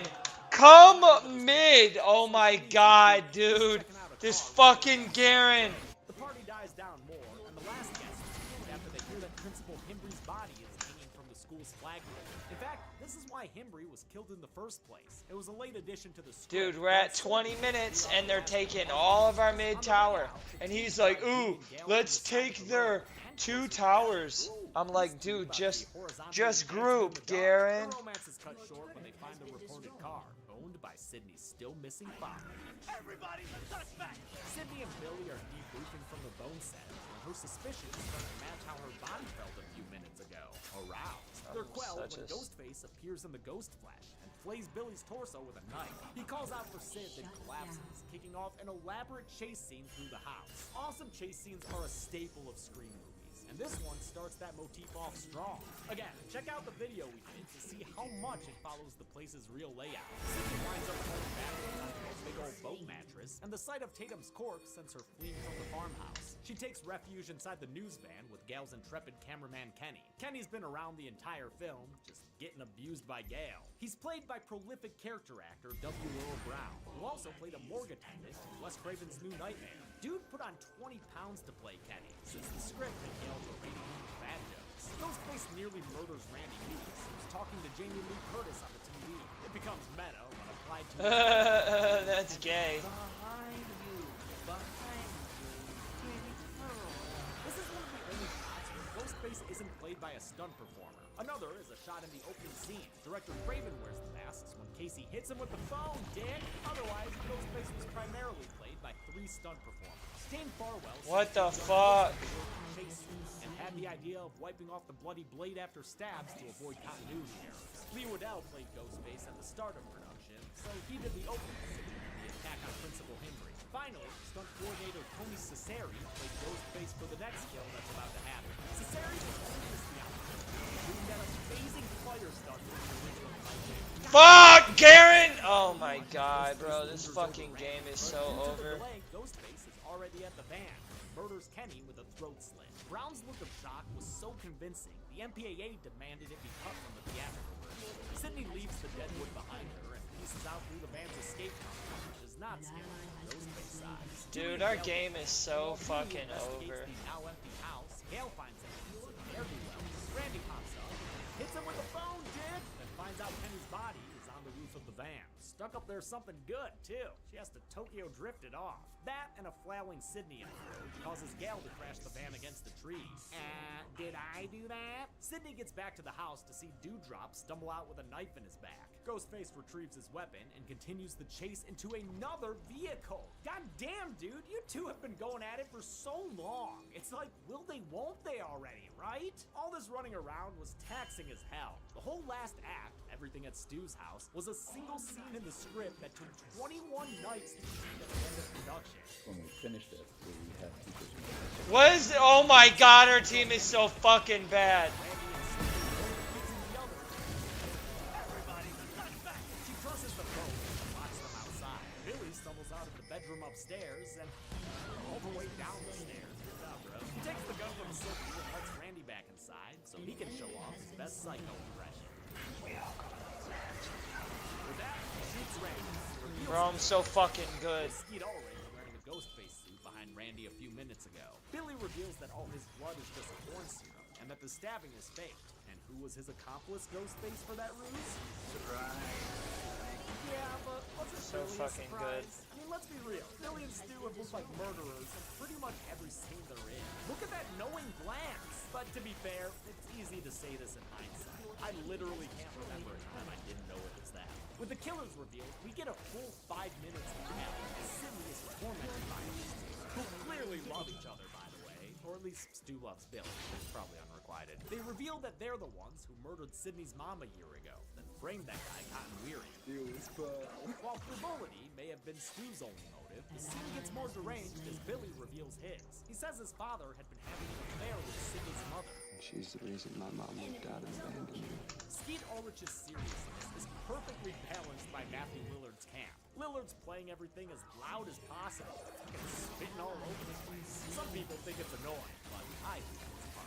It's a scream, baby. Hold on a second. I'll be right back. Even Lillard has his doubts sometimes, though. Go back and first of all, I wait. Second of all, I spit my way through the whole thing. He comes back with Sidney's father, who they're gonna frame for these murders. But first, they've gotta seem like they're survivors, so they play a round of stomach stabs. It's really the best way to build a friendship. Wow, Billy really wants to be Stu's friend, huh? All that bro love is making Stu lightheaded. I'll feel over the air! Gail shows up with a gun, having made her way back to the house from the accident. But the safety's on, so Billy simply kicks her against a pillar, knocking her down for a little do-nap. Before he shoots her dead, they realize Sidney's gotten away.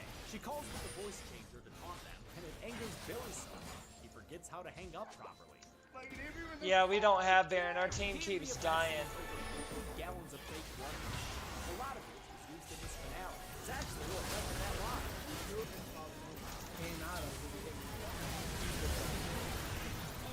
Whether written or improvised, this scene is full of He's so bad. You're so bad. You could have ulted. Sidney emerges from the closet to stab Billy with an umbrella. That scream from Ulrich is real. Nev Campbell, or the stunt performer, missed the protective vest he was wearing and accidentally actually stabbed him. Stu tags in, but after a tussle over the couch, Sidney breaks a vase over his head and dumps a TV on him. It Daniel fries him to death. Zoinks! I'm gonna go ahead and count him here, even though Stu's survival has long been up for discussion. He returned in an early draft of Scream 3, and Lillard has said he'd love to return for Scream 6, which comes out in just a few months. I wish. Tell the people that make these decisions I'm available. But if he's alive in that movie, I don't want any of you future fucks leaving comments. Oh my god, our fucking team is so fucking bad, dude. Our Garen just won't. They have a better support. Our support is 5 and 11. This is the moment when supposedly the killer comes back to life. Oh my god, dude, our teams are so fucking bad. He's just a badass like that. Alright, who's still living after everything? Sid's dad? Okay, that's cool. Deputy Dewey? Alright, even better. Especially since that wasn't always the case. Oh, I'm so fucking dead. You know what? Just kind of give him a nod or something. Shows he's still alive. It was a last-minute idea from Craven to keep Dewey alive. Man, am I glad he did. Love nothing. The sun begins to rise. Oh, I can't do anything. This game is over. Our bot lane is 6-11. How many horror characters? He's so bad, Jordan. He ran up next to a Samira, Jordan, as an ADC with one of the longest ranges. He ran up. There were 7 kills in Scream, a solid single-digit start to the series. The victims consisted of 5 men and 2 women, so a more than 2-to-1 ratio of dudes. This count and gender breakdown was only seen once before, in that Boy Meets World episode I covered. Remember that? Good times. With a runtime of 111 minutes, that left us with a kill on average every 15.86 minutes. I'll give the Golden Heat on for Bruce Willis and Casey Peck. Lots of great kills in this movie, but I've gotta give top honors to the one that scarred me as a child. Well, whichever the latest or the principal hint, it's not very good. No! Oh my fucking god, bro. And that's it. Scream came out 5 days before Christmas in 1996. It didn't have a great opening, but it actually made more money in its subsequent weekends, which is rare. Great word of mouth kept it in theaters for 31 weeks, all the way to May. It grossed more than $100 million. Ensure the speedy sequel the next year. Now look at that Go, go, Until go. Then, James A. Denise with the Kill Count. Hey everybody, thanks a lot for watching this Kill Count recount. Forgot my wedding ring. I mean, it's been a little bit since I filmed one, and also, I don't know, Billy Loomis doesn't wear wedding rings, so I was just in character. Thank you for No, your oh, patience it's to so the start GG. this year. It's She not been a very good, sucks. start of the year, Why but, do you know, we're suck? back on it with the recounts, She's so and of course, bad. this will lead to the Scream 2022 Kill Count. And then after that, the plan is to continue with weekly kill counts of new movies that we've never covered before, so isn't that exciting? Also, in case you don't follow me on Twitter, Run, dude. What the fuck are you doing? we even hired a new producer on the Dead Meat staff, and her first job is just to get the awards going. So welcome MK to the staff. I want to thank some patrons like C. Renfield, Trojan Tom, Jaden, William Faulkner, Ben Rosenthal, Boots, Brute Spartan, Nit Hicks, Elisa, Nicole Smith, and Henry McCready. Thanks everyone. Be good people.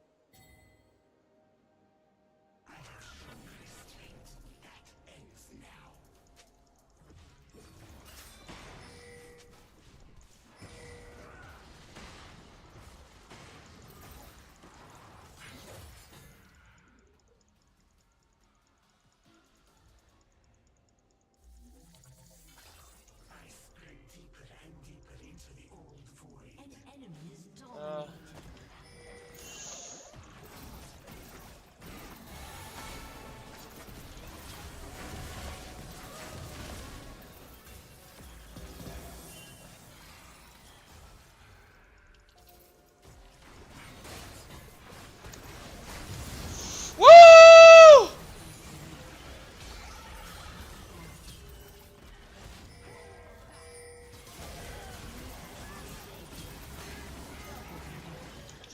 Fuck yeah, I'm killing everybody!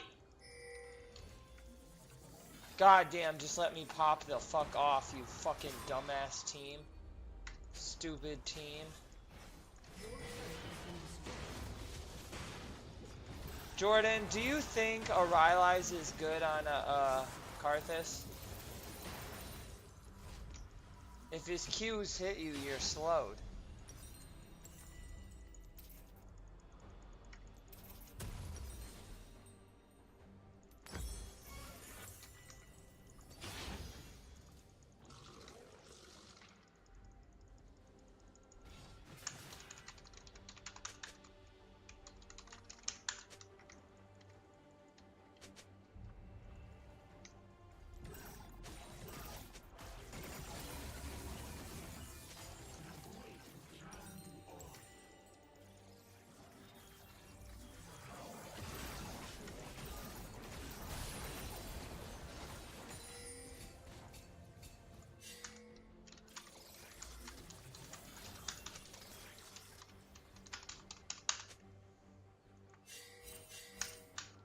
What the fuck? They are getting... Oh my god, dude. Our bot lane is going Baron, so they're doing Baron. It's like, bro, why are... Oh, I'm so sick of our fucking team! God! Top laners are so fucking garbage.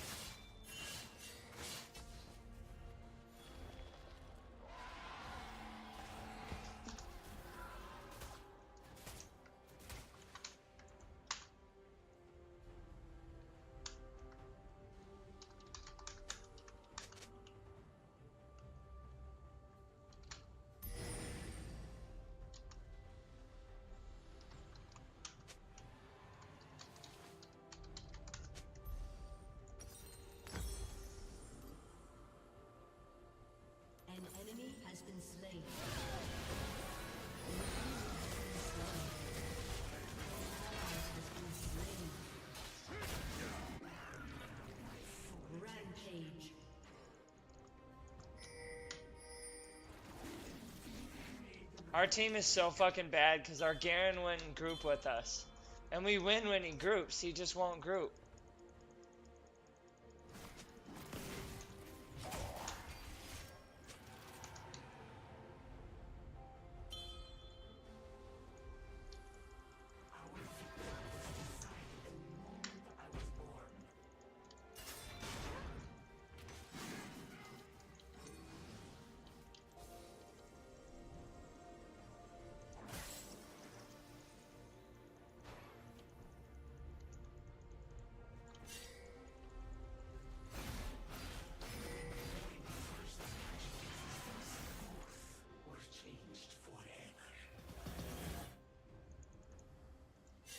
I hope they fucking kill him.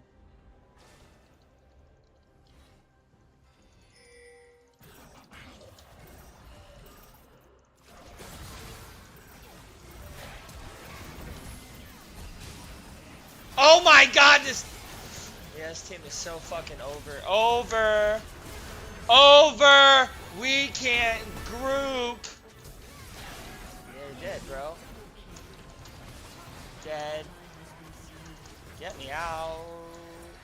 Get me out.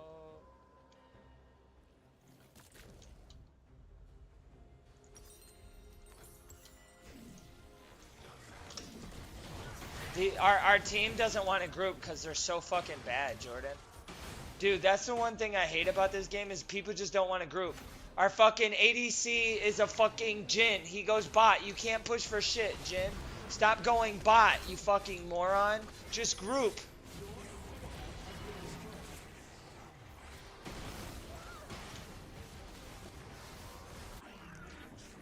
Jordan, I'm out CSing a Jhin. Like, I should never out CS a Jhin.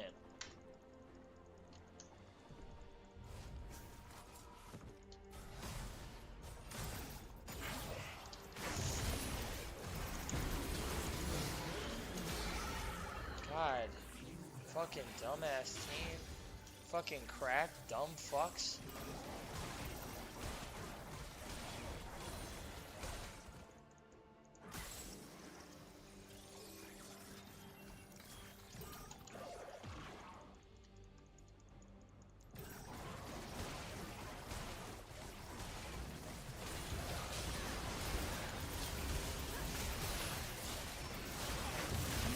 Jesus Christ! Oh god, it's over. Get me out, bro. Our team is not wanting to group. They're just staying back. They don't want to fight shit. Our support... Bro, our bot lane is 6 and 16 and 6 and 13.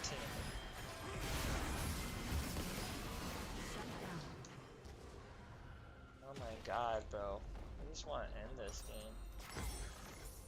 Alright, I gotta stop complaining. We can win.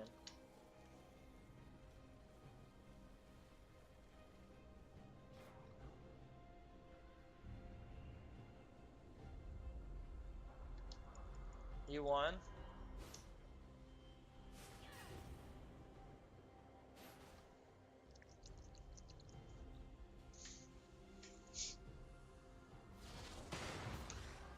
Nope. Like, they're pushing mid right now and our Garen's top. Garen, go mid.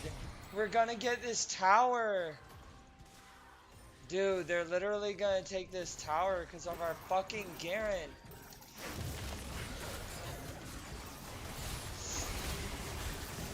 God fucking damn, bro. Just Garen, go in. Fucking retard.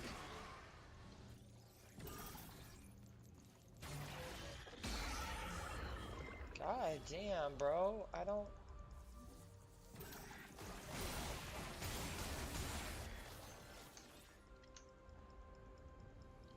You got top.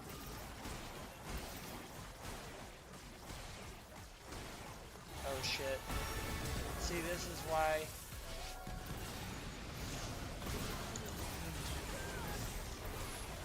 Oh, this is so GG, Garen! He keeps trying to spit push sideways instead of fight together with us when he kills everybody. He's so fucking trash. Yeah, you're right.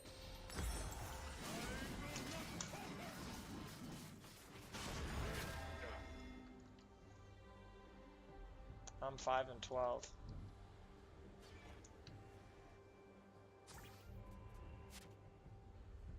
Bro, our bot lane is 6 and 13 and 6 and 17. They're 30 deaths.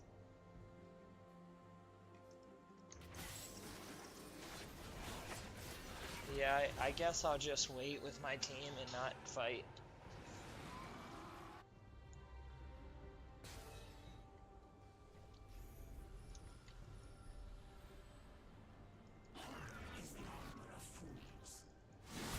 Bro, back up!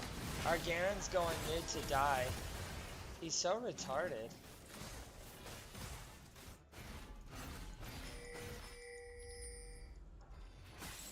Bro, why are you hitting that shit?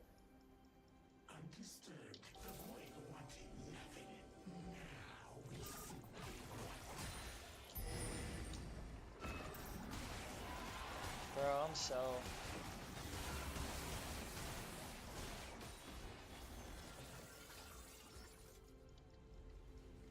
Yeah, but not playing.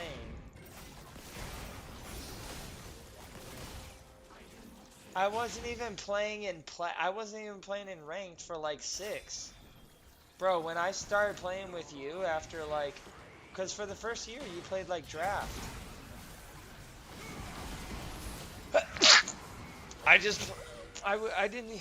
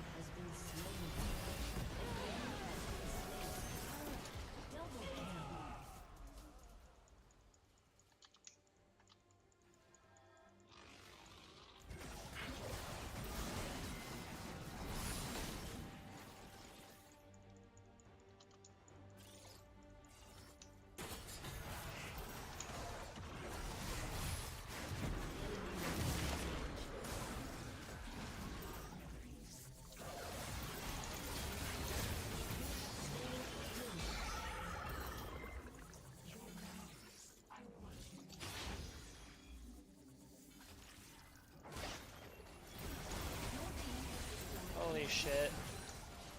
We're somehow coming back.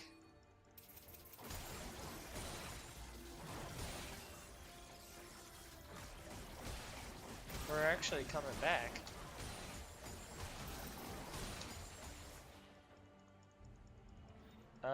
Gwen. No, Gale fucking get murdered. Go Gwen. No, dude. Gwen or Gangplank. Don't do Kale, you fucking idiot. I swear to God, I hate you.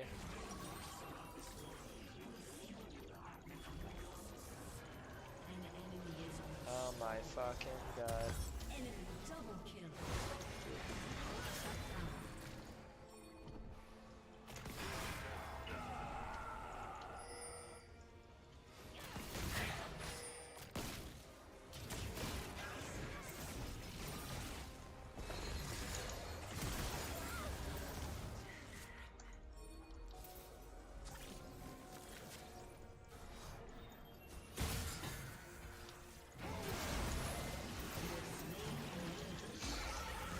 We're winning. We actually came back.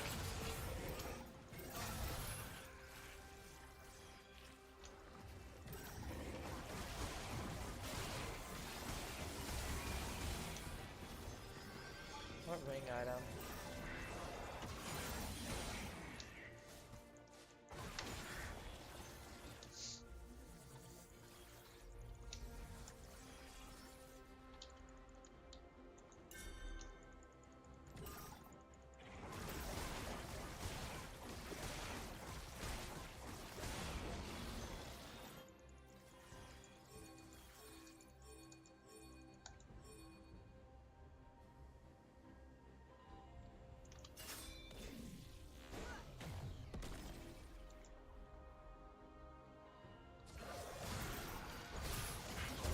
See?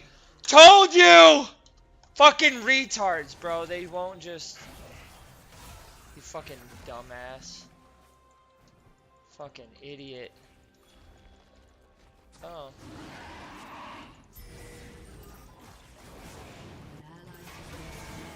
Because our team is so fucking retarded.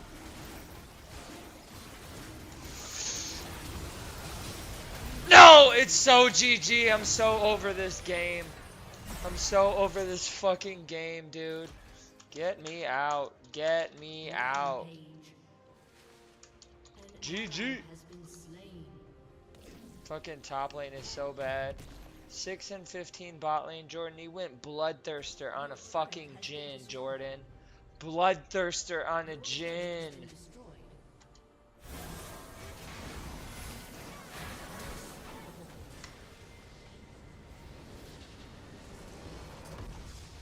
Bro, he's so fucking bad. Yeah, alright, Jordan. I gotta go to bed. Alright, dude. I'll try to get when I can, and then I'll wait. Talk to you later.